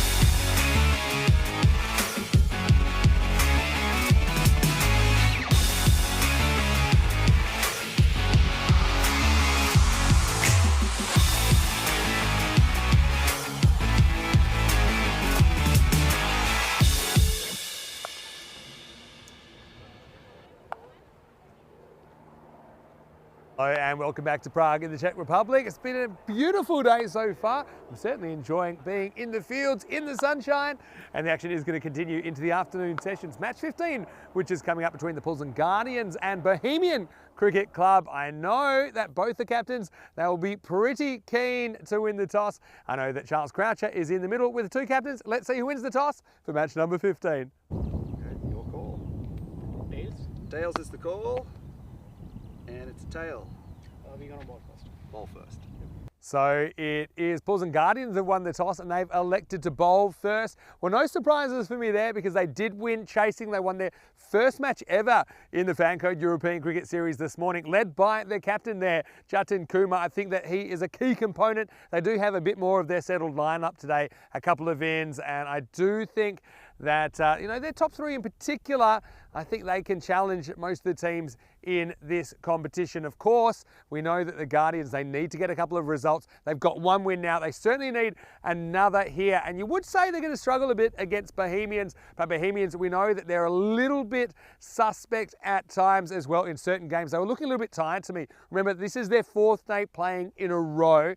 Now, they will be led in this game, interestingly, by Sahil Grover, who is taking over the captaincy for one game from Javed Iqbal. I was wondering why that was. He said it's just something he wanted an experience. He's been vice-captaining. He wants to know how he handles captaining and keeping. So we will have Sahil Grover captaining just the first game, I think, this afternoon for Bohemians. I mean, all eyes on Sabu Ndavitsi as well. He hasn't had too much success at the top of the order for Bohemians. And we know that the Guardians, they've got some good bowling options. They'll need to take those early wickets, I think, if they are not to be batted out of the game. So I'm enjoying things down here. I might even go for a swim, but we'll have to see what happens on the field. I know Danny Hudacek is in the commentary box and he's ready to go. The news from the toss in match 15. Pilsen Guardians have won the toss. They're going to have a bowl. Over to you. Let's get ready for some more cricket in the sunshine.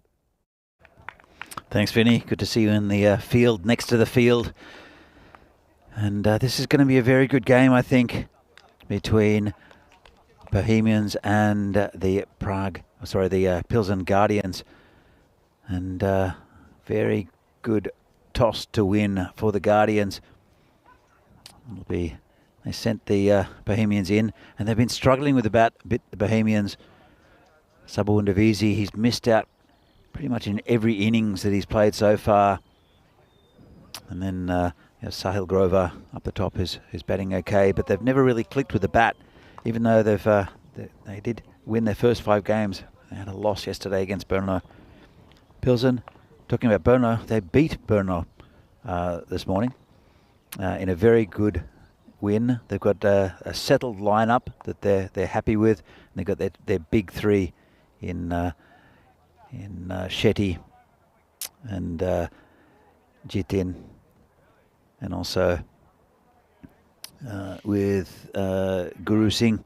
So here we go. Bohemians expected score 91. They really haven't done that much this tournament. Average runs 84. Average runs for the Guardians 75. Not too much in it. You can see down the bottom a lot of W's there for Bohemians, but that loss against Brno, whereas that first win, big win, and it'll really pump them up, the Guardians here, and they fancy their chances against again, one of the top sides in the country. But as I mentioned, really, they haven't really clicked, have Bohemians with the bat yet. And it's that man up top is the opening batsman for the Czech Republic. He's very, very good batsman. He is Sabu Ndavitsi, but he's been found out a little bit. It's been caught behind quite a few times. Here comes the opening ball of the innings. And Saba, he's a bit of a go at that one. It's just not happening for him outside off stump. He likes hitting on the leg side. He's also very strong outside off stump, but just not using his feet. Comes the bowler again. This one's down the legs, just dragged around. Bit of an optimistic appeal. That was always going down leg side. Just be a leg by. In fact, I'm not sure if he's going to call it. It is a leg by. And it's Paduvilan who's the opening bowler. It's a right-hand, left-hand combination with Sahil Grover at the other end. And he's been in pretty good form, has Sahil Grover. I don't think he liked the fast bowling of Afridi against, and they played Burno last night. But he's pretty comfortable with this type of bowling. It's left-handed, right-handed combination. It's caused a bit of havoc already. And the bowler straying down leg side. Don't think they've got too much in their bowling pace-wise to worry these two. That's when it's been hit to the point area. No run. I know that Davisi likes the ball coming onto the bat, and that's one of the complaints, but I think you start to make excuses when your form's not quite up to it. There's a bowler again, bowling to Grover. He's hit that one on the leg side over the field. It won't make the boundary, I don't think. And he's tried to make it reach the boundary. Has the fielder there.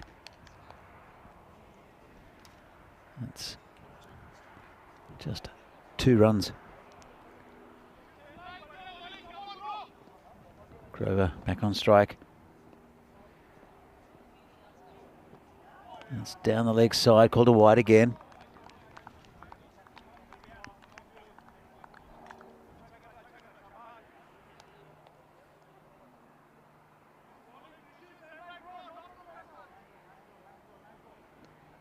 Still going with this over. It was a bit of fancy fielding in the end. Grover's just tucked that down towards the third man area. It'll be cut off and they'll just get the 1. So it's pretty good over so far from Padavilan. So been 5 so far. Good start, and that being threatening. Being Davisi back on strike. They'd like to get him early, because if he does get some form up, he can really take this tournament by the scruff of the neck. This one's hit down the leg side. Might look for 2. They should get it pretty comfortably. Throw's going to the bowler's end, but it's a little bit wide, and that's a pretty good start there for the second division side, the Pilsen Guardians against Bohemians. As I mentioned, they'd like to get some early wickets. They'd like to get this pair out, but there's some pretty good batting for Bohemian side. This is the run rates by day. You can see that it's been increasing slowly here in 2022. It was the first year was a little bit more, but I think the run rate will creep up as the week goes on and into the next week.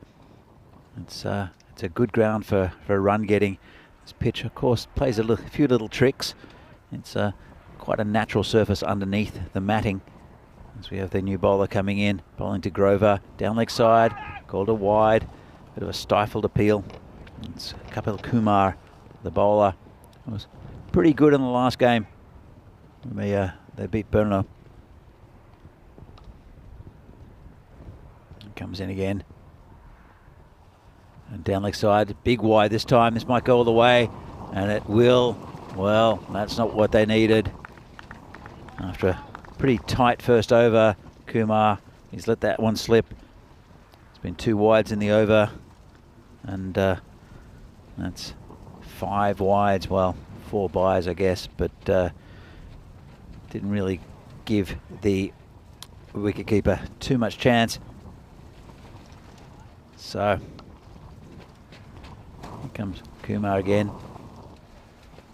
And it's down leg side again, but got inside it. Did the batsman there, Sahil Grover. He's not as strong on the offside, on the leg side as Grover. He can hit that and that way, but he likes to free his arms and hit over long off. That's a good ball. Played defensively to the man at short mid-wicket. They've got a short mid-wicket and a short cover. They've done that consistently through the tournament.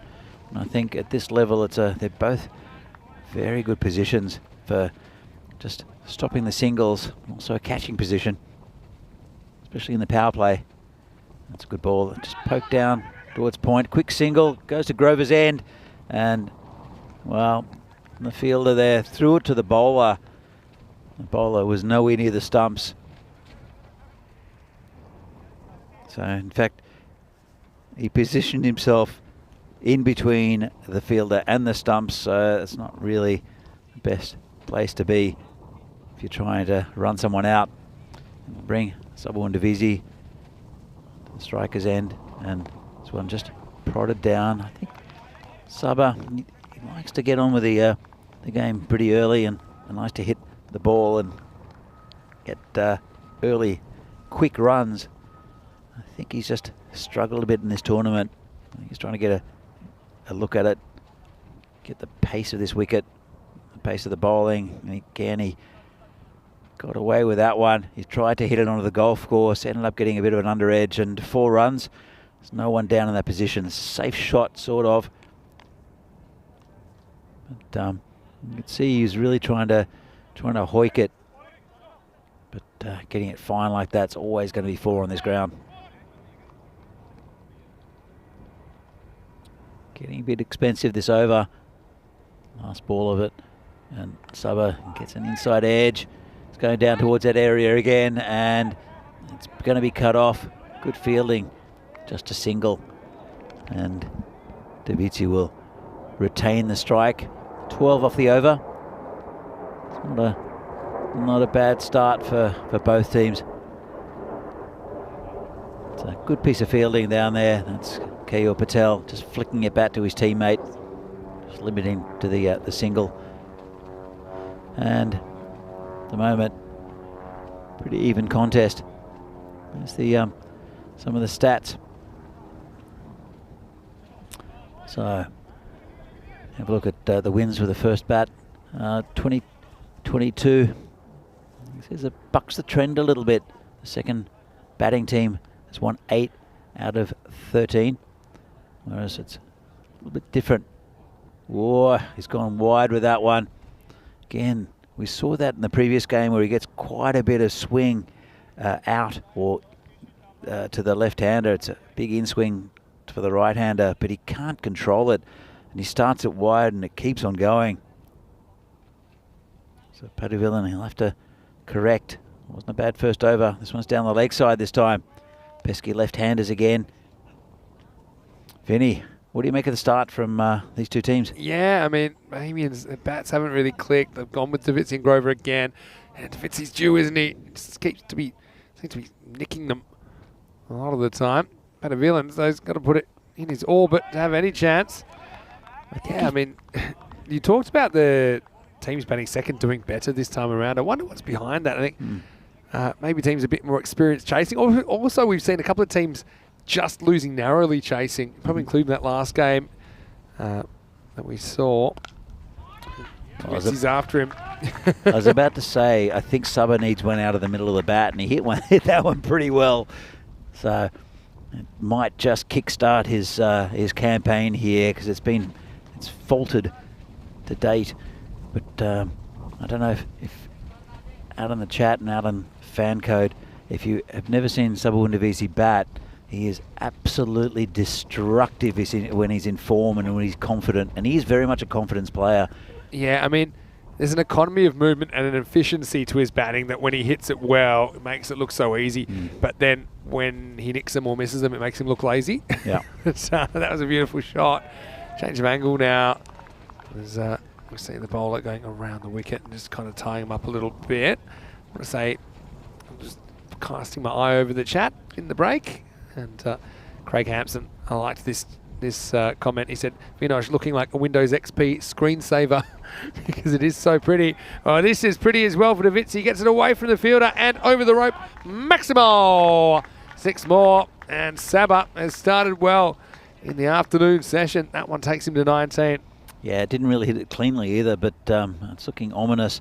I think, as I said, he's a confidence player, and when he starts hitting them in the middle, he's very capable of getting big scores and rapidly. It's a lovely shot. Holds the pose as well. Comes the bowler again, Padavillan. And good ball, good comeback. It's the kind of ball that's done him in the first few days of this tournament, where he just seems to have nicked a few, but he gets away with this one. And sometimes, look, there is a luck factor, isn't there? I mean, he could quite easily, if he gets close to that, he nicks it and he's gone. But he survives. He's on 19. 2 more for Patavilan. It's tucked around the corner. Just be a single to backward square and bring Sahil Grover on strike. In fact, it won't, because it's the end of the over. And Davisi, he holds the strike. But yeah, Sabah, he hasn't looked himself in this tournament. Just been a little bit out of sorts. But when he's confident, he's the most dangerous batsman in the country. I'm including the beast in that as well. Yeah, I mean, there's certainly a bit of magic to the batting of Davisi when he gets it right. I still think he's kind of learning himself in a sense as well. And exactly how he's just got all these skills and he's got all these shots that I think it's just a matter of employing the right ones at the right moments and getting that kind of aggression level right. Right now we're going to see an interesting moment in the game. They're going to spin in the 4th over into the power play. So they've decided to get Guru Singh on with his left armers. Let's see on this left-hander versus left-hander battle. I think it's a good move from Guru. Or from Jatin, I should say. And, well, that one's tucked around the corner. He's found the fielder, though. That's a bonus, just a isn't single. And a metre either way, that would have been 4. Yeah, Didn't really get onto it, though. The other thing is, in the first 3 overs, each over had 2 wide deliveries in it.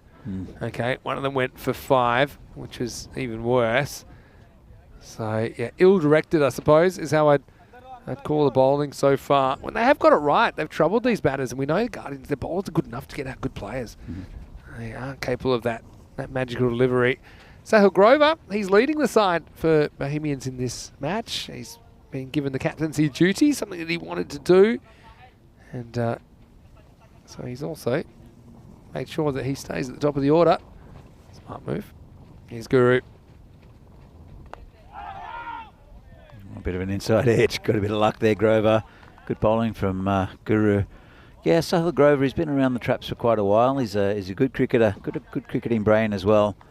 And it'll be interesting to see if his tactics change from Javed Iqbal, who's led the team pretty well. This one's down leg side, lost it there, and they're looking for one. But pretty good block from Roshan Singh behind the stumps there. That one just gets away from Guru. Once again, we see Guardians bowlers struggling with their control. Keep an eye on the wides count, because early has been costly. There's Guru again, bowling to Sahil Grover. Good ball that. And he's gone. Played it on. Well, he's happy about that, is Guru. And that's the first wicket down. Sahil Grover, the skipper for today, has played one on. And just a bit of a nothing shot, just poked at it, outside off stump. That's the first wicket down. I mean, I've said that the Guardians, when they get it right, they're dangerous. And this is right. I think it's a good length. It kind of has Grover in 2 minds about coming forward or back. He goes back and just chops it on to his stumps. And so he's going to have to go for 4. Never got going in that innings. I think they've been wasteful in between. I mean, looking at the fact there's already 11 runs in wides, and we're only kind of halfway through the 4th over. As it is, it's a big wicket to get as Grover departs. The score's 37 for 1, but it does bring another pretty entertaining play out. The tank, Riddick Tomar, coming to the crease at number 3.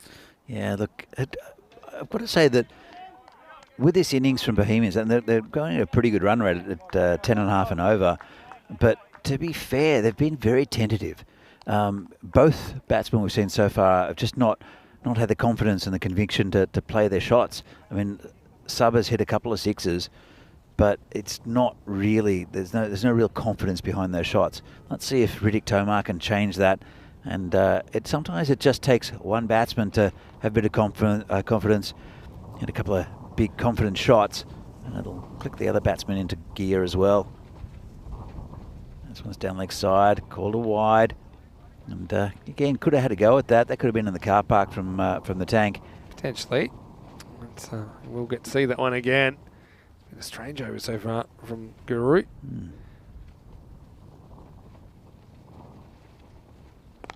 Tanky smashes that one through the offside. There's a fielder out there who does well. Just a single. Nice stop. it's hit the tank. Oh no. Well, luckily if you're going to hit something, hit a tank. Normally, we won't do too much damage. Ritik knows he's in a contest now. A few laughs there between the players. He's a really fun machine to watch, especially in this format, Ritik Toma. Yeah. And Davitsi, he'll get to face the next delivery. I think he wants a piece of Guru Singh here, especially if it's anything straight or outside the leg stump. There's only 3 fielders on the leg side. I think he's going to like his chances.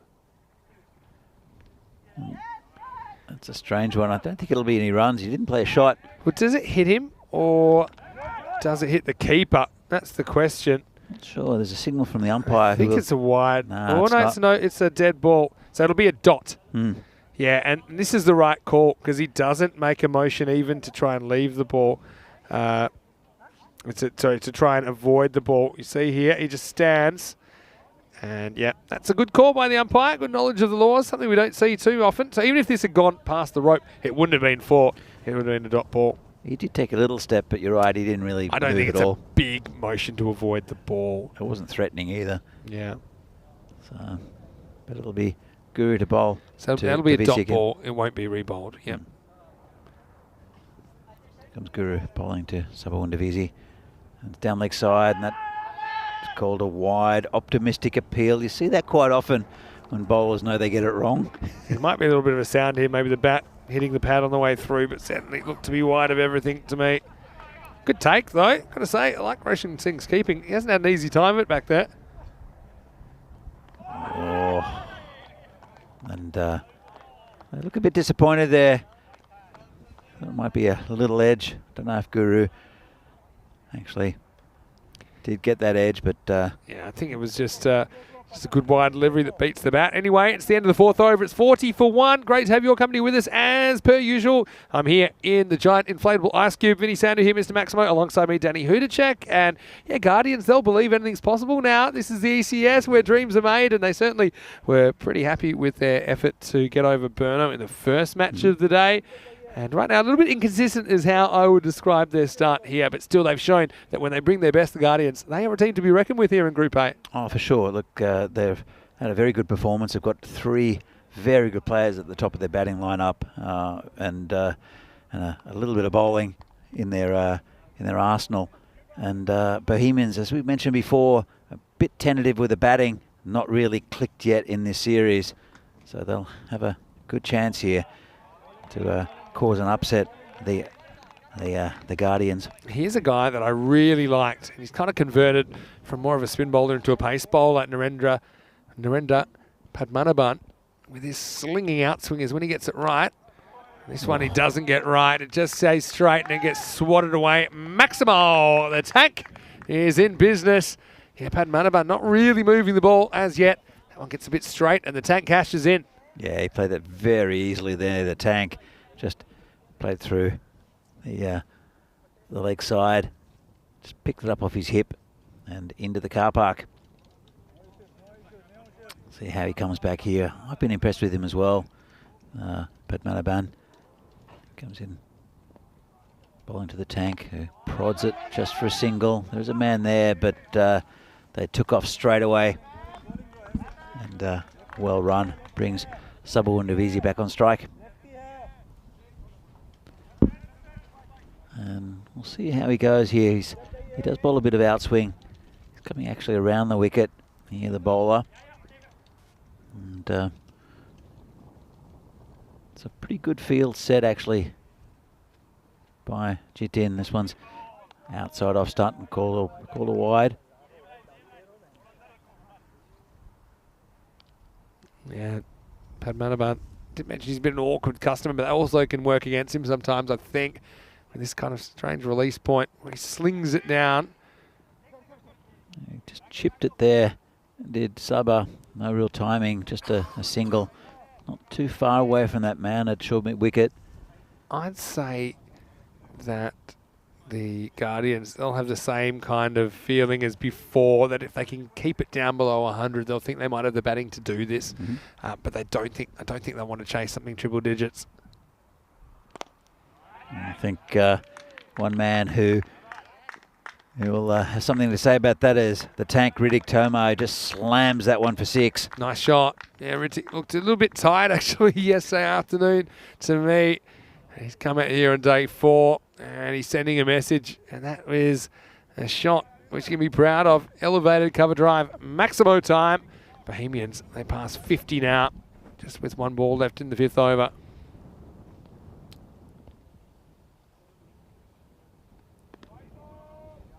That's another wide. Look, it's the 5th over. They're going at 11 and over, but I don't think they've clicked at all, Bohemians. If they do, this score could be huge. Yeah, exactly right. Uh-oh, trouble. No. I mean, yeah, maybe angling down the leg side. If Pat Manaman can straighten this, though, it's dangerous. And to be honest, the tank gets a long way across there. This will be an interesting replay to watch. I just thought it was pretty close live. Probably going down, but look where it hits him. The thing is, he saves himself by getting a bit down the wicket there, I think. If that hits him on the crease on that line, I think he might be in trouble. Yeah, hit him on that front foot, literally on the front foot. And no, I think I was missing leg. Good call by the ump. Good call. Yeah, 57 for 1 after 5 overs. And so, yeah, on 114 pace. Just look at those wides, runs in wides, 15 so far. You take those off, and it seems like a very different game. Yeah, that's what I was saying. It was they haven't really gotten going. A couple of 6s from both of these players, but they don't really seem like they've gotten going yet. And you're right, it's those wides that have pumped this score up. Let's see what they can do in the second half of this innings. Here's the Guru, over number 6.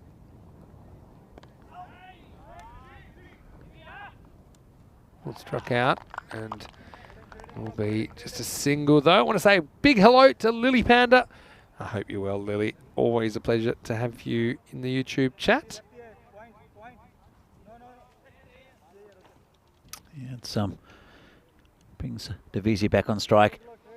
I don't think he likes the bowling of Guru too much. Does Sabah. He likes the ball coming onto the bat. But if he gets in a position, he can do a bit of damage against him. Guru bowling to Sabah, who launches this one into the golf course.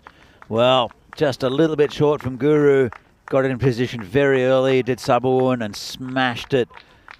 And Shobit Bhatia there, he's still chasing that ball. Yeah, big shot and a big moment really in this innings, because you feel like they could pull away. They've got 2 batters more or less set and looking good. They've been a bit inconsistent, I suppose, through the first half, but Sabah, that one, once he got back in the crease, he was ready to launch, and he certainly didn't miss out on that one. Yeah, it was a good shot. Finally using his feet a bit. His confidence coming back to him, I think. And it's handy when you have a man at the other end in Riddick Tomo who hit the ball a long way as well. And it could be a long second half of this innings for the Guardians if they don't get one of these 2 guys out. Here comes Guru. What's his reply going to be? Outside off stump, just inside that wide line. A pretty good call, I think. And Sabah didn't really want to have much to do with that. There's a gap over the top there at point. Only 1 man back in that area. And this one's hit in the air. Player under it. I think it's gone over him, and he's bunted it over the boundary for 6. Well, he had a chance for a wicket there. Completely misjudged it there. That's Sadun Farooq. Yeah, and Farooq had a bit of an issue earlier where he rushed in on a ball that ended up carrying over his head. And yeah, I think we'll find here. I'm pretty sure this only would have been 4, and he's palmed it over for 6. So Sabah catches a break. Big moment in the game. And you see here, ends up having to go with the one hand. It's, I think it has been given a 6. This one's outside off stump, cut away. It's through the field. There's a man back there covering. Just be a single. Yeah, it's just salt into the wound, isn't it? Sabah, that could have been gone on 28 as it is. He gets the Maximo. Assisted. And, wow. Got a feel for Sadun Farooq. He's completely misjudged that again. That's a second. I've got a feeling. I want I want to check the glasses prescription. That's a couple of times he's been nearsighted because he's rushed in and he could have just stood where he was, I think. That's straight down his throat. Anyway, live and learn. Guru, last ball of his spell coming up. Oh, that's a no ball for sure, and he's been smashed for 4. And, well, it's not his last ball in his spell. And Tanky, he's just hit that for 4 and has a free hit against Guru Singh. I was about to say Guru's been okay, but that one just really was a very loose and no intention in trying to hit the batsman. Just slipped a bit, and now he's got another ball. It's 19 so far off his spell. And let's see if the tank can increase that. Just checking, it was a 4. Yeah, and there'll be a first warning. Hopefully there shouldn't be any more because he's only got to bowl one more legal delivery. It'll be a free hit. So Guru, he's going to finish with just the 1 wicket. He'll be hoping to avoid any more damage. Oh, hello. Well, okay, it can't be stumped anyway. I was just excited by that bit of keeping from Roshan Singh. Yeah, so even if this is out, it can't be stumped because he can't be stumped off a free hit. As it is, I probably think he's in. Good bit of keeping though. Always nice to practice. You won't get a bit better practice than that. Still going to be a free hit though, isn't it, for Guru? Tell me something, Vinny. Yep. Well, actually, no, that's fine. Are you going to go about stumped versus run out off a free hit? Well, no. Well, it was not going to be run out, but Yeah. you can be run out off a free hit. You can. Of course. I'll give you a bit of clarification on that. That confuses some people sometimes. Last ball, though. Free Tank hit.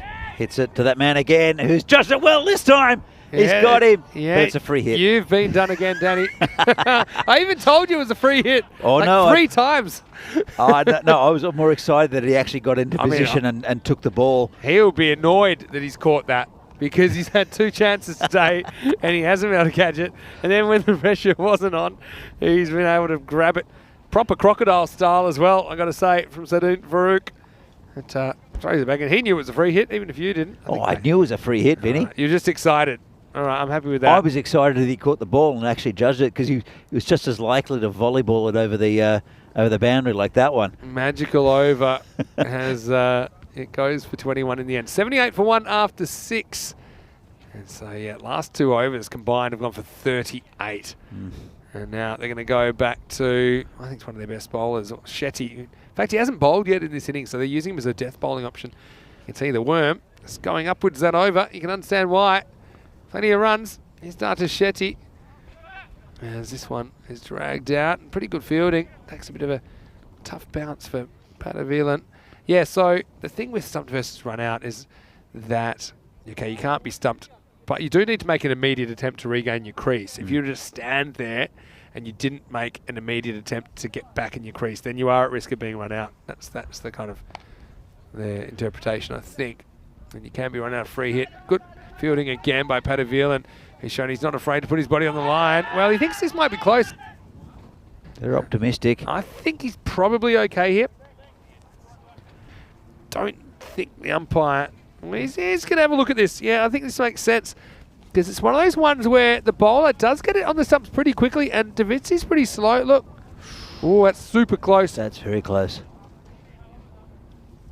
There. It's hard to see exactly where the stumps go down. I think he's still short there. Yeah, but I mean, we can't see the bails go off if they go off straight away. Well, it's hit the stumps there. It's rebounded off the stumps. I think he's gone. Yeah, I mean, the issue here, it seems to have bounced off the stumps. There we go. The bail flies up straight away. I think if you put these two together, I think it's out. Yeah, I think you're right. My issue is that... you can't see the stumps, so you've got to give the batsman the benefit of the doubt. Yeah, but then when I saw camera 4, I mean, the bail bounces off pretty quickly.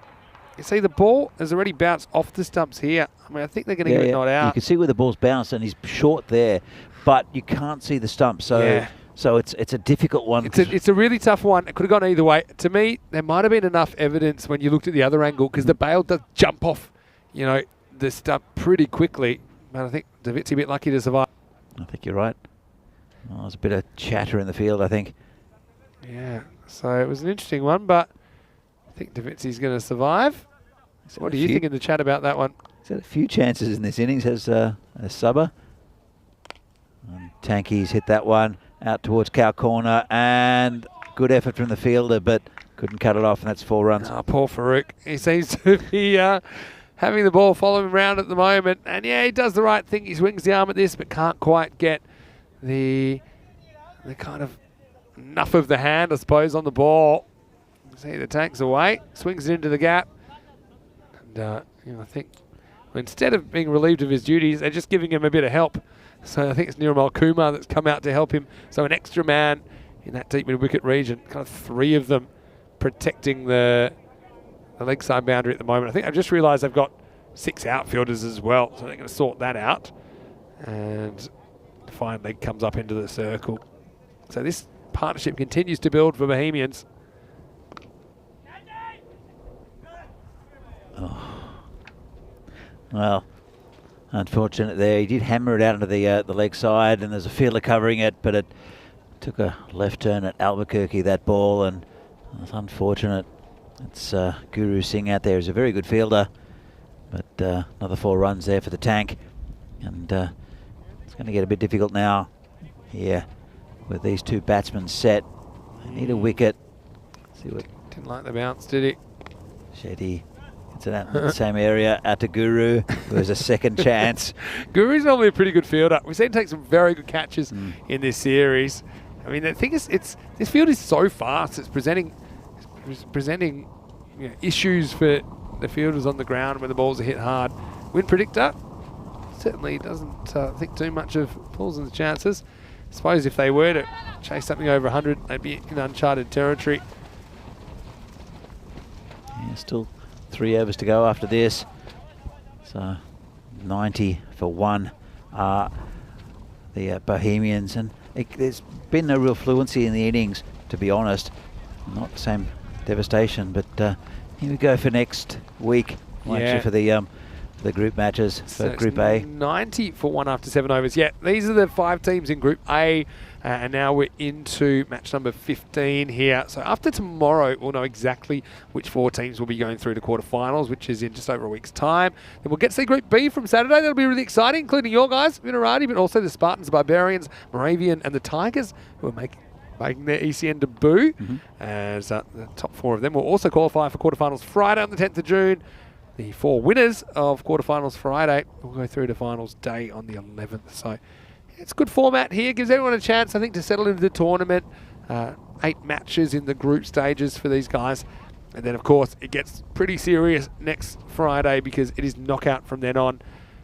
Looking forward to an exciting conclusion to this tournament. Second half on the way next week in the Czech Republic is Niramal Kumar, who is coming on to bowl the 8th over. This one gets through the cover, who tries to get down to stop it. Probably doesn't cost him a run in the end, and just a single to start the 8th.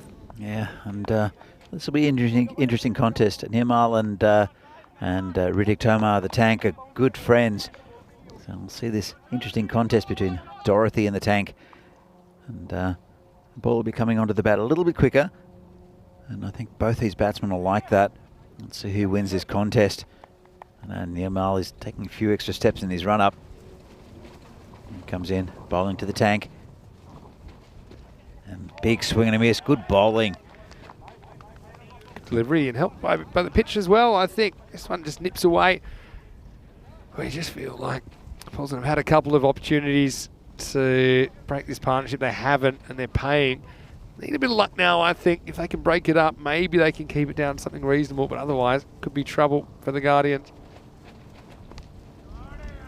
That one was a full toss. Bit of rubbish there from Nirmal. Maybe trying a little bit too hard and just pulled away for 4. Full toss just in that area. It's going to go very, very quickly. And I think it's 15 all. Yeah, I think it is. And yeah, Nirmal gets this one wrong. And geez, he's really quick to get on that, isn't he, Tomo? He's got such a good eye. So he's kind of outpacing Davitsi, really, when you consider he's 34 off just 15 balls. Come in and made a real big impact here in match 15. Comes Nirmal again, bowling to the tank. Ooh, that's close. It might have been down leg. Yeah, It's a stifled appeal. Sometimes when the ball goes to fine leg, then it's a sign where it hits on the pad is to the right. I think that might have been the case. They're probably just sneaking down leg side. No real interest shown by the bowler. Brings Devisi on strike. Kumar is going to come around the wicket to Devisi. And just flicks it down. That'll be 4. Not sure if it's got the leg or the bat, but let's see. It'll be leg buys, but just anything down leg side like that is just so quick in that part of the ground. Yeah, leg buys don't go against the bowler, but the bowler kind of creates that by bowling in that region. It opens up the possibility of a little deflection. And it gets away from the keeper, races away down into that vortex. 4 more runs, so essentially back-to-back boundaries. Nirmal coming in again. It's time to sub Undavisi again. And Sabah tries to launch him, doesn't get all of it. There's a player under, it's Guru Singh. He should take it, and he doesn't. He makes a meal of it. And it's just not going to quite get to the boundary, but they'll come back for 2. He just never read that one, Guru Singh. He's normally a really good fielder. I think that originally, when you see Devisi launch on one, you think it's going to go all the way to the rope or close to. And he just found himself scrambling to get to the drop zone. Unfortunately, it's another opportunity which isn't cashed in. Bohemians are going to finish the 8th over. 102 for 1, and Devisi living a bit of a charmed life here in match 15, you have to say. Well, he's not been in great form in this tournament, so I think he's riding his luck a bit, and I think also it's going to help him with the rest of this whole escapade for Bohemians. They are one of the top teams. Now look at the bowling figures, and they've used 6 bowlers already. Most of them in double figures. Yeah. Nirmal only 7 off his over. And that's Guru again, and he's dropped it again. This one's over the boundary. Having a shocker out there is Guru Singh. Oh, wow. Poor Guru ends up putting up the left hand. And I think this has gone for 6. Yeah, there was signal 6 on the field. It went up high. And unfortunately for Guru, yeah, I think maybe his foot's over the line as it is. Next ball, it's a big swing and a miss. So, yeah, I mean, the Guardians, they had a bit of a fairy tale start. But right now, it's quite the opposite and having a real rough time of it and really making stuff a bit more difficult than it should have been. That's a good ball outside of favour. Good ball outside of stump there by Shetty, and big swing and a miss from the tank. But I think they'll be swinging at everything here now. Bohemians have got the score on the board. That should be out. He's got him. Just played the wrong line, did the tank, and Darashetty, who's a good bowler, gets his wicket. And that's that'll hopefully stem the runs a bit for the Prague Guardians, or the Pilsen Guardians, I should say. Seems fair enough to me. Swings down the line, straightens, probably hitting off stump, I think. Couldn't see it missing. So Darashetty, I think he's been pound for pound. I think he's been the best bowler for the Guardians today and even yesterday. So it does break the partnership finally, but you do feel like the damage is done. Tomar goes for a pretty quick 40 off just 20 balls. The score is 108 for 2. Brings out Zahid Mahmood, who has been... He's got a bit of form yesterday, hit a nice 50, and is starting to show the form that he had a couple of years ago. Had a shocking last year, couldn't hit the ball off the square, and I think it's a good man to bring in. He'll try to give the strike maybe to Sabun Devisi, and that's going to be a wide. Good bit of pace there from Darashetty. He's one of the key members of this team, along with Guru Singh and Jatin Kumar. Guru, I'm sure he'll try to make up for it in his batting. The looseness. This one's been hit straight. There's a man there, but he'll cut it off. No, he won't. Oh, Farouk. Well, he's having a shocker in the field. Poor old Farouk. The only one he's caught is the one off the free hit. Free hit. And he's been replaced. Then. Yeah. He's been dragged. He's going to go in the circle where I'm sure the ball will follow him anyway. But remember the old Lovepreet Singh? We'll go back to Italy last year. I think Brescia. Lovepreet dropped catches in 5 different positions. Anyway. Is that the same over video? Almost. I don't think it was in the same over, but it was pretty close together. As it is, swing and a miss to finish the 9th. Bohemians 113 for 2. Looking to build now towards something 120 plus. But they will have to deal with Nirmal Cooper. How about Nirmal Kumar? As he will bowl the 10th. To Bohemians, they feel like they have batted well, but also, the Guardians have kind of been their own worst enemy in this innings. Yeah, they have too many wides and a few loose deliveries. But, yeah, the extras really contributing. But, and also the right-hand, left-hand combination hasn't helped them at all. Here comes Nirmal Kumar bowling to Sabun Devizi. Hits it high in the air.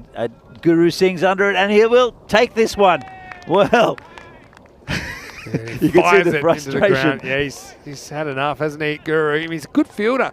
That's the thing. And he'll be disappointed that he hasn't quite done as well out there as he wanted to, but that was well taken. And so finally we see the end of Sabah. And he also goes on 40. So we've got 40-40 juice situation in the Bohemian innings. But yeah, he batted pretty well through the 10th over at least. 26 balls, 4 Maximos and a 4. Still not quite the destructive Sabah that we know it is best, but certainly I think he'll be happy to get amongst the runs here in match 15. As it is, he departs with 5 balls remaining. It's 113 for 3. You know, as a batsman, though, when you're not hitting the ball well, and even though there are runs on the board, and he's actually scored it pretty quickly, I don't think he'll be too happy with that innings. But did hear a couple out through the middle of the bat, but it'll bring the ex-skipper, or not the skipper for today, Javed Iqbal, who only knows one way. He'll have a swing at this. Yep. And he's gone. And Nirmal is on a hat-trick.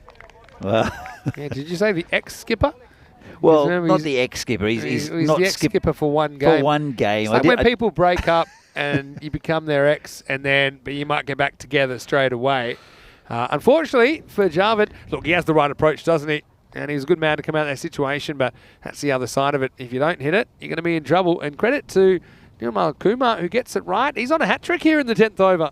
Yeah, and I think that the new batsman, Saklan Mukhtar, is going to have a bit of a swing at it as well. So I think I would aim at those sticks if I were Nirmal. I think he's getting a few instructions from his skipper. I don't know what he's doing. He's instructing the fielder. I thought it was visualising for Nirmal, pointing in the air. But Nirmal, I think he needs to get this one straight. And he might be on a hat-trick because Mukhtar, I think, will have a big swing at this as well. And it's been a good spell for Nirmal Kumar. He's only gone for 7 off his 1.2. And in the context of the game where everyone's going in well into double figures, I think Nirmal's been definitely the pick of the bowlers, picking up 2 vital wickets as well. So Nirmal, he was involved twice in a hat-trick last year, where Arshad Hayat, who we'll see next week for Vinaradi, took 2 catches in his hat-trick last year. And Nirmal is on a hat-trick of his own. Let's see if he gets it. Comes in to bowl to Saklan Mukhtar. And it's pretty well bowled, but just pushed away. And just a single. I don't think he'll mind too much. And they're going to restrict them a little bit here with the 2 set batsmen out.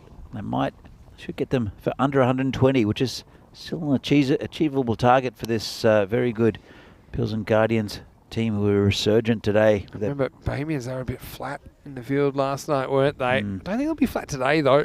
Let's find out. Slower ball, hit straight, hit pretty hard, and well fielded. Jatin Kumar is going to make the batter hustle, and really makes him work for that single mood. Mahmood's a bit of a Jekyll and Hyde himself. Yesterday, he struggled in the first innings that he played, and then just looked a lot better in the second. Although he had a bit of luck along the way, you got to be fair. But we know that he's a very capable batter. Had a very good 2020 tournament in the ECN Czech Super Series. 2 to come here, 115. It's a good ball, and he's got him. Hit him right in the toe, and that's a fantastic over here. It's his the 3rd wicket in this over for Nirmal Kumar misses out on the hat trick, but that was pretty adjacent. Yeah, certainly was. It was hit him in front of off, and I think that's hitting the middle stump, if I'm honest, as it is. It's 3 wickets in 5 balls for Nirmal Kumar. It's gone wicket, wicket, one wicket. What a last over this is, as we see.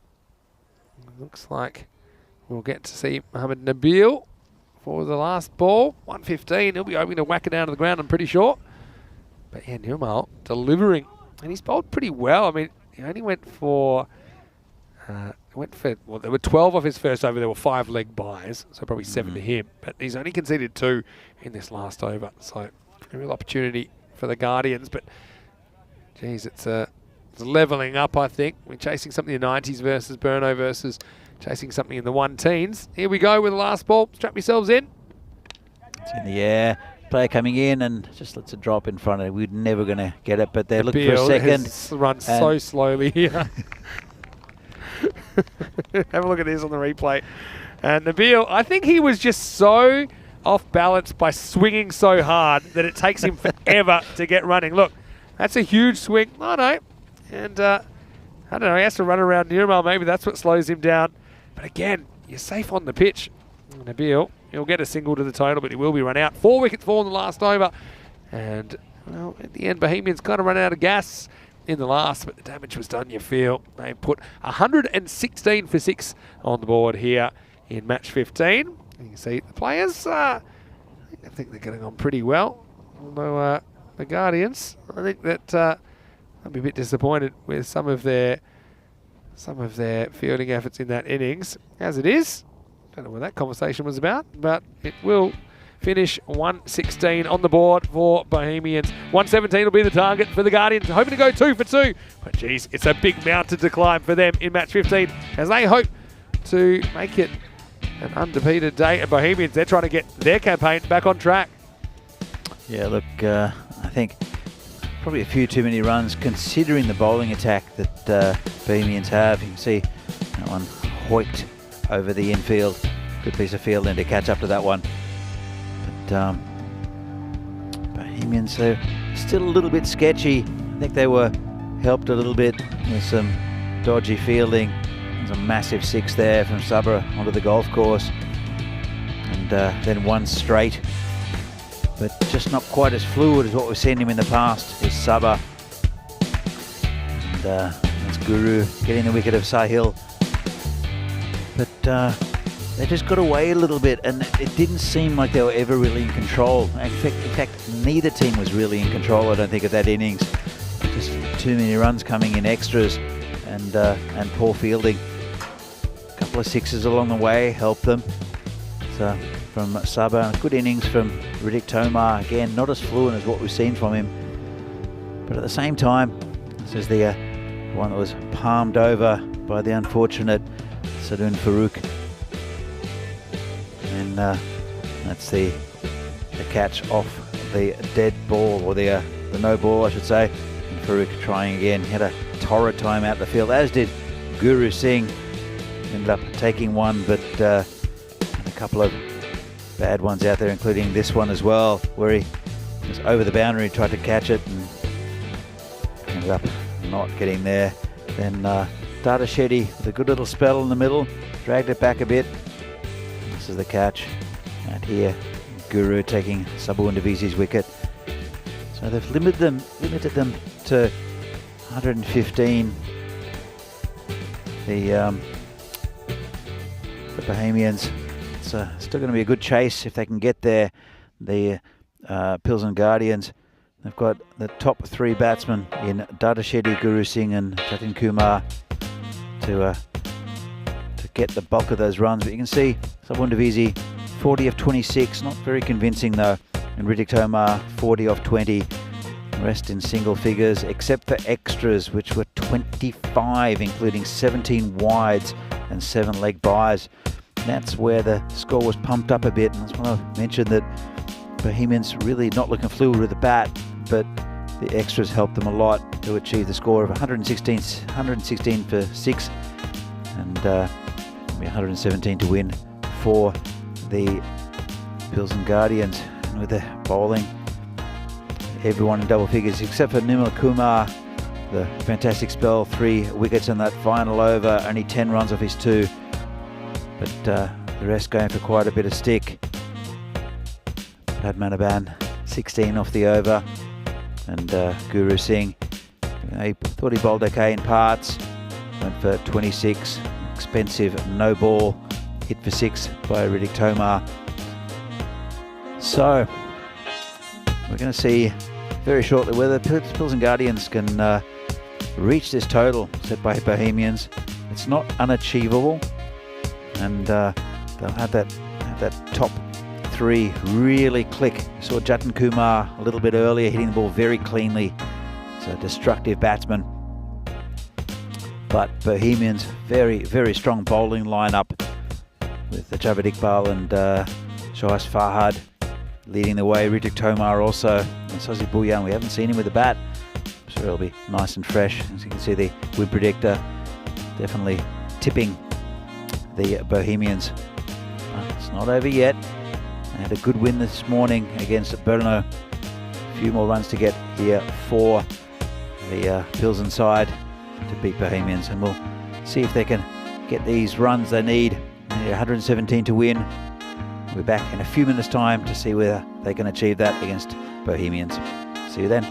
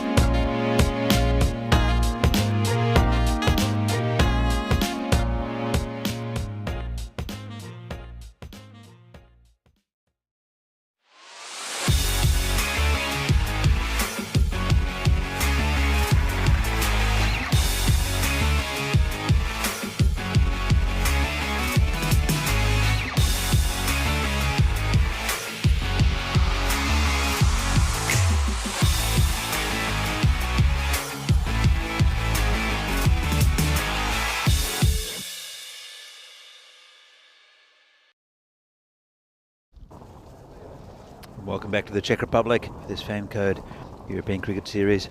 Here live from Prague.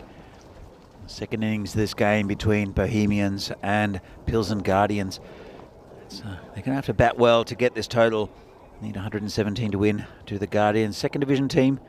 But they've got some very good batting up top. And, Data Shetty, Guru Singh and skipper Jatin Kumar. It's a big hitting batsman. And it will be Javed Iqbal, the mainstay of this Bohemians side. Not captain today. That's the wicketkeeper, Sahil Grover, who's taking over the captaincy. And he's got a very interesting field here. Very stacked offside. Lots of catching positions there. And only 2 on the leg side. Interesting. Let's see what the plan is. Obviously outside off stump for Javed Iqbal. The batsman not quite ready. He's having a look around at the mostly vacant leg side. Here we go with the first ball of the Guardians innings. Javed Iqbal, and it's down leg side. Well, that's not where the skipper wants you to bowl, mate. And he's a good bowler, maybe just a loosener from Iqbal, who's been very good this tournament.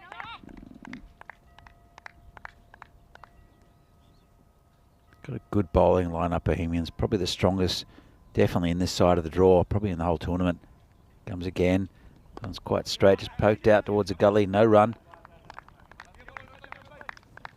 You see, no Data Shetty's batting. And figure that he's an offside player. And that he's going to have to do well to get past that bank of fielders on that offside. He's gone over the top of them. I'll get a couple here, I think. It's going towards a boundary, but won't get there. And that's 2 runs by Shetty. Took him on. I've got to be careful as well, Bohemians, when they return the ball to the keeper, Sahil Grover, because there's only 2 players on that leg side. Backing up is going to be an issue. Might be some overthrows on.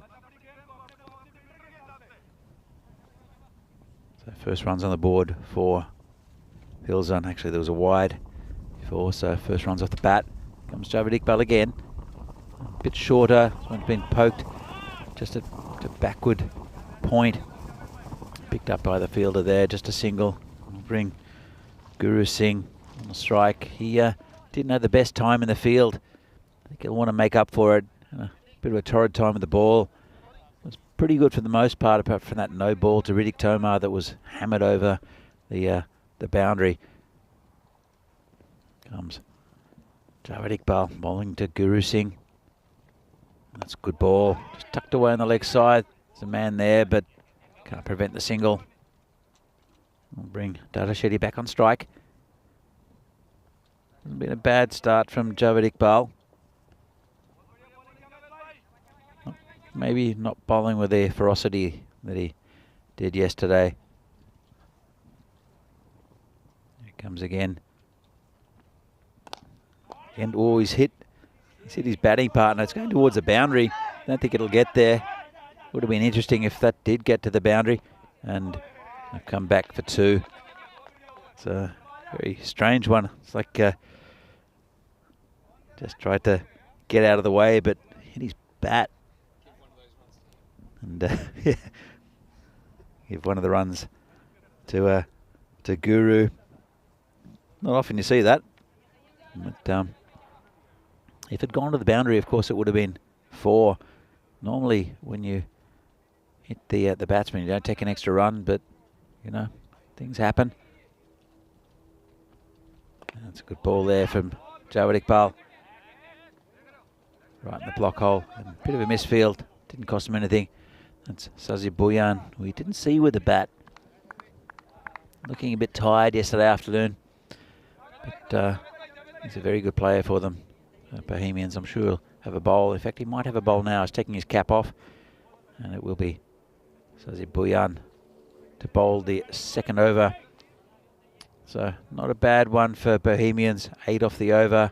No wicket down. So probably have to say that it's not a bad one for Guardians as well. I want to get through this power play with as many runs as possible, but they wouldn't want to lose any of these wickets. So they're very reliant on Data Shetty, Guru Singh and Jatin Kumar at the top of the innings. And if these two can see off, well, it's not really a new ball. It doesn't need to last more than 10 overs, this ball. This one's been hammered through the offside for 4. Just a little bit wide, and he's very strong out there, is Data Shetty. We saw that in the last game. And just over pitched from Sajid Bhuyan. And that's a lovely shot all along the ground. And Data Shetty, I think that's why they've got that offside field. If you put another man on the leg side just for protection down at deep fine leg, I think he might be just in the circle there. That one's hit straight out to the tank, who has a shy at the stumps. And there's backing up. Lucky that man was there. Last over he wasn't, and that would have been an extra 4. But Tanky, he's a bit upset at himself for not hitting the stumps. Sets high standards. Bhuyan continues, and well, just the batsman not quite ready. Did rush him a little bit. Good by the batsman. Just to halt the bowler. Comes in again. The sun's outside off stump, just past the man at short cover. It's Tanky again. He'll have a shot at the stumps, and well backed up again by Bohemians. It's been not a bad start here from Bhuyan, apart from the first one that was quite wide and hammered for 4. This one getting in that area, and that is 4 runs. Well, Dara Shetty is very strong on the offside, and Sajid Bhuyan just over pitching again. It's been an expensive over. Got a good bowling lineup, have Bohemians, but they don't like being hit. In fact, there's a man going back now. Right in that square boundary. Poked out. Oh, it's Imran who chases it. It will be the tank who'll get around there. Picks it up one-handed. They come back for 2. It's well run. And Sajid Bhuyan. It's been a bit expensive here. Pilsen moving on to 20. 12 off the over so far. See if they can take another one. Yeah, didn't think that if he pitches it up outside off again, Shetty might go again, but he goes on the onside this time, and that'll be another 4. Not much the fielders could do there. Just dragged it across, and that's 4 runs again for Data Shetty, who looks right in form at the moment. Really having a go at these Bohemian bowlers. And that was a very good over there for the Guardians. And 24 off the first 2. That's what they need every over. They need 12 off each over, and they're going at that rate at the moment. It's going to be difficult to continue that rate, though.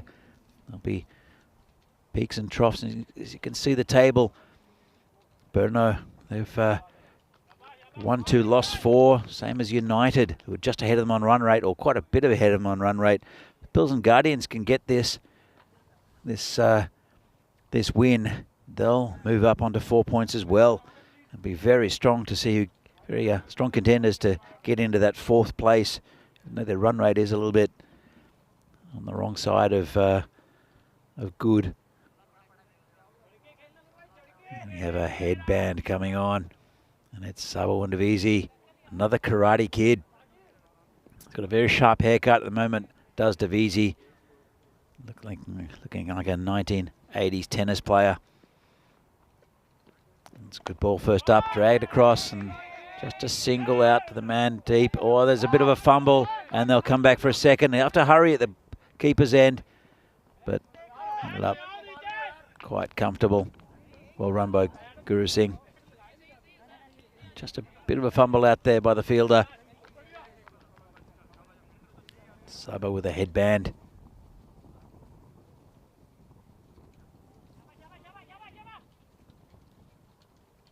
Very competitive is Saba. Likes when things are going well for him, though. Comes again, rolls his wrists over that one. That's called a wide. Just Tried a fast leg spinner, just got it a little bit wrong. Have to bowl it again. Encouraging start here from Darachetti and from the Pilsen Guardians. Not afraid of this this bowling lineup. And this one's just poked down into the third man area. Should be cut off. Will be. I'll just get a single. Good return to the keeper. That'll bring Guru Singh on strike. Just playing a bit of an anchor role is Guru, just giving Shetty the strike. He's going a 2 a ball is Shetty. Singh just better, a bit better than 1 a ball. Davitsi. It's been all right so far. Comes in again and was a leading edge, could be out. I think it'll fall in front of the fielder there. Shazir Bhuyan, never a chance. And just a single in the end. So just in front of us you can see Ritik Tomar, the tank, warming up. Should take the next over maybe. Comes to Vizi.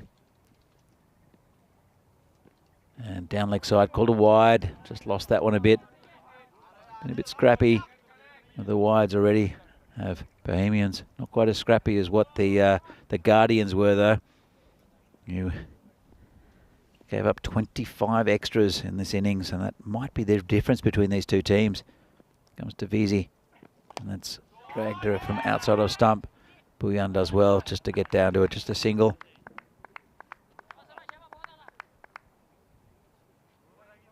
There's a lot of bowling to come for Bohemians. We'll see. Shohas Fahad, probably the quickest of the Bohemians bowlers. Very clever as well, angles it in. Davitsi just outside of stump, good ball, but fumbled by the keeper, and they'll come through for a single. In fact, it'll be a bye.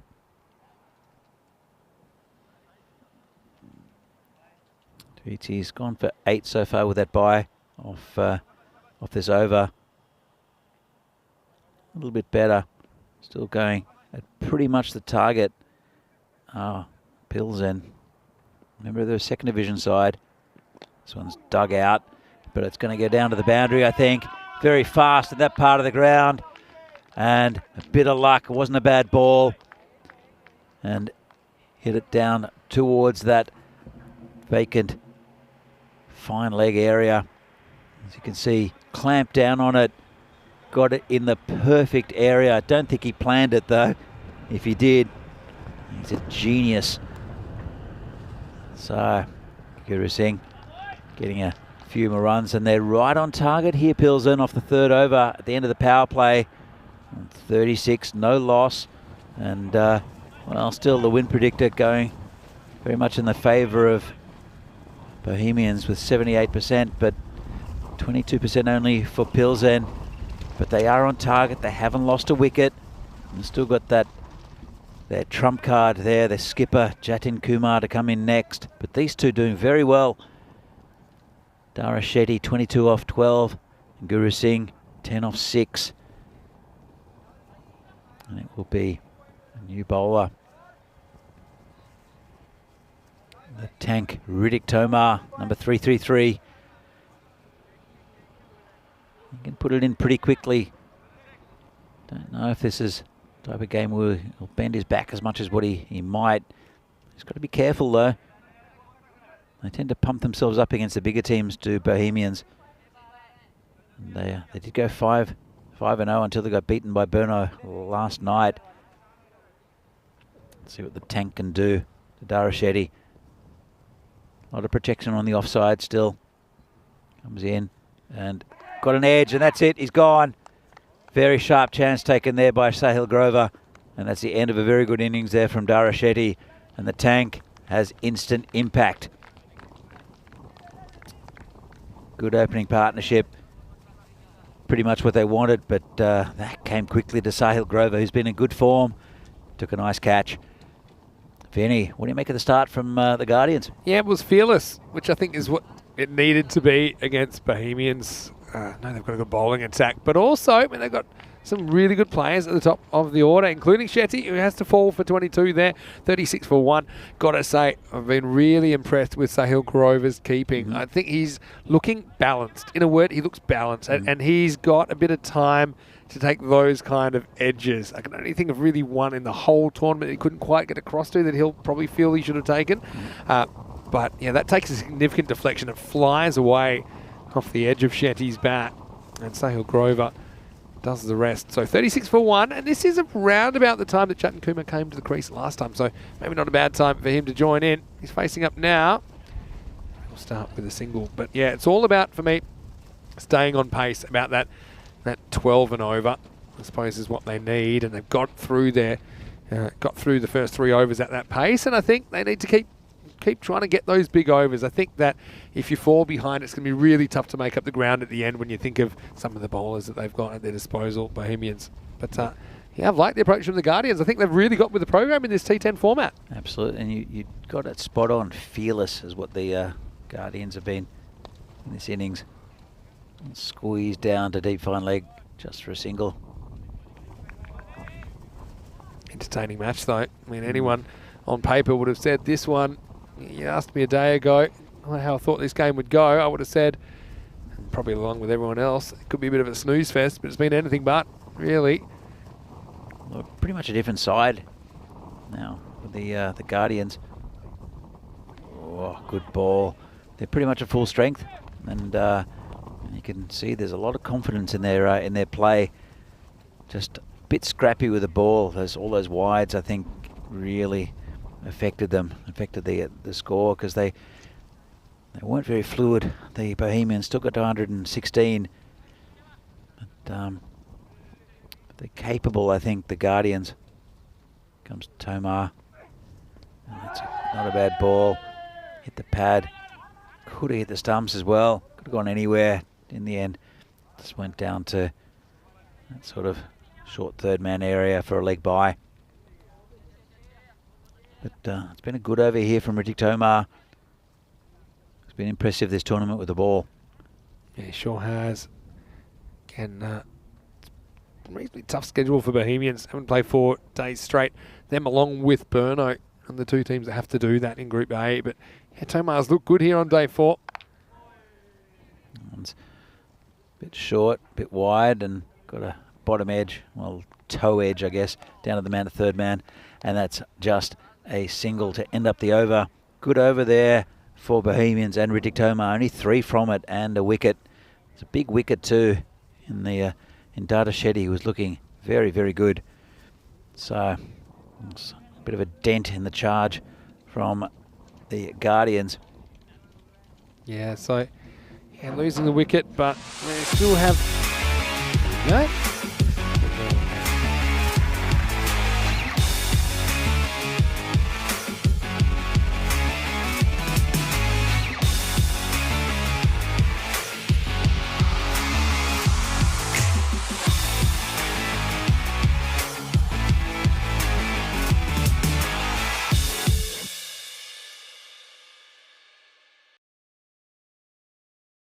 Hold on. There you go. That's the surprise bumper of the day. Did we just get rickrolled? I tell you what, I think we might have. And you just missed a streaker running across the ground, and we had to throw something up, didn't we? Anyway, we're ready to go. And it's Farhad who's going to start with an in-swinger, and it's going to be swung all the way to the fence. Well, hopefully it doesn't make up with that gentleman who was, he certainly wasn't wearing very much at all. It just shows you never know what to expect in the European Cricket Series. As it was, Farhad, he steamed in. The ball steams to the boundary. It wasn't a bad ball, really. It was right in the block hole with the angle as well, and just clipped away beautifully. I'll tell you what, though, Farhad, he does bring the ball in. He goes very wide on the crease. He's an intelligent bowler. He does vary it, though, but there's no protection out there. I don't know if Sahil Grover is going to have a good look at that, because there's a big gap between third man and the man at cow corner. We've only had the one streaker previously on the European Cricket Network. Of course, not something we can show. You were there, right? I was there, yeah. It wasn't you, though. No, it wasn't me. No, I don't run.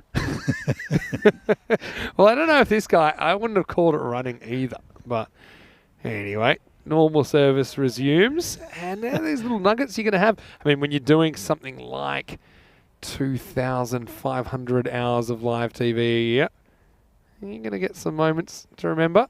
Have you set down a gauntlet now? We're going to get streakers at every event. I'm not saying I condone it. It's a complicated issue, streakers, because I think if you asked most people, if it's harmless, it's no problem. But you never know. There's been some field invasions that have been sinister, and you just never know. So it's important that the ground is a safe place for the players when it comes down to it. I know we had a nasty incident in Perth a while back. His Farhad. And pretty well kept out by Kumar. Is it Terry Alderman? Yeah, that's going way back. But that was Terry Alderman trying to tackle an invader that was running away. I mean, that was... We dislocated his shoulder, I think. Yeah, that's what I mean. But he wasn't attacked. Terry Alderman was trying to chase a guy down and dislocated his shoulder. And that put his career on hold for a while. And then the other one I was thinking of was a Pakistani fielder in the outfield recently in Perth, probably 10 years ago now, at the Wacker was tackled by a fan from behind. Yeah, anyway, the action never stops. Well, the streaker wasn't Imran Ul-Haq. The similar physique, I'd say. But Ul-Haq's out there. He's the 12th man. He's on the field. I noticed that he's been on the field for most of this innings. I'll give you an injury update when I can.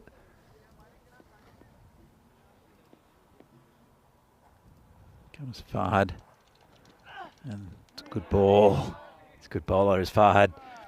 And it's not a bad over, considering the first one got smashed for 4 through the leg side, only 6 from it. So I remember Andrew Simons with a big hip and shoulder. Yeah, I mean, that is pretty... Yeah, I mean, that's the one everyone remembers, isn't it? And, yeah, I mean, I don't condone that either, I suppose. But, I mean, it's case by case. So you're not human if you don't laugh at some of these things. I mean, when streakers first came in, it was a much more innocent time. So it kind of was a novelty for a while. I think it was late 70s. And then there was a one in New Zealand, Greg Chappell, actually. Yeah. There's a guy that kept running on. He's wearing some sort of headphones and just nothing else, and eventually, and they kept letting him go back to his seat, right, in New Zealand in this test match, and then finally Greg Chappell kind of offered his hand as a handshake, and then wouldn't let him go, and made the cops take him away. Yeah, and then when the guy started to struggle, saying "let go of me," gave him 2 or 3 of the Grey Nichols bat on the backside. I don't know if you could do that these days. You certainly got the message across. Anyway. Things have changed a lot. I remember when a player got 100 at the SCG, the whole crowd would run onto the field to shake hands with the batsman. Yeah. I mean, going way back, we've seen some crazy crowd invasions. It's it's an absolute banger, isn't it? He's gone big, and we know what he's capable of. We saw the heroics from the captain this morning, Jatin Kumar. He goes maximal, and the Guardians bring up their 50. And I think they still believe they can do this, especially with the players they got at the crease. Oh, look, it's those top 3 that are vital for them, and especially this man, Jatin Kumar. We saw him hit the ball very, very cleanly in the first game against Brno, and that was a beautiful shot. He's tried to go again. It's going down leg side, I think, that one. Yeah, I think just heading down. But yeah, I'm excited with these 2 at the crease. I'm glad the streaker didn't get too excited. But yeah, I mean, I remember when they used to come on whenever there's a century, the crowd and kids would be on the field shaking hands. This one is pulled away, and it's just going to bounce over. Well, there's nothing you can do about this unless you're about 15 feet tall. Farhad, who's got a pretty good pair of hands, but they're not they're not on the end of go-go gadget arms, unfortunately for him. And another boundary to the Guardians. He's pretty too tall to Farhad. Just took a wicked bounce right over him. Couldn't do anything about it. And another 4 runs. Yeah, going back to that things have changed since the 70s. I remember that you could take an esky into the SCG as long as you only had 24 cans in the esky. I know. I remember that really well. Wait for this, which is just going to be knocked into the leg side for a single. yeah, you could only take 24 cans of beer in per person. Yeah. Per person Per as well. person, yeah. So you could between a group of, say, 4 or 6, you could have hundreds, basically. Oh, it's a lovely shot. And I won't cut that off. Will Farhad. Farhad was hoping for a bounce that was towards him, but it went the other way. I think he didn't really know how this was going to react off the surface. I think he had flashbacks as well of the one went over his head. So he was getting ready to go upwards, I think. Instead, kind of bounced to the side. And so another boundary to finish the over. Exciting stuff here at the moment from Vinoj. It's 61 for 1 after 6 overs. Yeah, it was still have to go at 14 and over. You have to favour the Bohemians at the moment, but that was a big over there for Jatin Kumar and his Pilsen Guardians. And it'll be Javed Iqbal come back into the attack. It's a good move here from the skipper for today, Sahil Grover, but he still hasn't plugged that hole on the leg side. Still very much an offside field. I'll have to keep it well outside off stump here. Javed Iqbal, experienced campaigner. Let's see if you can do that. Not really, but it gets away with it. Just a single there. Look for 2, won't get it.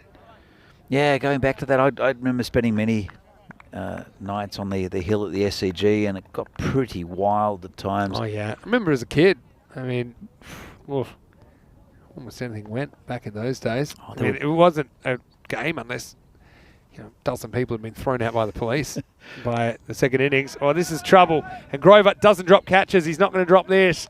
So, big moment in the game. Guru Singh, he was one of the big guns. I think that they would have wanted to stick around, but unfortunately he's going to go for 21, just miscuing that. Kind of a nothing shot in the end. Half trying to pull. In the end, he hits it straight up in the air. It's a wicket for Iqbal.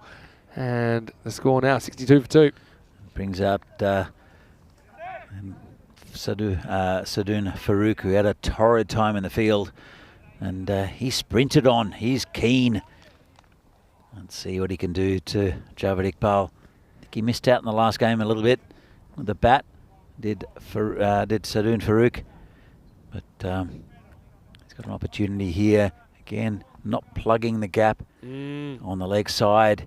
Yeah, Farouk would have been a bit disappointed with the fact he couldn't get too much going with the bat. They trust him at number 3 in the last game, and they have batted him at 4 in this game. Let's see if he can help his captain out in this chase. He's facing Javed Iqbal.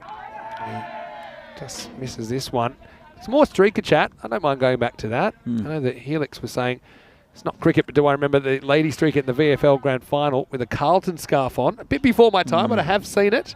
Have seen it. And I don't think the players were too happy on that occasion. Of course, I remember the Andrew Simons one. How could you forget that one? It's very famous. No ball called, and called pretty quickly. It may have been for height, may have been for foot, because we know that Javed Iqbal has had problems with his front foot. I think it was the front foot. He's struggled with that, and I think it was a very, very early call there from umpire Pete Vincent. Yeah. And let's have a look. Yeah, it's a good call. And also, I think it almost would have been one for height anyway. Regardless, it'll be a free hit coming up and a real opportunity. They got the right man on strike. Kumar. It's down leg side and called a wide. Yeah, I'll get another chance. But Well, yeah, I mean, it's a complicated issue, the streaking. Another streak I remember was at Wimbledon, whereas a female streaker ran on. That was interesting. Not often you see female streakers. And we still haven't had a lady streaker at an ECN event. Not saying we need one. I'm just saying it's a fact. Oh no! And well, free hit. Guess what? This is going to be runs. This is going to be a bye. We both fell for that one, Vinny. A little bit, but then I remembered because Jatin Kumar didn't seem too bothered. It's a bit unlucky it doesn't go for 4, but as it is, I think it'll be a bye to finish the over. And he'll retain the strike, or is it the end of the over? Oh, it's not even the end of the over. I'm nowhere here. There's all this streaker talk. I think there's still 2 to come. So, you could say that I'm a couple of balls short of the end of the 7th. As it is, Kumar, he was a bit bothered, and then he was unbothered because he realised the ball had gone down to third man, and he says, all right, we'll take one here. They all help. He did look down at those stumps, a bit concerned. He's got life in a way. It's a long way back though, isn't it? The balls are running out. Pardon my pun again. But yeah, Farouk, now we might as well just have a free swing at this. You're going to need a bunch of boundaries in the next over, I feel. But I do think that Kumar's the kind of guy that can do that. I think he needs to have almost all the strike down the stretch, though, if they're going to get close to this. No, not running there. I know it's a hard task, but you would say that Kumar's the kind of guy that can bring him a magical over against his quality attack. Pretty good over that one from Javad Iqbal when they needed one. 7 overs down. The score is 66 for 2. Coming up, the last match of the day, and this is a real humdinger. Remember, in match 1, it was Prague CC, the defending champions, that went down to Bohemian by 7 runs. This is the rematch, and Prague CC haven't put a foot wrong since then. They've been doing so well batting first with some big victories. It surprises me a little bit, the Bohemians. They sent them in after winning the toss. Javad Iqbal back in charge. Having said that, Prague CC were a little bit susceptible batting first in the earlier game today. Whatever happens, that should be a really good one. And it could determine who is top of Group A. And it's coming your way in around about half an hour's time. Should be a really good game, Danny. Should be a great game. And I'm very surprised also that Javad Iqbal has sent PCC in. And name Lala was fantastic yesterday. Did miss out today. Don't think he's going to miss out again though. And but it's probably the strongest bowling lineup in this side of the draw against the strongest batting lineup. Good guy to come back in this over, isn't it? Pardon me, Danny. But they got the tank coming back to bowl the 8th. And yeah, this is where they take 1, and this is where I think you need to be looking for 2. And Jatin Kumar saying exactly that to Farouk, because Farouk almost needs to sacrifice himself. I think we're at that stage now. They've got 8 wickets to go. I know it's not great for Farouk, who's batting 4, but he hasn't really shown too much of an ability to get to the boundary or over so far today. Let's see if he can get after the tank. That's good bowling again. This is the thing, and it's a bit of inexperience, I think, that previous one, because, yeah, I know it's really tough and things happen quickly. No one likes giving up their wicket, but at this stage, I mean, if Kumar spends too much time down the non-strikers, then you feel their chances slipping away. For sure. And look, Jatin Kumar did change the game against Burno this morning with when he hit 25 off an over. It's going to be called a wide. And that was against Kashif Ali, who just dropped a few short, and he got absolutely smashed by Jatin Kumar. He's very powerful, but he can't really affect the game too much from the non-strikers end. Good call by the umpire. Not a bad delivery from the tank. I think that's what I'd be doing, trying to get the ball away from Farouk. Hope he swings and misses. Gets hold of that one. And look for 2. I think he should just stay at 1, but he's come back, Jatin, and he might be out as well. It's going to be very close. He's called for a replay, has the umpire. It's not smart cricket. I still think Kumar's the man. That's got to be at the striker's end, and I think he could be in a bit of trouble here. I think it's pretty close, and I think they're pretty confident. This is exactly what you don't want. It's a worst case scenario if he's run out going to the wrong end. I think he's gone. There you go. I think this shows it about here, almost there. He's short. I mean, I hate to say it, but that is not smart cricket at all. And he is going to go, the captain, he is going to go really in a circumstance where I think he'll feel really annoyed. I mean, things going all wrong, and he's not particularly happy about it, as you can imagine. He's probably thinking about, perhaps earlier this over. At that time, I think he was the one hustling for 2. He didn't need to, and he's run himself out unnecessarily. And pulls on, unfortunately. They lose their key man, and I think their chances there, 69 for 3. Yeah, I think it's game over now. Farouk is not really showing that much with the bat, and their key man Jatin. In fact, all the 3 key players in Shetty, Guru and Jatin are back in the shed. But it's been spirited, very good performance in some ways by the Guardians. And Bohemian's still a bit patchy, starting to get a little bit of form. As we know, they're a very good bowling side. It's going to be a great contest, I think, in the next game against PCC. We're full of confidence. But, yeah, the tank. He's the right bowler at the moment. He's had a very good series so far, both with the bat and with the ball. What I will say is Patavilan, he's a man with a career strike rate of 600 in the ECS. He's gone out the non-strikers end. Meanwhile, swing and a miss for Farouk, who, well, he did get that one away for 2, or almost 2. And Ritik Tomar does seem like normal service will resume, although still plenty of balls left. I say plenty. Over 2 overs left in this game, but it's just so many to get in the last couple. Yeah, at the same stage, Bohemians are about 30 ahead. Let's hit down the ground. Nice shot. That'll get to the boundary, I think, and it will. Yeah, good batting from Farouk. Here's the thing. I mean, he is considered a specialist batter. That's why I think he was a bit hesitant to sacrifice himself earlier in the over. And he shows it here. Shows a good shot as he advances on there. It's a nice moment for him. He gets his first boundary. He's got a lot of responsibility now. They still are theoretically in with a chance, I suppose. Need some more boundaries, particularly Maximo's. This could be another one. And, well done to knock that down. It will be stopped eventually.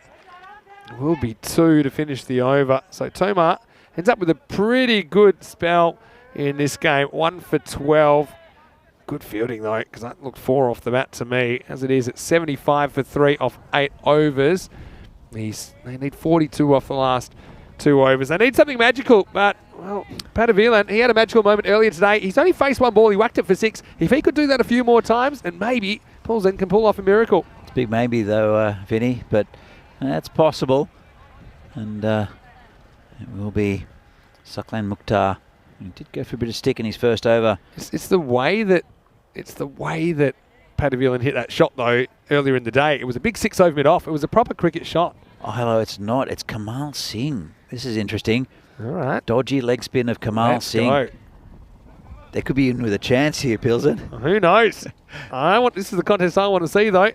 Kamal bowling to Patavilan, who will be going and trying to hit these balls probably into Slovakia. Here we go, 9th overtime. Nice shot. Fielder out there. Subborn Divisi. Just be a single. Right, see what Farouk can do now. Well, now they're going to get 2. Ah, it's sloppy. Smart cricket. Patavilan, I'm only going off 1 ball that I saw this morning, but he looks like a 6-hitter, and that's exactly what you need. It's your only way back into this game. So let's see if he can get Kamal Singh. And Kamal Singh, who we probably thinking he might be able to get Patavilan stumped or something at this stage. I feel like it'll be a 6 or nothing.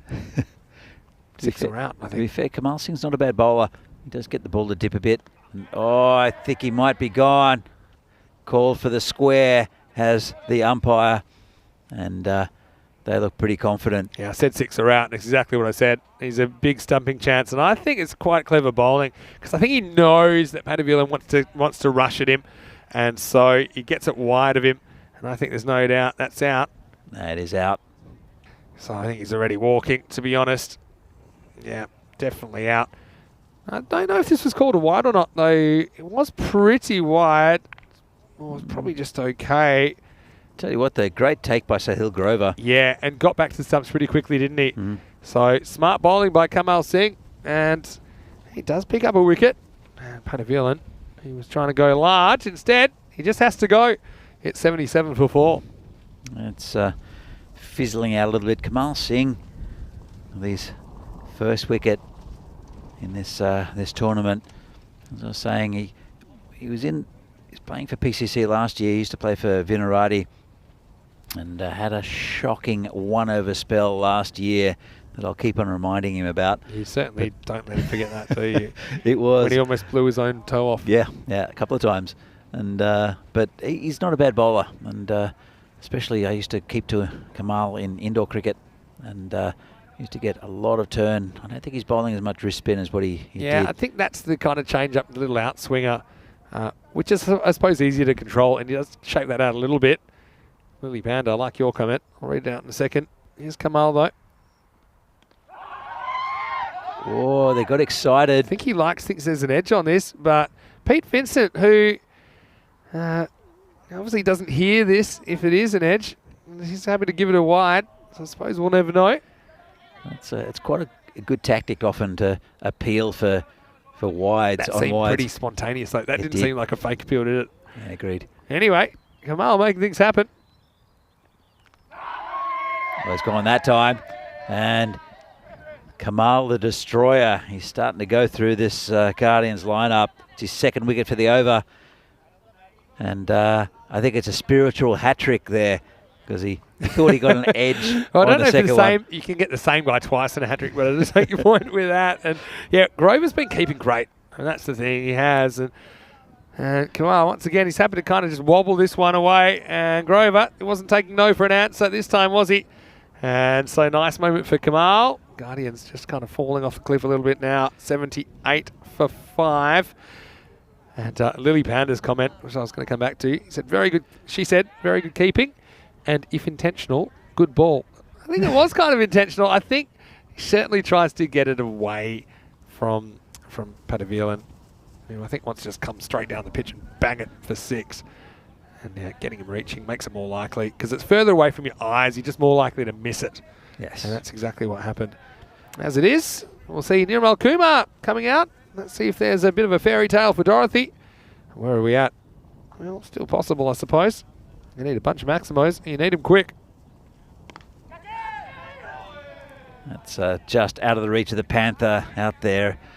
Yeah, Imran. Nice shot there from Nirmal. They're former teammates, actually. Both used to play for Vinaradi. Kamal, interesting little tidbit with Kamal. Used to pose for pictures as a mermaid. Okay, what? Yeah. Pardon? Well, there's that mermaid shot, a bit like that Little Mermaid, of course, without the funny fishtail. We're going to come back to this again. I need more information. There's the dodgy leg spin. And Kumar can't deal with it. Just has to bottom edge it to Grover. So he used to... Okay. Well, I'm sure... I feel like there's one more ball left in the over. I'm going to give you one more ball to encapsulate this into a 30-second story. And there's a switch. And Kumar... This one's going down, whatever's the leg side or the offside, but one of the sides. It's regardless, it's the end of the over. It's 82 for 5. So what you just said was he used to pose for pictures as a mermaid. Please explain what you mean by that. Well, the only thing I could do is I'll see if I can get one of the Vinaradi boys if they're online to send me a picture on my WhatsApp of Kamal posing in a mermaid pose, and it's basically you're sitting on your side, but leant up, like you would have a fish, he's the shape of a mermaid. He's the shape of a mermaid. So he's not in like a mermaid outfit or anything like that. So that's immediately what I was picturing. Difficult to bowl. Like photo shoot. Like a merman, a Zoolander type thing. Okay, fair enough. All right, all you need is 6 sixes. It did inspire a lot of the... that was a little bit cheeky there from Zaid Mahmood. I liked it. Okay, well that makes a lot more sense. He can pose in the shape of a mermaid. Or maybe we can just ask him afterwards then. Don't have my mermaid outfit handy. Anyway, it's be a wide. Saba, he's coming in, just kind of floating them out there. It's be a no ball actually for off the pitch. I don't know what Saba's doing. Sometimes what I love about ECS is you never know what you're going to hear next, and I certainly didn't expect that.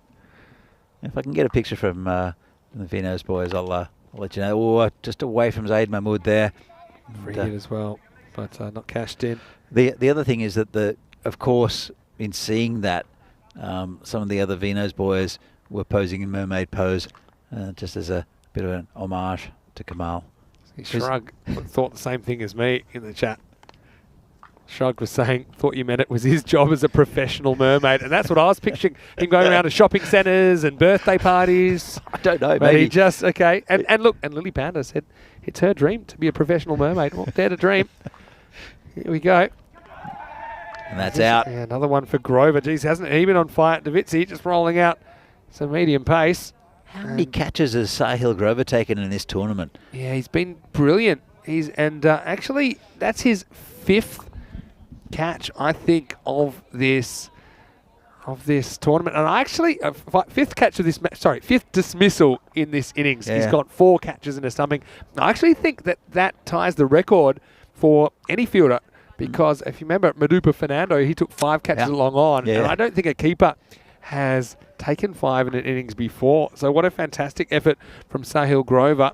4 catches and a stumping, and yeah, he's been brilliant. I've really liked him. I said his balance behind the stumps has been really good. Yeah, he's been very good this tournament. Could he go 6? So we could get a record. He's got 2 more balls. No one's ever taken 6 dismissals. It's going to sneak past the player there. He's running next to it, and he's done well there to stop that 4. And especially, I mean, there's no real need for it in a way. They're not going to get the 33 runs they need to win here, the Guardians. Roshan Singh, the keeper for the Guardians, who gets off the mark with a walked 1. Anyway, here's the last ball of match number 15. Dodgy slow ball slapped up to the tank, who just stands there and picks the ball up and just underarms it back in. So it's a pretty kind of tame end to a game that actually had a few teeth in it for a while in that chase, didn't it? Mm-hmm. You felt it kind of died with the run out of Jatin Kumar, especially the way he was running to the non-danger end. It just didn't seem to make sense. I'm sure he'll know that. But as it is, the final score here will be 116 to 86. So 30 runs between the teams, and still a highly entertaining game. Look, the Guardians, they've come quite a long way in a short space of time. More of their settled lineup. And Bohemians, they're back on the winning train, but their biggest test ahead of them is today. Today is coming up against Prague CC, rematch of the tournament opener. And right now, Bohemians, they're pretty happy to get back on track after that loss last night. And we can give you some details of that match, which is coming in around about 15 minutes that you'll see the first ball. It is Bohemians taking a bit of a risk. They've sent in Prague CC after winning the toss, so they're going to have to deal with the top 3, Lala, Vikramasekara and Ashokan. And I noticed that Nanathi Swaran is listed down there at number 9. I don't think he'll be batting that low. He was in really good form earlier today. Samira Mataranga as well. He's made a return for Prague CC. So lots of good players to watch out for. And Bohemians, they'll be hoping they can repeat their performance in match 1.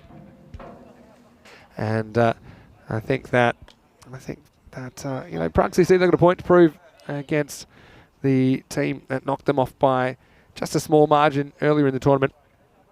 And well, Danny, you know, Guardians, it was a lot of runs to chase, but I really liked their approach. They were fearless. That's the word I used early on, and they were hoping that their top 3 could do most of the work. Shetty, in particular, played some good shots early on, 3 boundaries to him, and well, you felt for a while they were in this game. Yeah, absolutely, and especially with that man Dada Shetty, he was very, very good at the top of the order. And I think that was a big wicket. That was the one that started to turn it. Guru Singh went pretty early, but Jatin came in, started hitting the ball very cleanly. But Dada Shetty, when he got out, brought out Sadoon Farouk.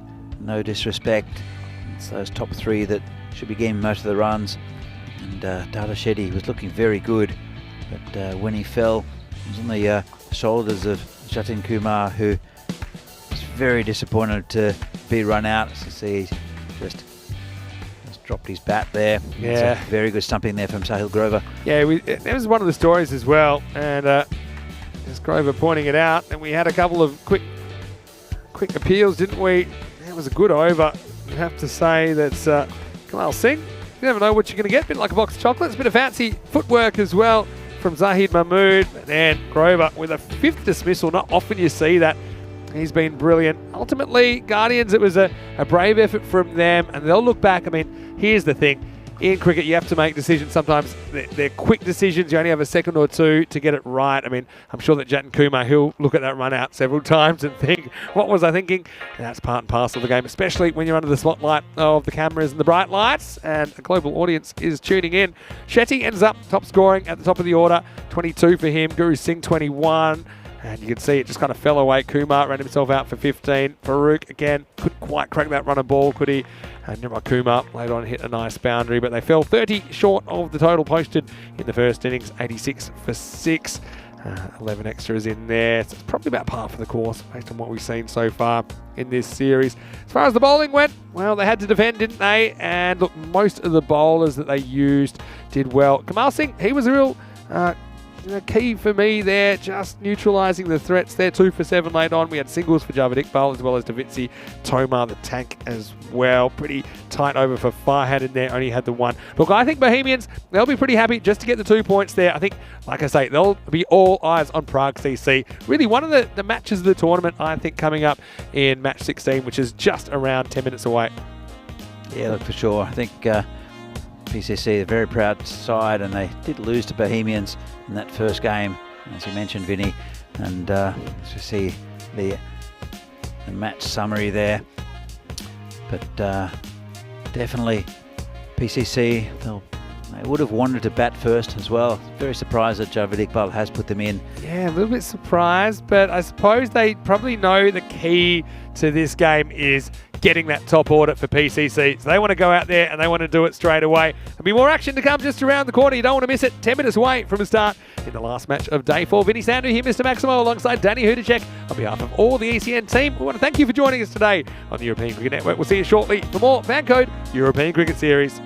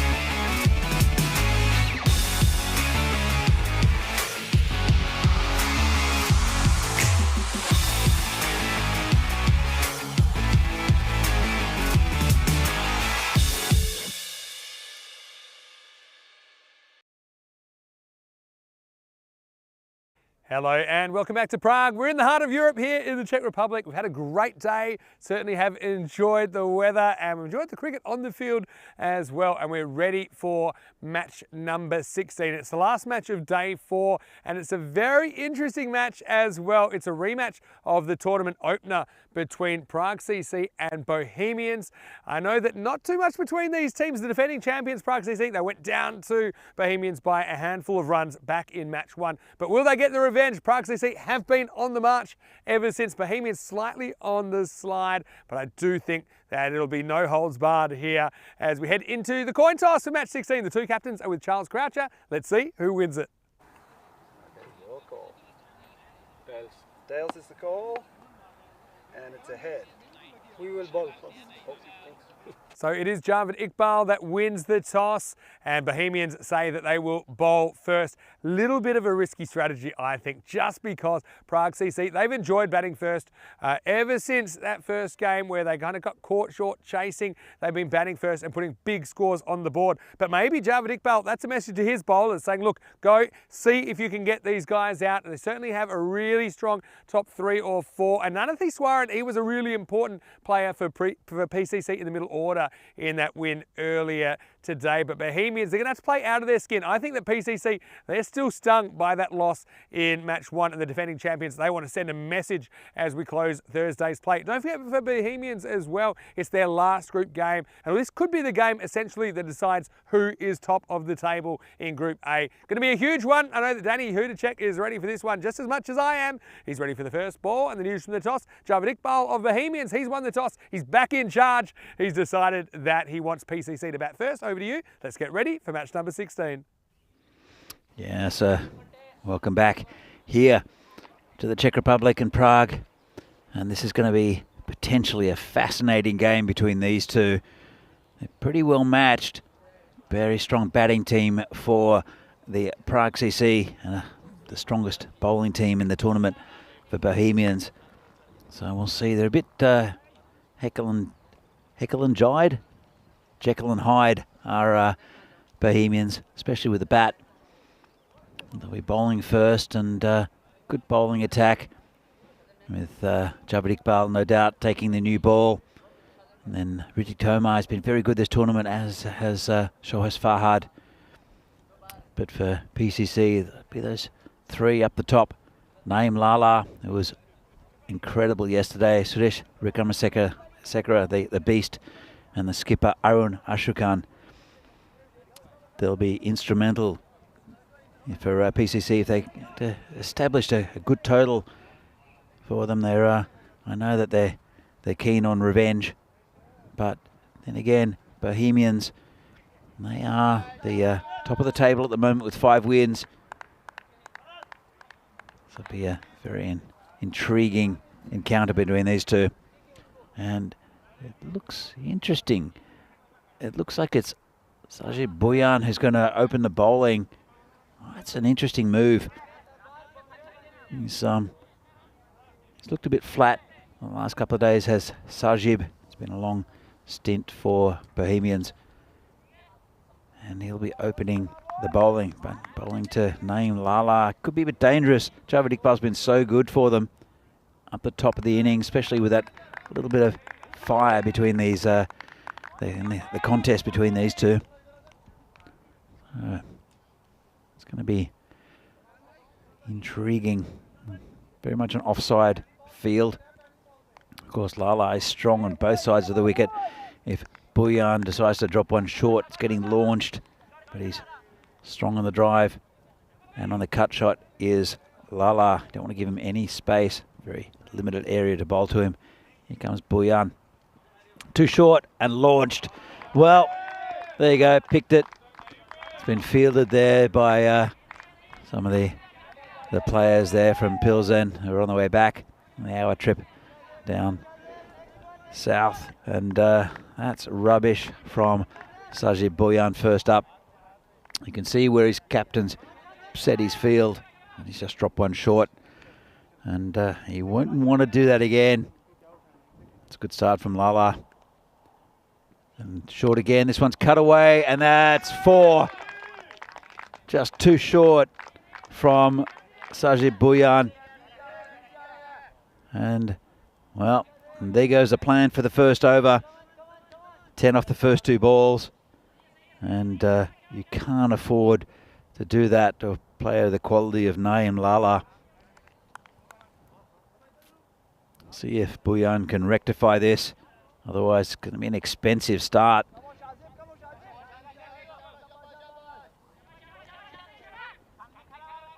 Comes Bhuyan again. Just balked at that one.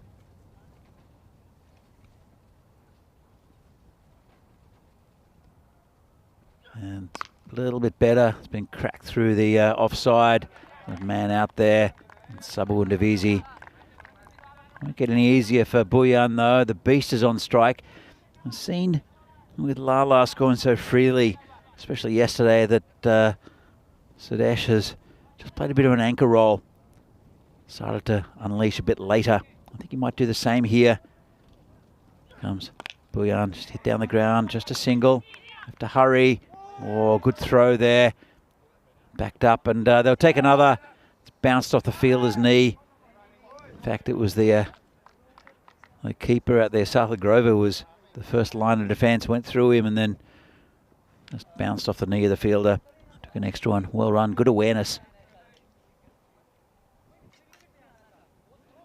It's been an expensive over so far.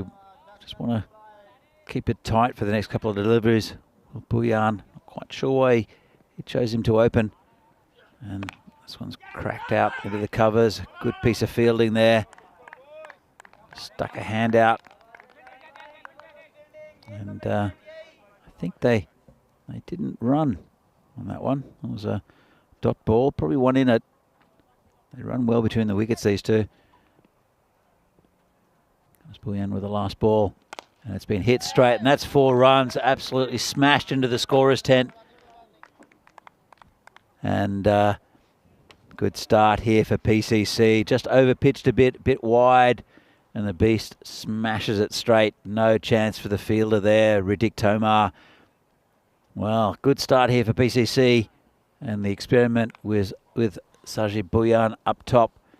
Didn't work out. Let's have a look at the top batters. Wickramaseka, a strike rate of 188. 203 runs already for the tournament. Lala, the strike rate of 216. 138. And Arun Ashokan. They're the big 3 for PCC, with the bowlers. Farhad with 8 wickets at a good economy rate, and then Javed Iqbal with 7 wickets. Ritik Tomar with an excellent economy rate of 5.2, with contributing with 5 wickets. And it will be Javed, who you would have expected for the first over, coming in the second over of this game. And it's a good ball, good start. And the Panther, Imran al-Haq, he's just fended that one down. Did well. Just a single. Will bring the beast on strike. I know, speaking to Javed a little while ago, he's confident he knows how to bowl to Sudesh. Let's see what happens with the first ball. It's not what he had planned. That smash through the leg side. Just got it a bit too straight, a bit too full. That's 4 runs. Ominous start here for PCC. And Javed just not getting that one right.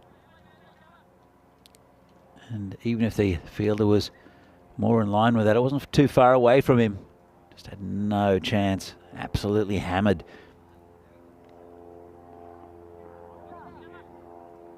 And Bohemians gone a bit flat already. Not what they'd planned. 22. And only 1.2 overs down. Comes Javed Iqbal again. And a big swing and a miss there from the beast. I felt the breeze from that from here. Just got up a little bit more. Bit of bounce. Bent his back a bit there, Javed Iqbal. Ended up being very good delivery. Still a beautiful day here in Prague. Just getting a bit of sun on my back, and it's getting warm under the ice cube. Comes Javed Iqbal. And that one's full and dispatched. That's 6. just try to slow a ball. Didn't work. And just not enough players feeling there to cut that off. Didn't get all of it. Did Sudesh, kind of just flicked it, but he's powerful. And that's another 6 runs. And it's gone pear-shaped for Bohemians. They need a wicket. Well, they need these two very, very quickly. I'm sure they'll turn to either Fahad or the tank to try to break this partnership. Here comes Iqbal. And that's launched again. Well, again, 2 straight. And Sudesh, he looks in the mood this afternoon. That's 2 sixes in a row. Another huge over. Just 2 straight from Javed Iqbal.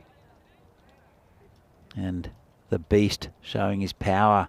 Again, didn't quite get all of it. But as you can see, rolled a long way. How's he going to come back from this? He's gone for 17 already as Javed Iqbal off the first 5 balls. He needs a good comeback. That's short. Cut away, and that'll go for 4 as well. Beautiful shot there from the beast.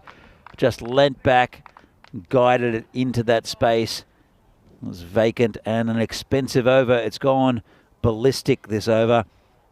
21 off the first Javed Iqbal over and 38 off 2. This score could be anything if Bohemians don't drag this back. Vinny, what do you make of this? Yeah, well, I make it trouble with a capital T. Probably all capitals, actually, for Bohemians. Look, they are top of the table. And, look, you've got to remember, they are the first team to finish their 8 group matches. So, Prague CC can play some catch-up tomorrow. Especially with the win here, Prague CC will be pretty well placed to go top of the table. But, yeah, when you win the toss and you bowl, you're kind of taking a gamble. And you, especially against PCC, their top 3, you need to come out firing. But you've got to remember, now they've just done 10 overs in the field, Bohemians. And, yeah, they've come out a little bit flat. And, well, maybe they've been flattened by these first 2 overs, 17 and 21. Here's the tank, who starts with a wide. Bowling with some good rhythm, though. And look, remember last game yesterday, Bohemians, again, seemed to tire a little bit. I know they had to deal with a pretty stiff breeze when they were bowling, and it kind of caused them to have some control issues. But right now, I think they need to try a few options. I'd be probably going to, yeah, obviously the tank here. I'd be going to Farhad in the 4th, just seeing if you can pick up a wicket and break this partnership. And again, Tomar swinging the ball well, but it's a bit too wide of that wide line. And, yeah, it's interesting, these two. I mean, yeah, the Beast, he has kind of played second fiddle of late, but he has been really consistent. He's a smart cricketer, and he's pretty unselfish, I think, when it comes down to it. I think that he hasn't minded kind of playing that role with Lala going so well. But right now, the Beast has had more of the strike early, and he's made the most of it. It was almost halfway. It was halfway to a 50 already, and we're in the 3rd over. This is driven on the up, and a bit of foot fielding now from Zahid Mahmood. Probably doesn't look great if it gets past the foot, but he does knock it down for a single. Yeah, those 2 wides from Tomar. You can see where he wants to put it. Yeah. But and I think that's smart. I mean, even if you give away a wide, obviously you don't want to do multiples in an over. But I think you can go for more if you get it wrong to these 2 especially. You can go for 6s and you can go for multiples. So here's the tank versus the Beast. Called a wide. Loses the battle. Let's have a look at this. A closer look. This is the thing. You need to get the ball, the entire ball, within the tram line. Yeah. Umpire's call probably, maybe. It's that extra layer of lacquer, maybe, on the ball that hasn't been knocked off yet. It intersects the line. Phil G in the chat. Great to see you, Phil. Nice to see you. Hopefully with your clothes on now in the chat. Here's the next one. And yeah, he's saying there's a bit of boshing going on at the moment. That's one way to put it. And look, let's not forget, it's only 3 days ago that we saw these 2 teams meeting in match 1. Bohemians 86 and PCC couldn't chase it down. But that was pre-Lala in the tournament. And he has represented PCC in the 20-over competition this year. And we know that. So he's not just making his debut for PCC in this tournament. This time he misses by some distance. So this isn't great for the over 8 either. Bohemians have sometimes been on the cusp, I think, of a time penalty. They'll have to be re-bowled. And Vinny, I did send a call out to the Vinos boys to send a picture of the mermaid. I have seen it now, and now I know what you mean. But yeah, tell you what, the mermaid played well in the last game. Very well. Couple of wickets. Also said well done to Sahil Grover for his 5 dismissals. This one probably would have been a wide. Instead, it's going to be a boundary. Man, it's pretty much right off the end of the beast's bat, but he's so powerful. And umpire having a bit of a laugh because I think he had his arms flapping, ready to signal the wide. And ultimately, he wouldn't need to. He had to make another signal because the beast gets 4. He's in the mood today, Beastie. Let's look at the umpire. And yeah, he was going to call the wide. Well, he's in the Well habit spotted. of it, isn't he? Because Tomar's been putting him out.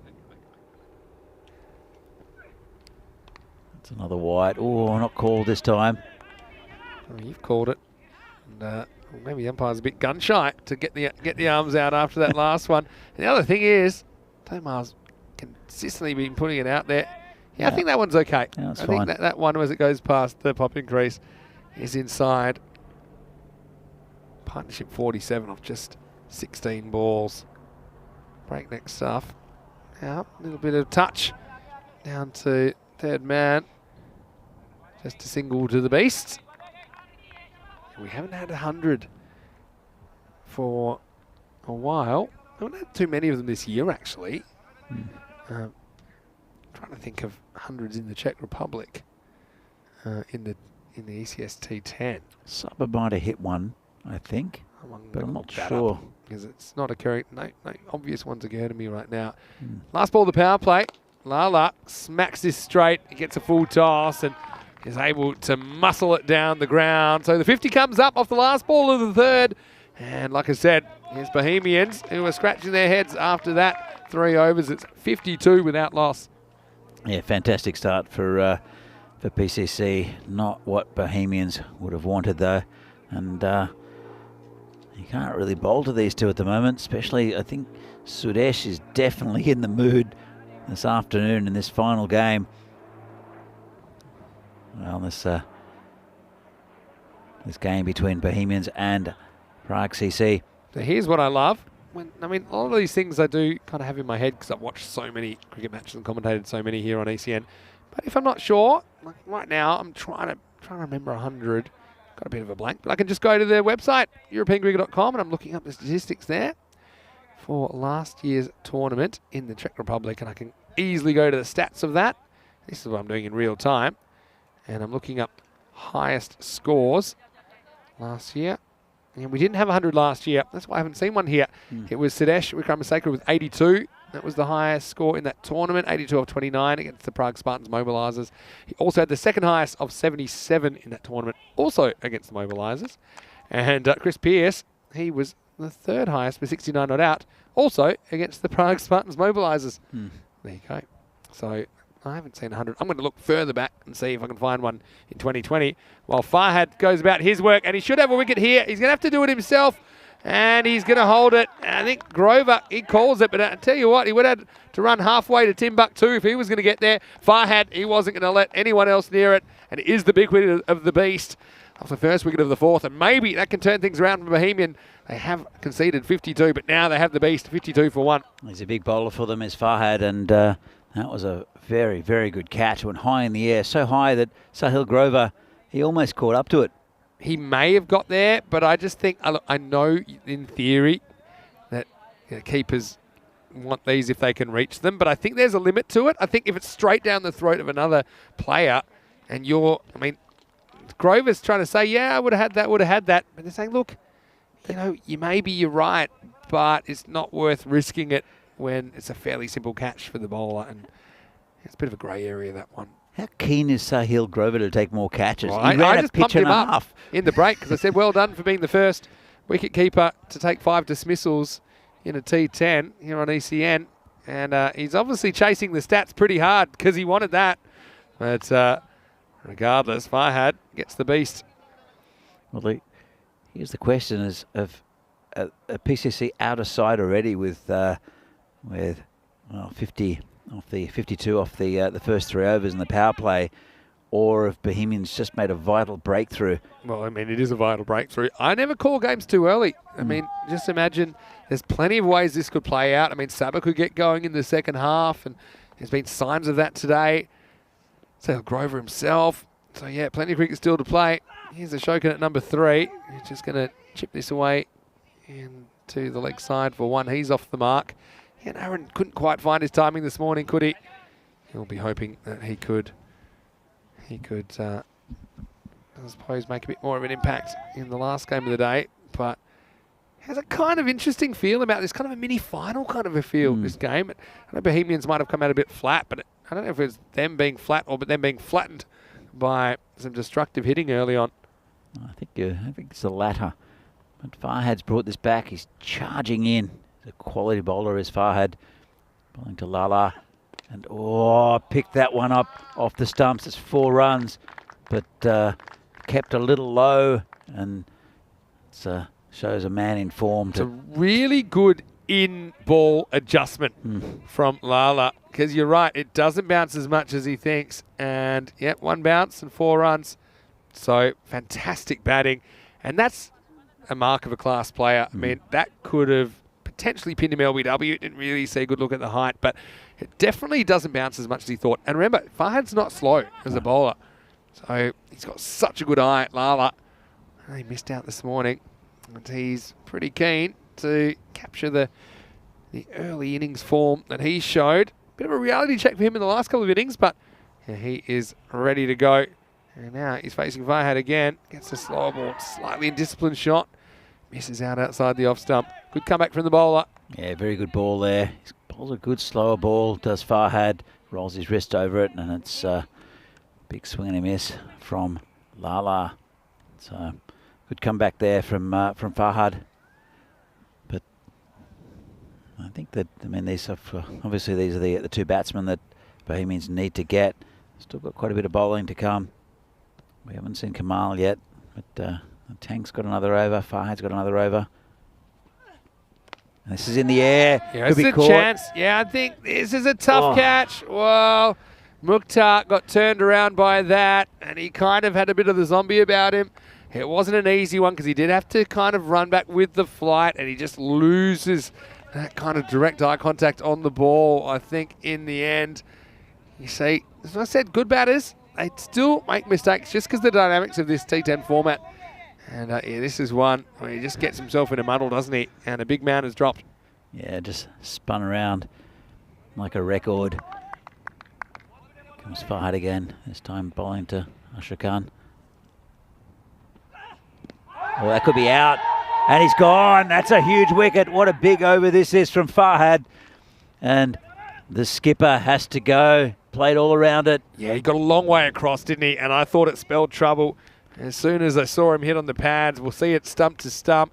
And this is the umpire's view, more or less. I think that's out. I don't think that's missing the leg stump. And I think even Aaron would have to agree. He knew that he got a long way across. So Farhad with the double breakthrough, 2 of the big 3 removed. And this is what I'm talking about in this cricket. Things can change, and things can change very quickly. At the end of the 4th over, the score is going to be 58 for 2.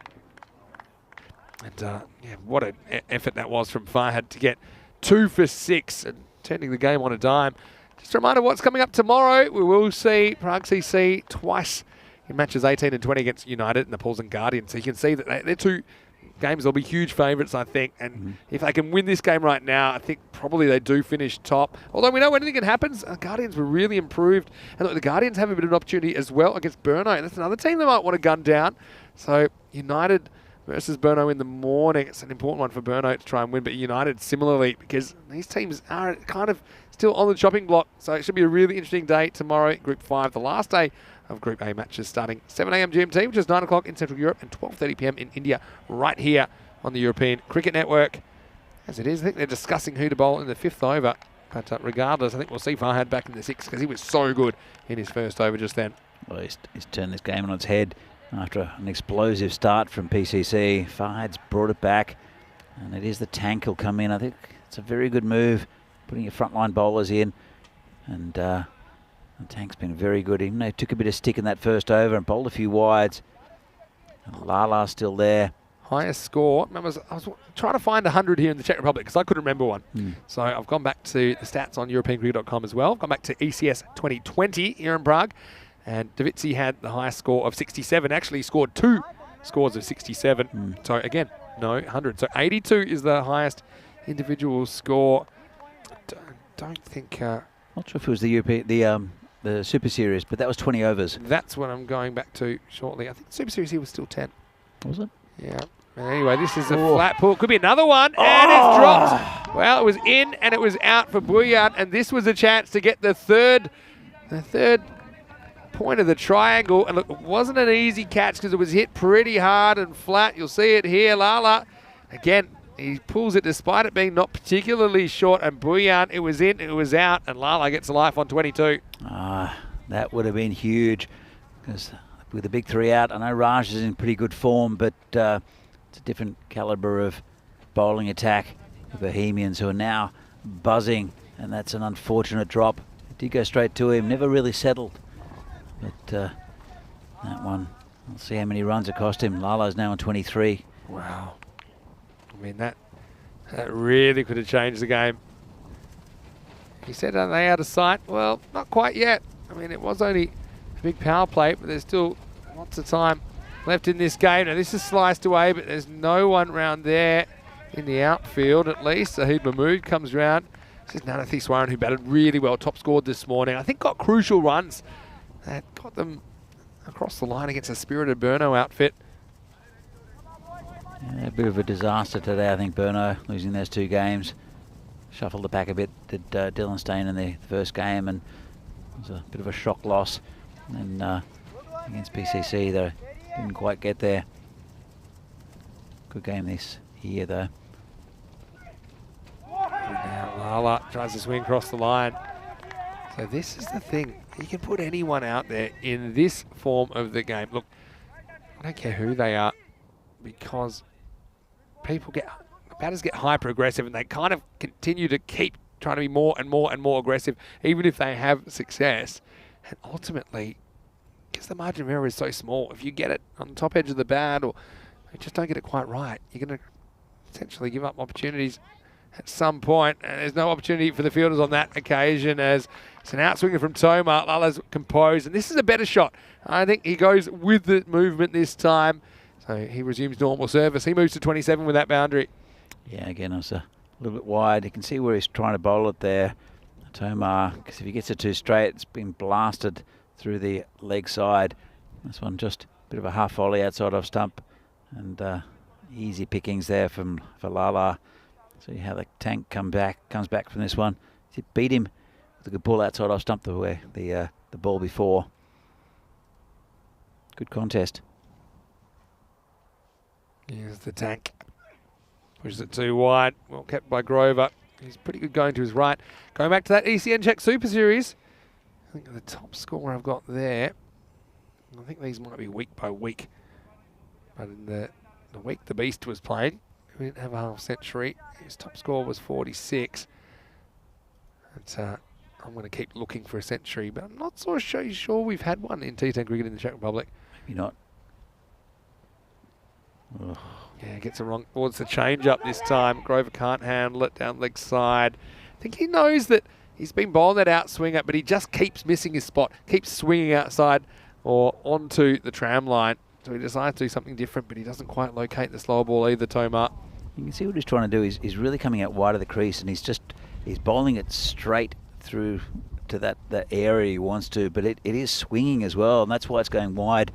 But you'll see a run through the crease, just near that indicator, the wide indicator there, just in that box, and he's trying to bowl basically just straight down that alleyway.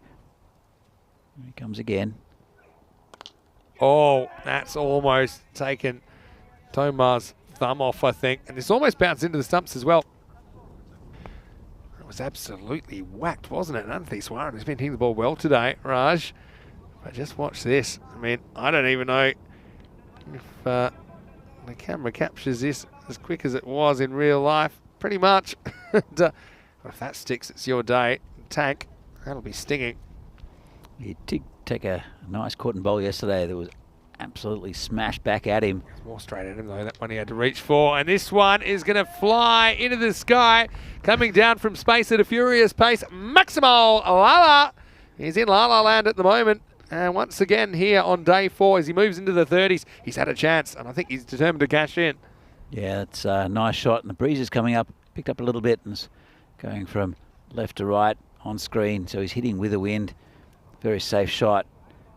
And so he's going to, I think he's batting very, very well as Lala, but that drop catch in the over, Sazi Buyan, I think should have taken it, and that has shifted the momentum again. Yeah, and he also had that kind of half-life, didn't he? That ball that was skied into the leg side, where Mukhtar couldn't quite turn on the ball. So Lala has survived the first half, but with a couple of scares that we just mentioned, Farhad changed the game in his over. He's going to be back for the 6th, 74 for 2. Certainly nothing wrong with the run rate, but Farhad, well, I think he needs to get these 2 to get them back on strike.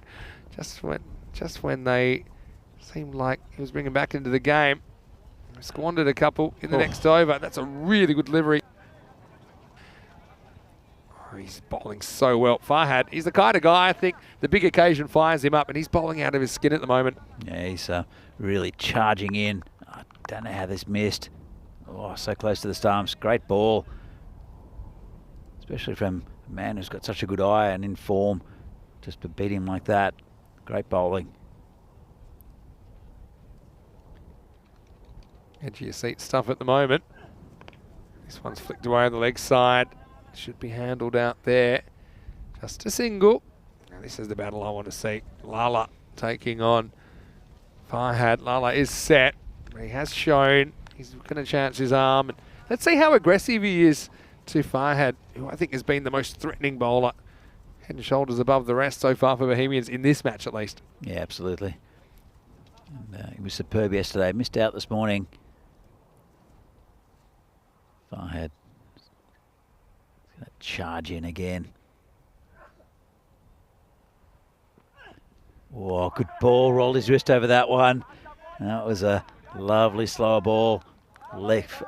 Very fast leg spin delivery there from Farhad. Yeah, I'm not so sure it's necessarily wrist spin as just hitting the seam and going. It to go a long way, but yeah, Lala, not the right shot selection there. I think that's one. If you are going to drive it, you've got to drive it over cover field, just with the width of that delivery. Finally, I've gone back, had the time in between balls to go back to the archives. More about that in a second. That is the slower ball, and this is perilously close to Davitsi, who's hunting that backward point region. So Lala, certainly has been exciting to watch. Yeah, going back to the very first ECN T10 we did here at the Super Series in 2020. The highest score was 73 not out by Davitsi. So we have never seen 100. Not so sure we'll see one in this game either, but that's something. Let's see if we get one at some point this year. Highest score individually is 82 by the Beast. It's good bowling again from Farhad. It's been brilliant, but I think he'll be upset that he didn't get more of a crack at Lala this over, because he looks like the one man that could force him into a false shot just with a good delivery. Good contest though. We expected some good one-on-one contests in this game, and hasn't disappointed so far. Look at those figures, 2 for 8. 1 ball left. He's going to want to make it count, Farhad. And this is in the air. Don't think the fielder will get to it. And good effort. Yeah, it's Buyan, who he has to go basketball style and tries to jump from inside the field. I hope he hasn't had too much of a collision out there with his teammate. Have a look at this on the replay. He certainly does launch himself on this. Nanasi Swaran Raj, he gives it a good crack, and then see here, just can't quite catch up with it. A nice little cuddle at the ends. It's a good effort from Buyan, but unfortunately, for Bohemians at least, it will be a boundary to finish the over. The score at the end of 6 is 80 for 2, despite a couple of wobbles, a couple of drop chances as well. RCC in a great position to launch with 8 wickets in hand and plenty of batting to come as well. I mean, from here, at the moment, they're going at like 13 and over, so on 130s pace. I think they would want with these two something more like 15 and over. They would think that's realistic. If they can do that, they'll get 140. But even if they go at 2 a ball from here, I do think we'll see something at 128 around that 130 mark. It'll be a big chase. We know Bohemians have some big bats in their lineup. It's a lot of pressure for them. PCC, I think they've got revenge on their mind after going down to Bohemians in the first match of the tournament. No, they're a proud club. Here's Iqbal coming back. He went magical in the second. Right now, gets into Lala, tries to cramp him for room. Straight pull for 1. He went for a lot in his first over. 21 in his first over did Javed Iqbal. And he's going to be bowling to 2 very dangerous batsmen. Saw Raj this morning, a very good innings. Comes Iqbal, slow ball, hit along the ground. And good feeling there from Zahid Mahmood. Say that Raj has had a really good tournament. And I think he's shown his versatility in this tournament, and he's been able to bat in different situations. We saw him opening early before Lala was unleashed on Wednesday, yesterday that is. But he's batted really well in the middle order. I think he's found a bit of a home there in this form of the game. As this one is whacked and it's almost taken by Farhad. And I think in the end it's gone over the rope for 6. So Maximo Lala continues the carnage. And he says, well, if you're going to drop me, I'm going to make you pay.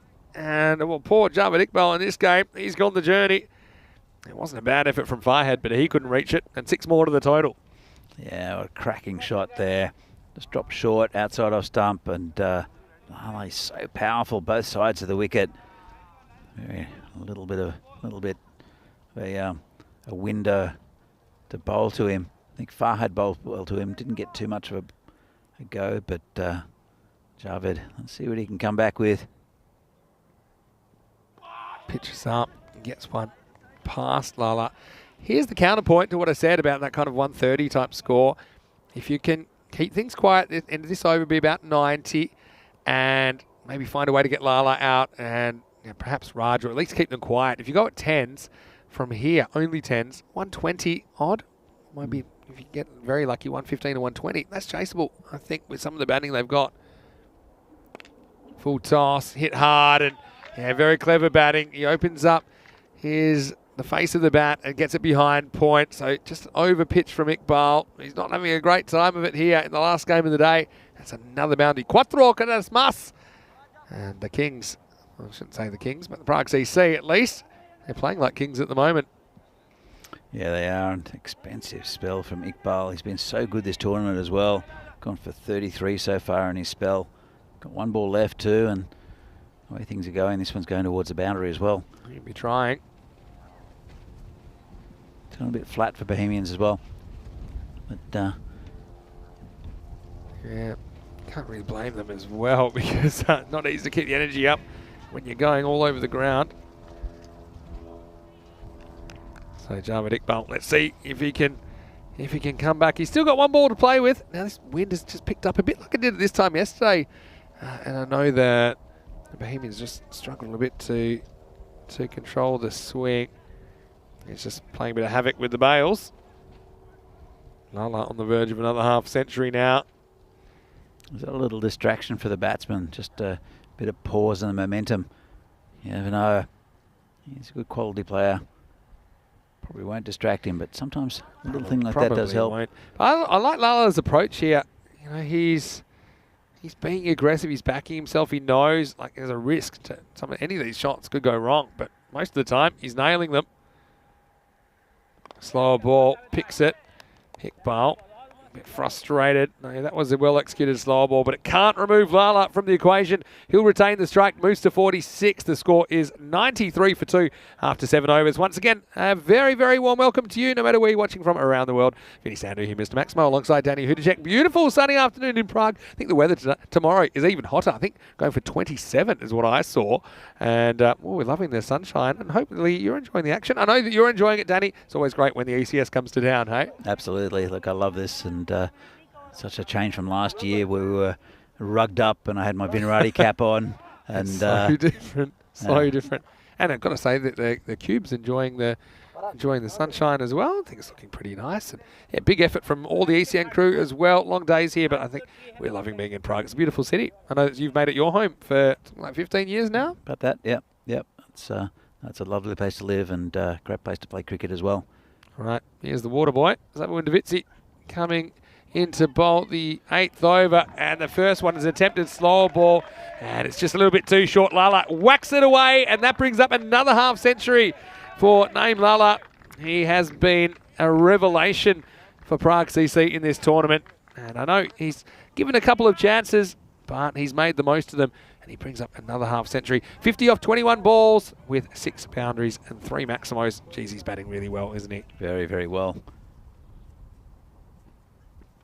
Wants more, and he's going to get more, but probably not the way he intended. Little French cut. Geez, when your luck's in, your luck's in. Davitsi, he kicks the air in frustration. Quattro Cadetas Musk. 4 more runs to Prague CC. What I've seen with Lala is that he does go hard at the ball, and the slow balls then that before the Javed Iqbal bowled, and that one there from Davisi have troubled him a little bit, just messed with his timing, just a fraction. And if there's a chink in the armour, that might be it, but it's a very small chink. With good players, I found you're better off going full. You're better off going full. You're more likely to induce a mistake.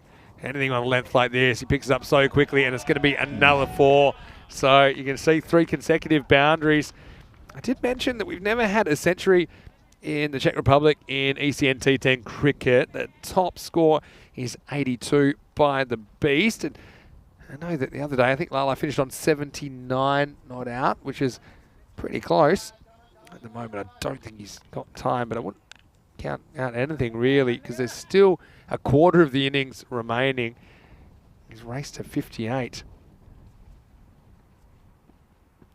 Oh, a better ball. What I noticed as well is he seems to hit a lot of 4s. This is the thing, compared to some of the other players in the PCC lineup that seem to deal in 6s like the Beast. I think that Lala knows that this field is so fast. If he can pick the gap, hit the ball hard, hit it correctly, when he does that, then he can find the boundary along the ground more often than not. This time he just hacks at this. I think he wants 2 here. Not so sure he'll find it though. Smart decision to hold up at 1. Well, we've been saying that all week, Vinny, that this ground's so fast that you'll get good value for money just hitting along the ground. And I don't think Lala's the only batsman that's worked it out, but it's certainly the one that's exploited it the most. And yeah, it does help. He does have all the shots. That's the thing.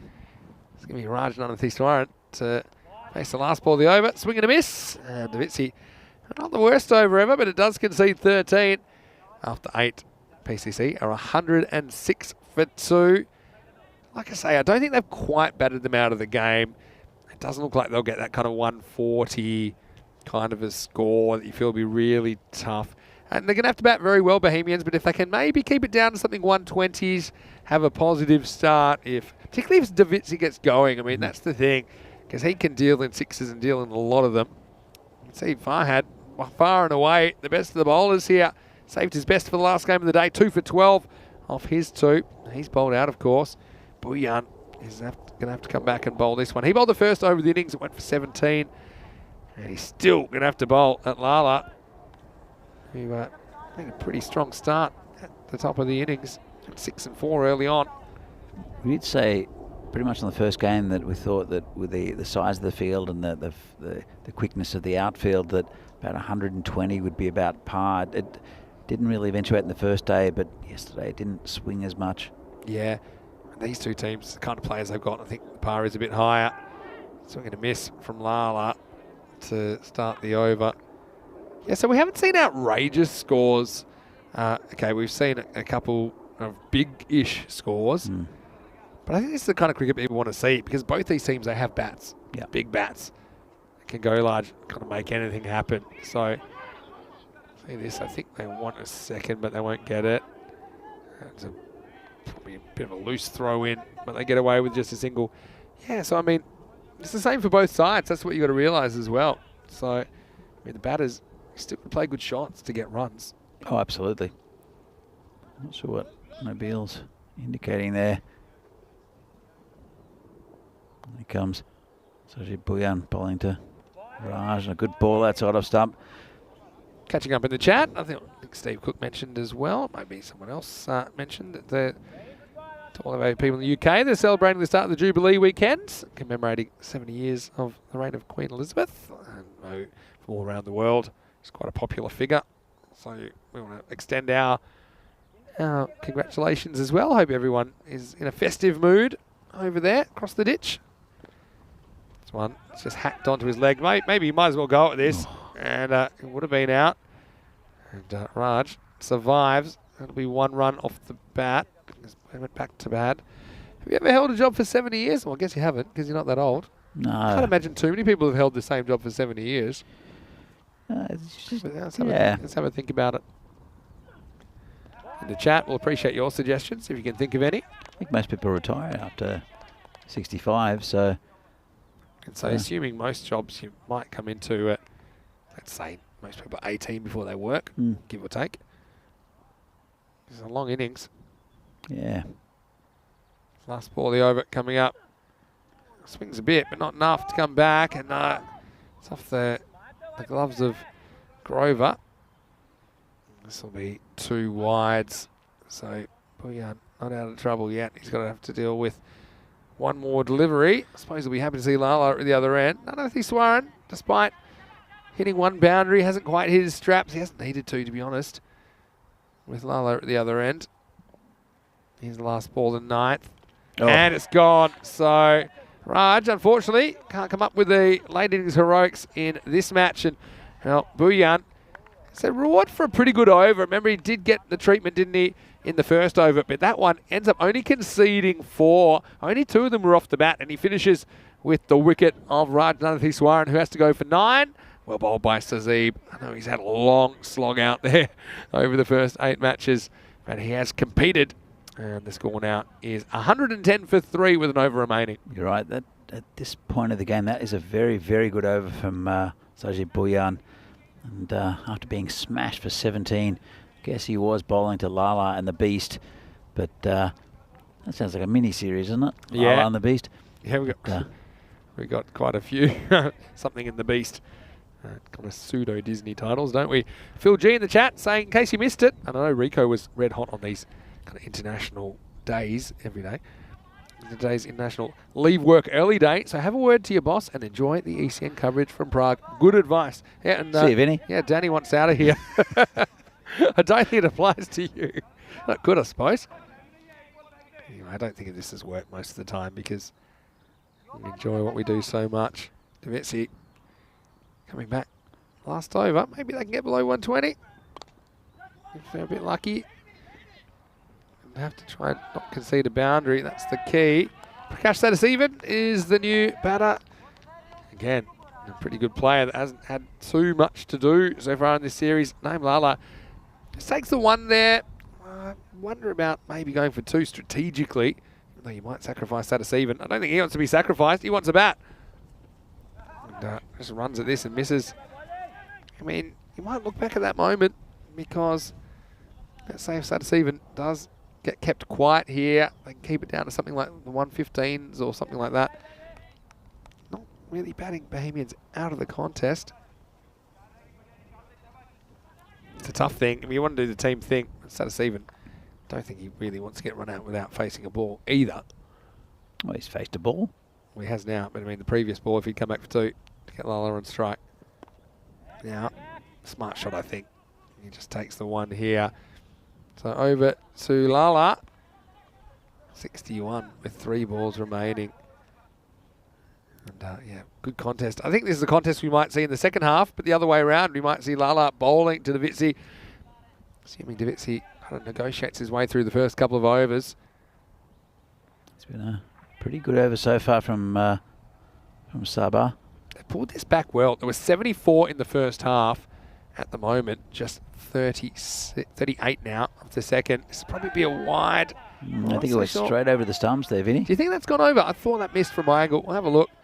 That's umpire. Didn't think it goes down the leg side. Let's have a better look at this. Yeah, I agree. I think it's gone over leg stump. I think it's a pretty good call. And I think that's one sense where you probably do give the benefit to the bowler. Two to come. Hit hard. And well, this is going to take some stopping. It won't be stopped. It's going to crash into the banner. And Lala, well, he tried to get funky the last ball. This time, he just goes for brute power and whacks this one straight. Another boundary to the opener. He's having a really good series for Prague CC. Isn't that bad a slower ball, really? But, just got onto it. And last couple of balls here will be interesting. Here we go. Last ball then. He doesn't quite get it. Again, it'll take some stopping. They'll probably go for two. Might as well. They go to the bowler, so we'll get a run out. But I mean, that's unselfish stuff from Sadasivan again. He does the right thing as far as the team goes. So 117 for 4 will be the final score. Pretty good last over. Pretty good last couple of overs, really. Bullion keeping PCC to 4 in the 9th. The 10th ends up conceding just 7. So at least keeping themselves in the game. They're going to have to bat really well, but it is in the zone of possibility. Could be a few more runs left in this game yet. Prague CC, 117. It's probably what we thought was a pass score. Maybe it feels like it's a bit more than that, considering how this series has gone so far. No, look, absolutely. I think they're very capable, though, Bohemians. But you're right. I think it's Sabu Ndavisi at the top of the innings who really needs to get going. I mean, he hasn't quite done that yet this series. But 117. Looking at what happened in the first 3 overs, they got 52 of the first 3 overs in the power play, and I think it was the big wicket of the beast Sudesh Wickramasinghe that turned things a little bit, just slowed down the momentum because he was going hard at it. The first time in the series, I think so far he's been hitting the ball cleanly. You can see it. That's Lala.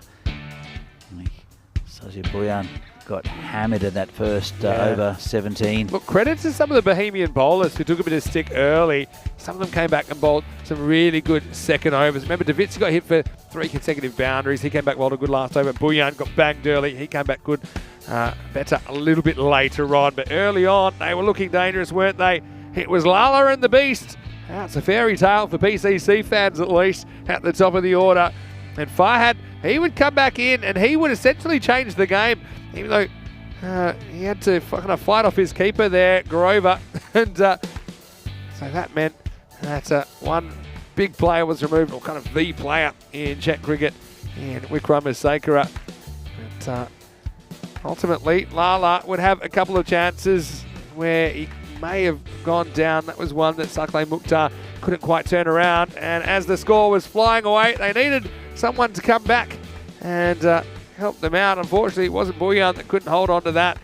And if you give a good player a chance, he's going to hurt you. But I've got to say that Farhad, he did impress me with his bowling in this innings, and even his efforts with that effort on the deep point boundary. The PCC, look, it's an interesting innings, isn't it? 74 off the first half, just 43 off the second half. So they did a good job of pulling it back. Raji was around there for a while, ended up chopping on. He couldn't really get going, only 9, but Lala, it was all about the opener as well. I mean, his 66 sets the table for this total of 117.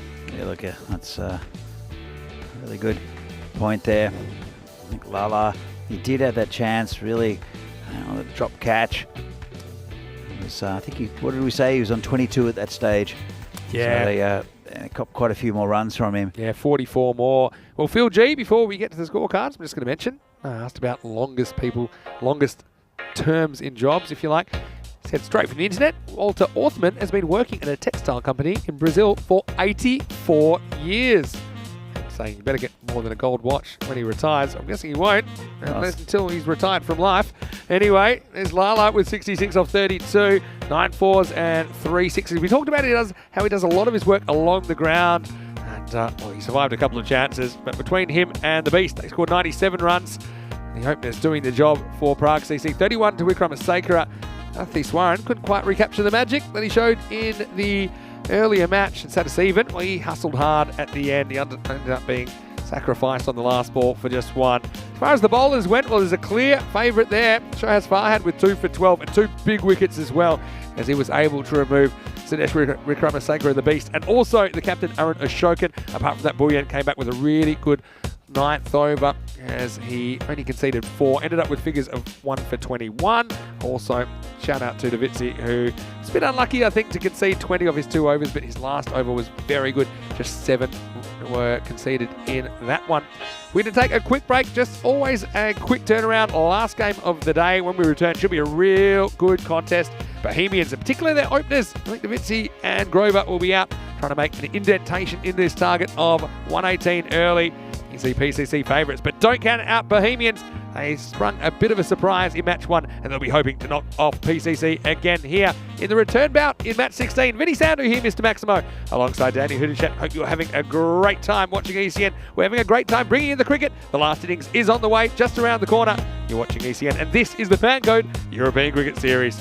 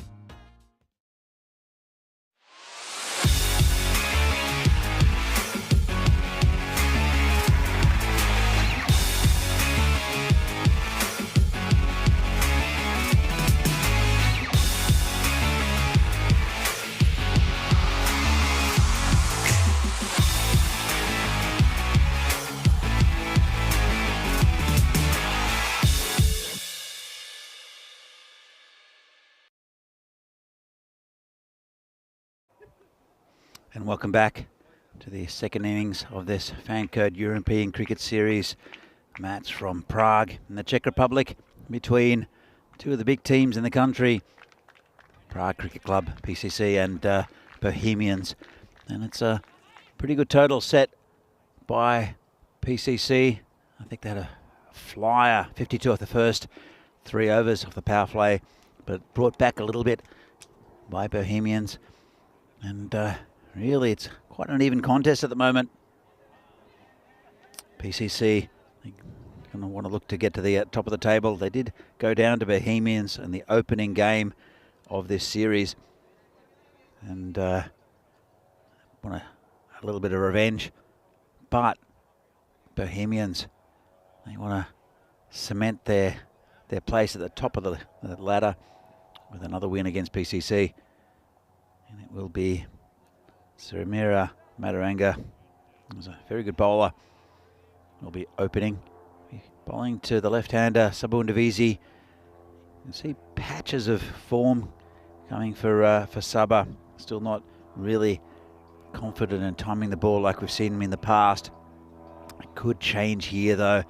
He does like to be the hero, does Saba, and just sometimes it's enough to click him into full mode. But PCC, they're a quality side. Both these teams will be in the quarterfinals next Thursday. Just depends on whether they come first or second. I don't think anyone else can catch them now in this group.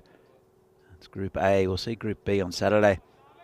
One more day of Group A action.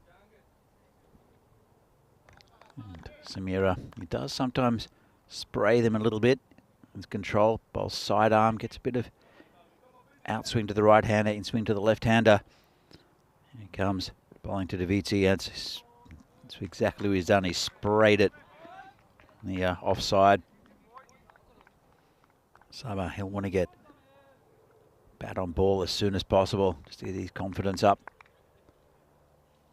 He's normally a free-flowing batsman, and he's looking towards the golf course already, trying to launch one out there onto the 5th green.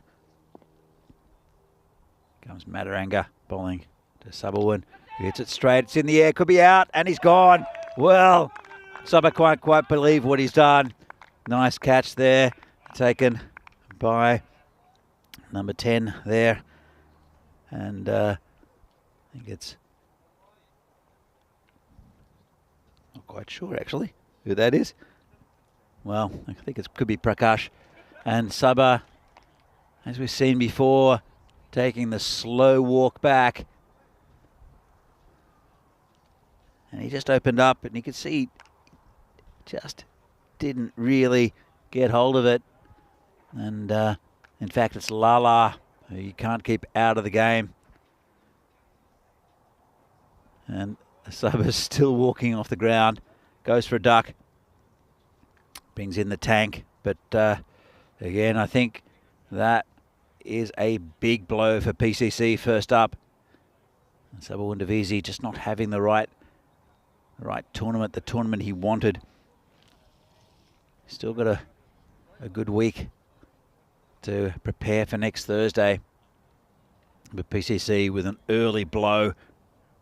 Now the tank comes in. Samira Madaranga, he's a very good bowler. The early breakthrough there, 1 for 1. And Sabawin Divisi not happy with his performance again. Well, here's the tank taking leg stump guard. It's very dangerous. Needs to go on with a big score. I don't think we've seen that yet from the tank. Good little innings, good little blasts. Here comes Madaranga bowling to the tank. And gets lucky with that little inside edge. Shy at the stumps. Almost hit the tank. And gets away with a dodgy single. Good start here from PCC. Madaranga. He's never aging. Is Samira. Comes off a short run nowadays. Has done for the last few years. the conditions are right, he gets a lot of outswing. And he'll be bowling to Sahil Grover. He's been in pretty good form this tournament. But they need a partnership here, do Bohemians. They want to get anywhere near this total. They won't get near the power play of PCC. And oh, he's got him, I think. Has he bowled him? I think it's taken the bail. And that's another wicket. Not sure if it's caught behind. I thought it clipped the bail as it went past, and not the start that Bohemians have wanted. 2 wickets down, and Mataranga is destroying the top order of Bohemians. Not a great shot there from the opener. Just clipped the bail. Just a fraction in it, and brings out Sazi Buyan. And Sahil Grover has to go back. And another duck at the top of the innings. Well, Samira Mataranga, he didn't read the script, or the script that Bohemians wrote, and it's dominant so far for PCC. Buyan's very capable though. Again, probably not scored the big runs yet in this tournament that he'd wanted to show at the start. Here comes Mataranga again. He's got figures of 2 for 2 off 3 balls.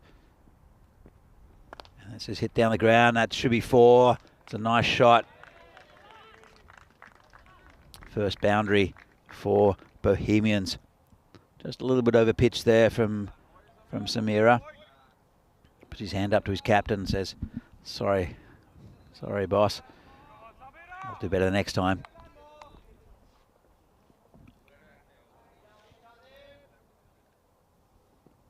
Still got plenty of batting, Bohemians. After losing those 2 early wickets, both openers gone. Comes Mataranga again and cramps him up, just squeezes that out down to third man. And just a single. Bring the tank on strike. You think these two would have to really have a good partnership for Bohemians to get anywhere near this total. They're both very capable of big runs and big shots. Interesting to see who would take the anchor role. I'd say Buyan should be the one pushing it around, getting the tank on strike. It's the last ball of the first over. And beats him outside off stump. Fantastic first over for Mataranga. Just that 4 sportive figures a little bit, 2 for 7. And, well, Bohemians, there's 2 big wickets down already. And PCC well on top. What did I miss? I'm looking forward to watching Davitsi. All right, fill me in, Danny. Yeah, I think you'll see Davitsi next week, as well as Sahil Grover, because they're both sitting down and watching the rest of this game. Yeah. Well, credit to Samira Mataranga then. He had 2 threats. He removed them like a good surgeon. He just cut him out of the inning straight away, didn't he? 7 for 2 in the first. And, well, going to be a long way back. Having said that, I mean, look, these two, you're going to need a partnership out of your skin. They're both very capable. You saw Buyan bang that one down the ground. I think, here you got to believe, and, when you're out there in the middle, you're going to get some good bowling, but you need basically 12 and over. So break it into small bits. So break your big problem into smaller problems. You see Davitsi, he kind of had the false shot in the last over. And, well, let's just say the bat went about as far as the ball went. And then this is the second wicket to fall as Grover nicked behind. And so, yeah, now I think you just got to try and get 12 of this over and then keep stringing together overs of a dozen plus. And look, if you don't do it, you don't do it. Anyway, here's Lala. He's not going to make things too easy. Pitches up, gets driven. It's the beast. Kamasekara. That will keep it to 1. Got to say, great work by Emils, putting together the montage of the first 2 wickets. And I've got to say, he's been brilliant. I know it's his first time directing cricket this week. He has been out of sight, I think. Big thanks to you and also Andres and Kadils Carril's with the special pills as well. You should see some of the supplements he's been providing. No ball called. I think Lala has overstepped here, and this could be a no ball plus 4 leg. No ball plus 4 buys. Okay. And that's a bit harsh on the keeper because that was down the leg side. It's Prayag Ravi that's got the gloves in this game. Yeah, just overstepped slightly. I thought caught a bit of the pad, but I thought it caught a bit of the pad as well, but it's kind of probably a moot point. In the old days, any non-bat runs off no balls were scored as no balls. So that would be 5 no balls as it is now. That one's gone against the keeper. I don't know if it's a good change, to be honest. I don't like it at all. I think it's a silly change. I don't think there's any reason. This one is a free hit. The tank misses out. Yeah, I mean, it's a stupid change. I don't mind saying it. Because, I mean, I don't know what the thinking was. I know what the Laws Committee said. They thought it was a bit harsh on the bowler. So it's not harsh on the keeper. Yeah, exactly. That buys and leg buys would then go against them. But a lot of time they've created those buys with a terrible delivery. It's maybe off the pitch, or maybe he's gone over the keeper's head completely on the full. So I think they should cop him. Anyway, that's me as a wicket keeper, and I'm not going to pretend to be neutral, even though I'm neutral in most things. Is it retroactive? Can I change my bowling figures from the past? How many did you bowl? That's the question. A few, maybe. No, it wasn't too bad, actually. I was pretty disciplined with the bowling. Here's Lala. And this is a really good shot, nailed straight, and that would be 1 bounce 4. That is straight as the day is long. And so Lala getting a bit of his own medicine. Beautiful lofted straight drive. The tank shooting straight in the second over. Yeah, good shot there by the tank. Didn't try to overhit it. And it's a good contest between these two. And yeah, the tank. I did say, try and get 12 and over. Just start with 1 over. Start somewhere. Already there's 10 off this one. And still time to do more damage. Next one worked for a single. So that takes it to 11. Okay, sure, you had a bit of assistance with the 5 extras earlier in the over, but that is the way back into the game. You've got to break it into little manageable chunks. It's actually true about a lot of things in life. When you've got a big problem, you know, just break it down a little bit at a time. Don't know if my life coaching career is going to take off as much as my cricket commentary. This is not a good delivery either. It's actually pretty well done by Ravi to get across to that one. That one will just be a wide. It's a good little comeback here. It's a long way to go here for the Bohemians, but a good comeback in this over. Got the 12 off this over. And that's kind of just what we talked about. It's going to be hard to replicate it time and time again against this bowling lineup, but you got to try it. Slow ball, driven, and into the gap. This will be 4, so a good over. And so don't count them out just yet. They lost the 2 big guns in the first over. But how do you replace 2 guns? Well, a tank helps, and the tank and Bhuyan trying to put together a bit of a response. So 16 come off the second over in the end. 23 for 2 after 2 overs. Yeah, good response there. And they need a big partnership here between these two. I think neither of them have really gone on to get big scores so far in the tournament. They had starts, but if they both go on, I think they'll get very close to getting there, the Bohemians. Yeah, the table's super interesting because at the moment, Bohemians are leading, but they are playing their last group game right here. We know that PCC, if they can win this game, they'll be within 2 points, within striking distance of Bohemians. And if PCC win their 2 games tomorrow, they will finish top. So yeah, it's a game where Bohemians essentially, I know it seems a long way off, but if they can win this game, then they will pretty much be out of sight from PCC. Well, they will be because they only lost 1 game. And PCC would have lost 2. Exactly, so they won't be caught. Here's Mataranga though, bowled a very good first over. This one's pitched up on the stumps. The tank drags it away for 1 and almost an overthrow, but pretty well backed up. So yeah, I mean, this is where Mataranga, who went for 7 in the first, picked up those 2 wickets. You got to try and grab 12 off his as well. I think that's the way out of here. Yeah, a very good first over. Just 1 ball over pitched. Took 2 huge wickets. So we'll see if they attack him. I'm sure they will. Gaining in confidence, these 2 batsmen.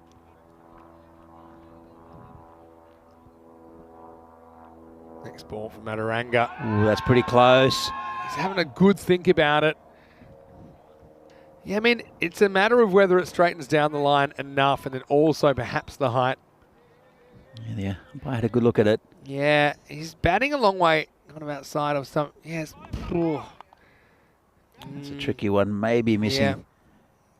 We'll have a look at the height as well. I don't think the height was really a factor. Don't think it was going over. No. Next ball. It's just dabbed away for a single. Yeah, I actually think it's pretty close. I didn't really see what it was missing, but I wouldn't mind maybe a slower look at this one. We'll have a look at the LB because he is so far kind of in front of his stumps to start with. And you can't really see the stumps. That's the other thing. You can see him now. I think he's pretty lucky to survive that, to be honest. Yeah. I don't feel like it was going down. Anyway. I know we disagree on LBW decisions and giving the benefit of the doubt to the batsman, but I got a very good piece of advice from umpiring. Yeah. For umpiring about if you would hang this man on this decision, because you have to be 100%. Yeah, well, see, you've got to be 100%. It's a philosophical difference we have, I think, particularly in this form of the game. I'll tell you why I'm a bit kind of harsher on batters in a second. Because, look, benefit of the doubt is one of those things that we talk about, and it seems an accepted part of the game, and I do accept that. But I do think it's not written anywhere, and that you should go with what you think. And if you think the ball's hitting the stumps, then I think that you give that out. I don't think you have to be 100%. I can see why the umpire doesn't give it out. I don't really have a problem with the decision. Could be out if he hits. And, well, good luck backing that up. Prakash has copped that on the thumb. He'll allow one overthrow. I think he's pretty happy it's just one. That'll be 2 total.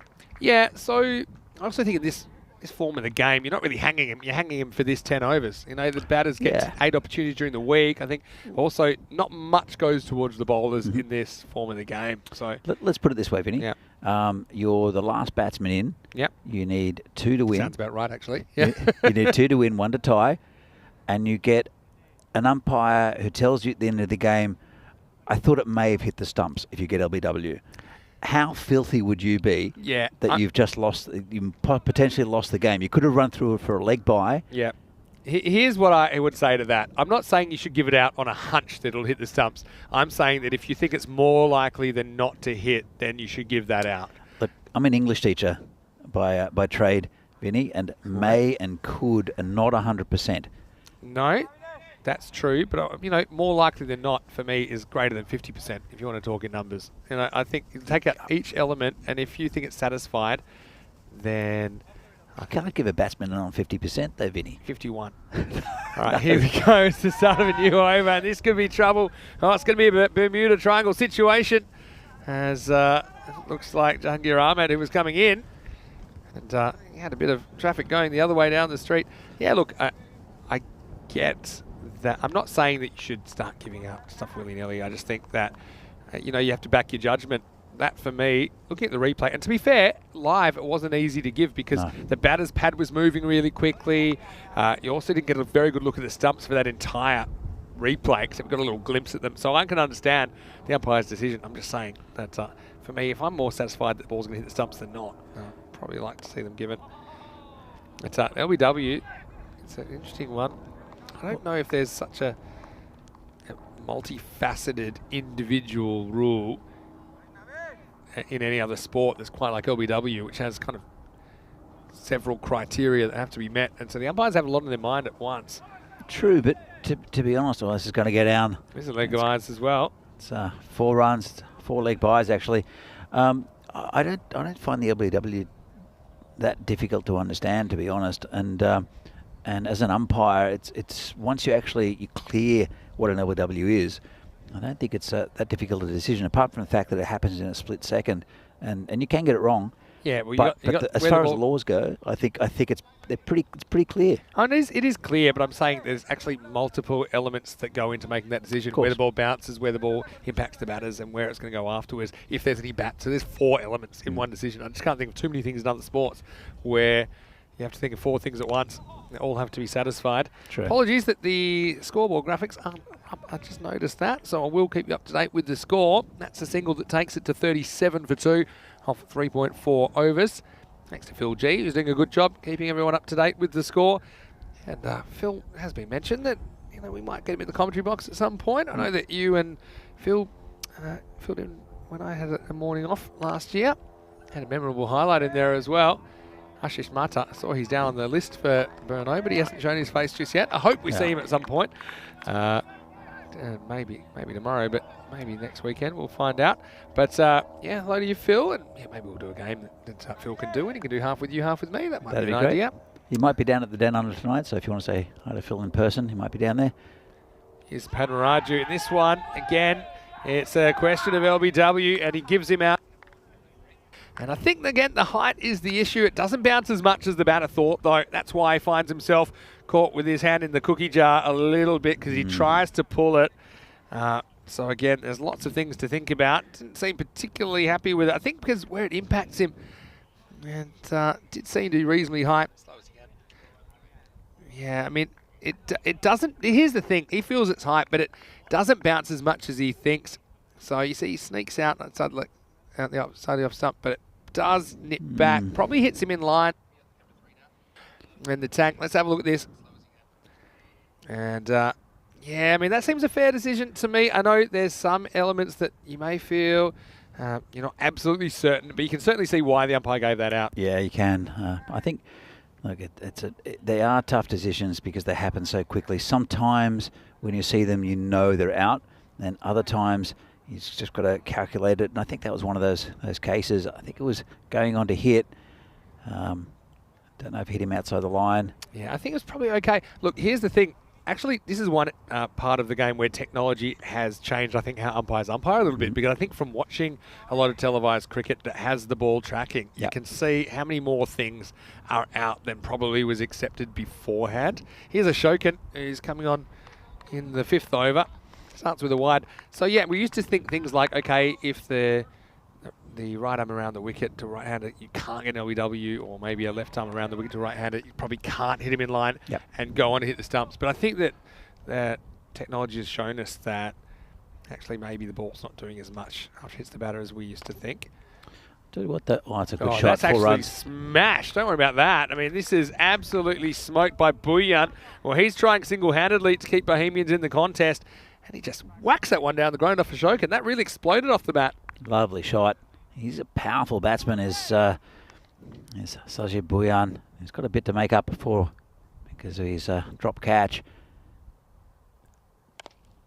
This is going in that direction as well. No hit as well. I've got to say, Vinny, going back to umpires, I think one major thing that ECN has brought to European cricket is the rise in the level of umpiring. Because firstly, you have come back to that. Well, could be trouble one way or another, and it's straight down the throat of Lala. So disappointment for Bhuyan, who was trying hard to keep them on the money. In fact, no, Bhuyan does get the single ball before, so that would have been Zahid Mahmood. When he goes first ball, actually gets this pretty good, doesn't he? But he picks out Lala, hit it hard enough, just didn't get the elevation. So, unfortunately, he will become the 4th man to fall. Bohemians now 45 for 4. Yeah, Lala was never dropping that. He's a good cricketer. A good all-round cricketer is Naeem Lala. Just going back to the umpiring. Firstly, you can get to watch what you've done, but also the mentoring from people like Rob Kemming, who's just got years and years of cricket experience. So Rob Kemming, and just discussing things with umpires and seeing how they can improve, and their signalling and everything. The standard in these games is very high. And that filters down into the local leagues because these umpires are all local umpires, and they're a very good standard. So it's another way to improve cricket around Europe, and it's really, I think, due to the efforts of the ECN and professionalism. It's very kind of you to say that, and I do think the ECN has had a focus on that, let's say. But also I want to give some credit to the individual umpires, because I think they have the building blocks already, and that judgment, which I think, that the extra stuff you can't do without a good base. As Ashokan gets one past the new batter, Saklain Mukhtar, who's out there. So, yeah, I want to give a big shout out to the umpires and And the officials, I think, do a very, very good job and do a difficult job. As Ashok gets another one past the bat. He's just hustling through his overs here. Yeah, and obviously being put under the microscope of Television cricket is a real challenge for the officials, but I think for the most part they've done a very, very good job. They're dealing with a lot of stuff happening very quickly. I mean, there's more stuff that happens in a 10-over game here for us that sometimes you would get in a 50-over game or a 40-over game in the league. As it is, right here, it will be the end of another over. The score is 46 for 4. And yeah, I mean, so well done to the umpires, and I was got to say that Charles Crouch has been excellent marshalling them so far in this tournament. I know we also got Stephen Gooch, we've got Rob Kemming, and I know that there's been a real focus to try and improve the standard of umpiring amongst local umpires, and part of that is also about making it so that in the local leagues the standard of umpiring is higher for the players, which I think is good for cricket. Here's Padmaraju, who's going to bowl the 6th over. Once again, apologies that we don't quite have the score graphics. I can tell you it was 46 for 4 after 5, and that will take it up to 47. Have you ever done much umpiring, Danny? Umpiring? Yeah, I did back home because the standard I played back home, and also here originally when we started the league here, we had to umpire our own matches, and I enjoyed it. Well, this isn't too enjoyable for the bowler anyway, as Bhuyan, he's going to fight on. And he moves up to 24 with that. It was a big swing and just kind of skewed away towards the third man region. We know that's really fast down there. Yeah, it's another valuable 4 runs to this total. And while Sajid Bhuyan is in, I think still a glimmer of hope here for Bohemians. Need to have a bunch of good overs in a row though. The rate's climbed towards 15. Slower ball for Padmaraju, driven, and Shokin deals with a bit of a Tortuga bounce. But he will make sure it's only a single. That's important as well because it keeps the set batter off strike. Yeah, it's good bowling from Naveen. Comes in again. That's why Padmaraju's a clever bowler, because he varies his pace. I think that whether you're a faster bowler or you're a spin bowler or somewhere in between, I think that just changing the pace so the batter can't settle is so important, because that subtle deception can result. That's the difference between getting whacked out of the ground and maybe the ball going straight up in the air. It's Naveen Padmaraju, and this one's a little bit short, and it's going to travel Maximo. Once again, we see Bohemians attacking. They need to, and this is a good run from Mukhtar. Maybe he's got a role to play in this as well. They need 15 and over or so. That's going to help. 6 more runs to Bohemians. Yeah, just a fraction short there from Naveen, and got right onto it then, did Mukhtar. Here comes the bowler again. His reply is... His next one is cut away. It's going to be another boundary. So that's really good batting. He wasn't afraid to go offside either. Well, this innings that started with a pair of golden ducks to the openers, it has some life in it. And Bohemians certainly with the right approach. Mukhtar goes back to back. And that will also be the end of the over. 6 overs down. The score is 62 for 4. Again, apologies that we don't have the on-screen graphics at the moment, but I can tell you right now, 56 required off 24 balls, as Phil G has said perfectly in the chat. And the score is 62 for 4, just repeating it.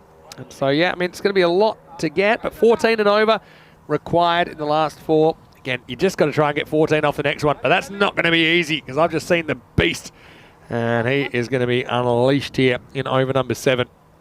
It's very difficult to face, very clever bowler, but these two are looking pretty good. No fine leg, no helmet either. Start of the over, and it's going to be a dot. Seen some very good spells from Sudesh to turn things around. Doesn't really need to turn around, just needs to contain, I think, and possibly pop up with a wicket, but tight over here will help PCC. Here's the next ball, and it's going to be pulled away, probably just 1.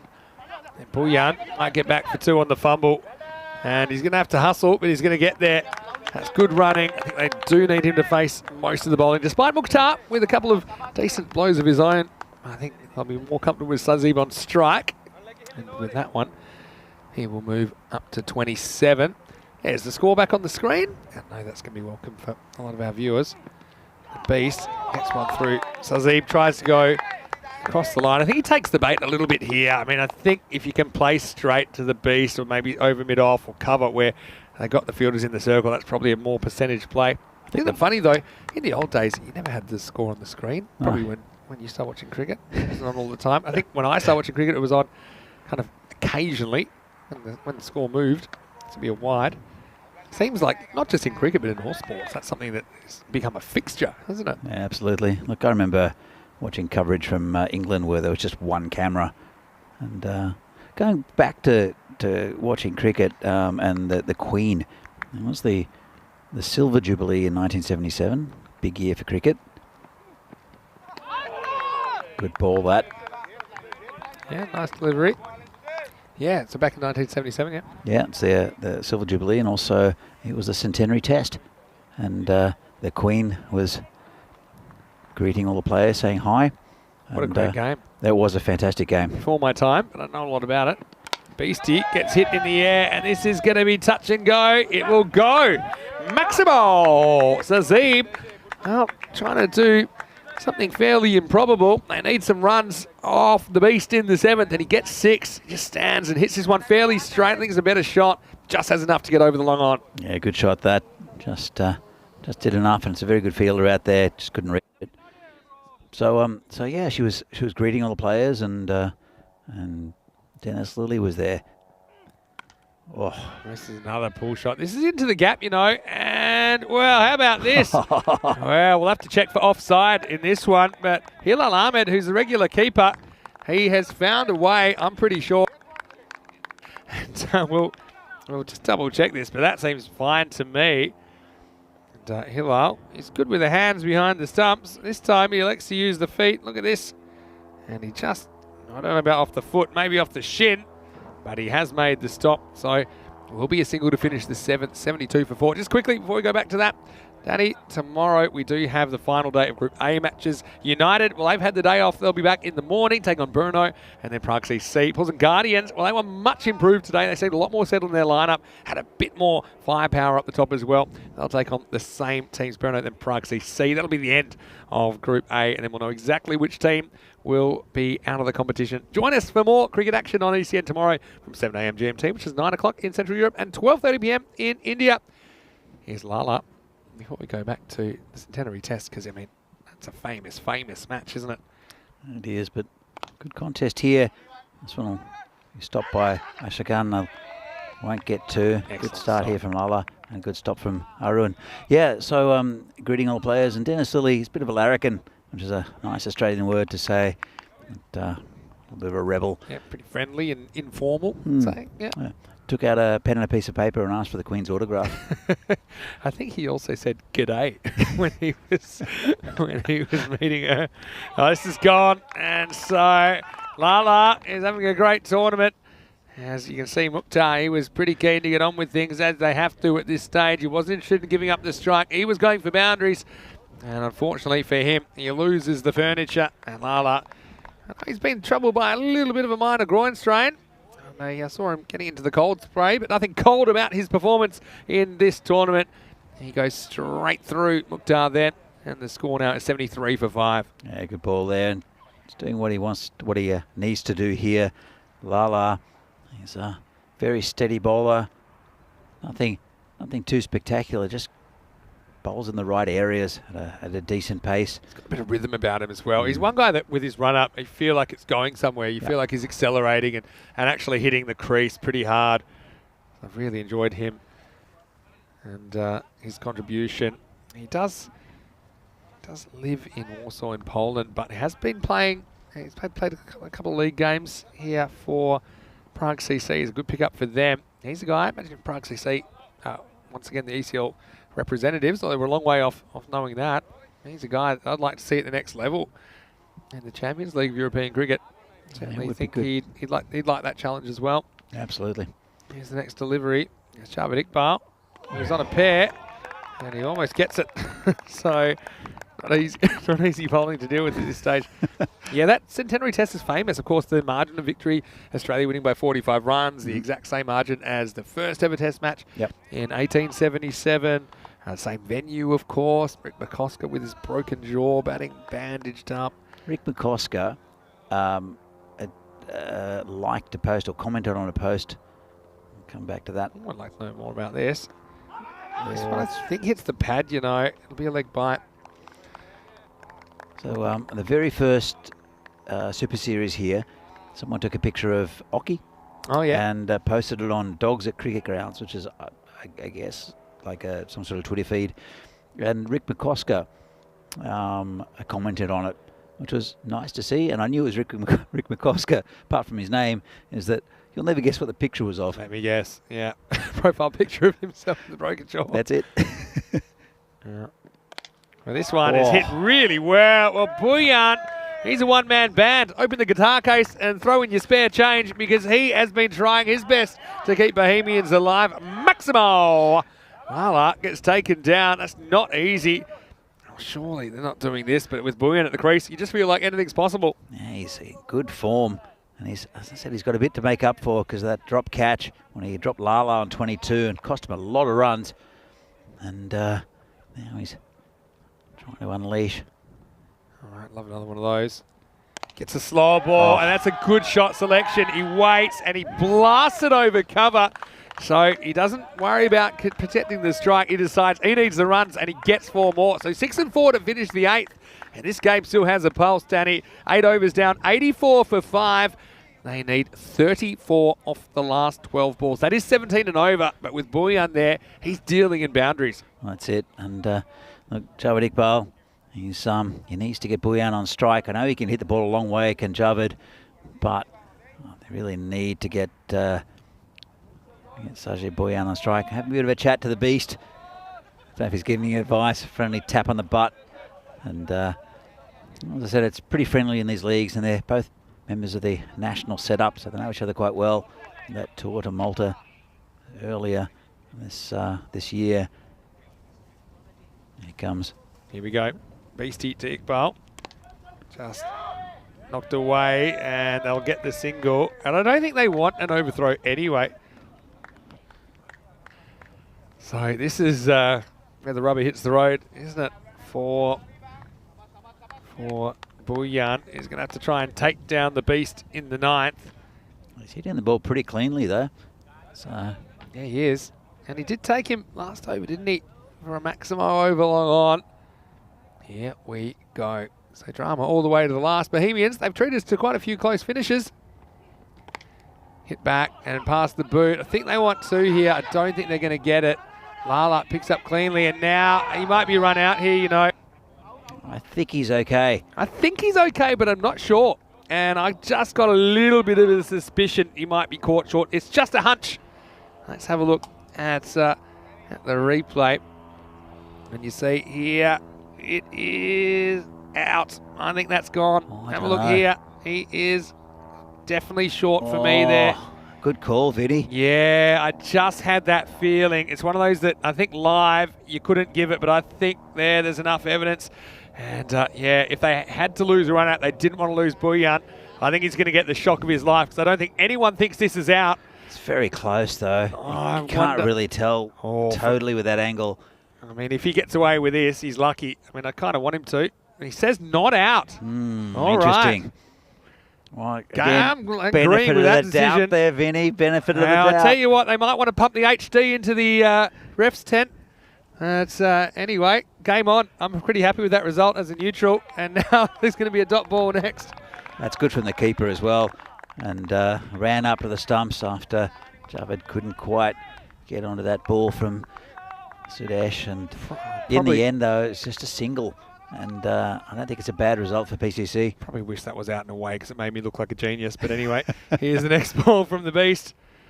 And it's angled away, and this is going to go really fast. Well, it's a race, and the ball's going to win the race. That's none of this Swaran. He looks like a man that's played a fair few games after that. He was chasing it. He made his own bed, didn't he? Because he kind of knocked it away from himself. And ultimately, you see, he's just happy to cut it off, but he doesn't get the direction right with the slap. And so this game stays alive. What a good game of cricket this is. It's been really good. And I'll tell you what, though, with Sajid Bhuyan finding a bit of form, it's, we know they're a very strong bowling attack, Bohemians, but this is the first really good partnership I think they've had in this tournament. 28 off 8 now. And this one is going to fall short, and they don't want the run here. And I think, I'm not so sure about this because there's 2 to come in the over. So you've given up a run there that you could have got. You could have had Bhuyan facing up, but he's obviously saying, I want to be facing the last, but you just need so many at this stage. You could have grabbed an extra 2 runs potentially. And now, see, this is one that they're not going to take a run either. And it will be the end of the over. So it's an interesting that you take 2 dots at this stage. I mean, he's been heroic, Bhuyan. He's on 46 off 23, but he's going to need to take 28 off the last. Unlikely. Yeah, it looks like Ashokan's going to bowl it. I think there because, okay, 28 or 26 is still a lot. But, I mean, even if he takes the single second last ball, he can either hit a boundary and try and eat into the target, or you can at least get one more to retain the strike and still be on strike. So, yeah, with 2 to go, maybe he just said to Iqbal, look, have 2 goes at trying to hit boundaries. Yeah. All right, so we go to the last, and it is 28 to win. This is a man, I think he's a dead man walking, to be honest. Sajid Bhuyan, because I think he was run out, but that's just me. But, I mean, it'd be such a great story. You know, the most runs we've ever seen off a last over to win was 23. I was back in the very first game we played in Italy last year. I did that with a ball to spare, mind you. So, Ashokan, the Czech national team skipper, just needs to avoid getting hit for a flurry of boundaries, and they'll hold on in this one, Prague CC.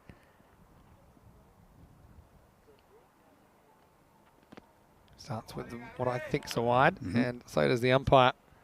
I'll say the umpire's been very good today. I know we talked about it a little bit. I don't mind pumping them up a bit more because I think the on-field umpires there, they've got a lot of these wide decisions to make, and I think they've been pretty accurate, pretty consistent with those kind of calls. All right, need boundaries here. Another wide. No, not called. Oh, no.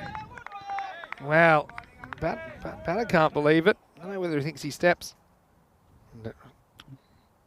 Looked pretty good from here. Oh, here's the thing. He steps outside, and this time he's going to step towards the ball. He's going to whack a Maximo.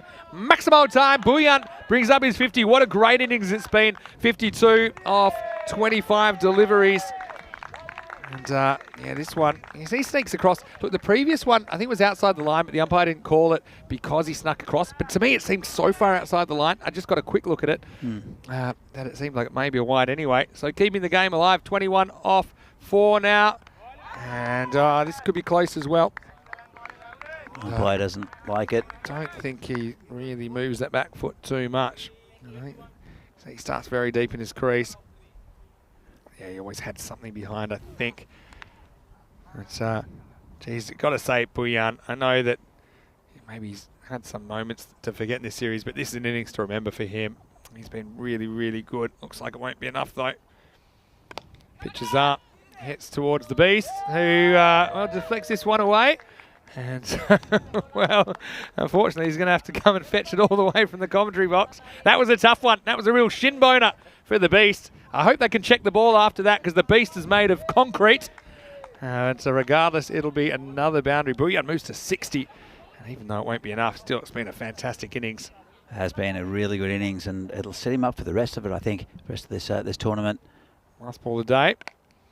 Will be pulled away for another boundary.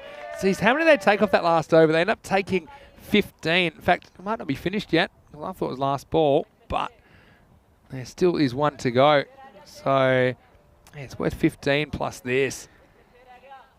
So what do you reckon? No ball and 6? And then a 6 off the last ball, and then we have a golden ball. Yeah, 13 off the last ball. Oh, no, we won't, actually. No, it'll be a win. So, yeah. Arun just has to concentrate on bowling a legal delivery, which you'd imagine someone experienced as him will be able to do. No, he doesn't. And that's one that you can't really get extras out of unless the keeper misses it.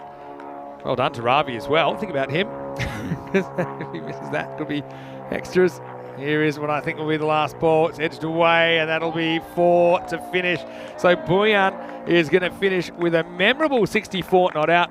Well, to me, I mean, it's an interesting one for the player of the match, isn't it? Because I think, really, he was unbelievable. But so was Lala in the first inning, 66 off 32. But I think they're kind of under pressure. The 64 not out of Buyan probably. I think he's the player of the match. You got another thought about it? Well, he cost him 40 runs by dropping Lala. Yeah, that's true. So that's definitely in the against column. But look, credit to Bohemians. They've provided us with so much entertainment. They're going to finish with a 6-2 record in the group stages. They'll be in great position. Obviously, I think they're going to finish top 2. That seems certain. And so they'll be the higher ranked opponent in the quarterfinals next Friday. And well, right now, these two teams, they've split their group matches. Some high-quality cricket this afternoon. Good contest, and Buyan, well, he was the man keeping that game alive. Yeah, absolutely, and that was a very good innings from Sajid Buyan. He's missed out a little bit earlier in the tournament. As I said, I don't think there's been much fluency in the Bohemians batting, but that has been a bit of a game changer, I think, for Bohemians. And they come back in the second half of that innings after being smashed in the power play. And I think it's going to, even though they did go down, I think they'll look at this and I think that there are very, very certainly some positives.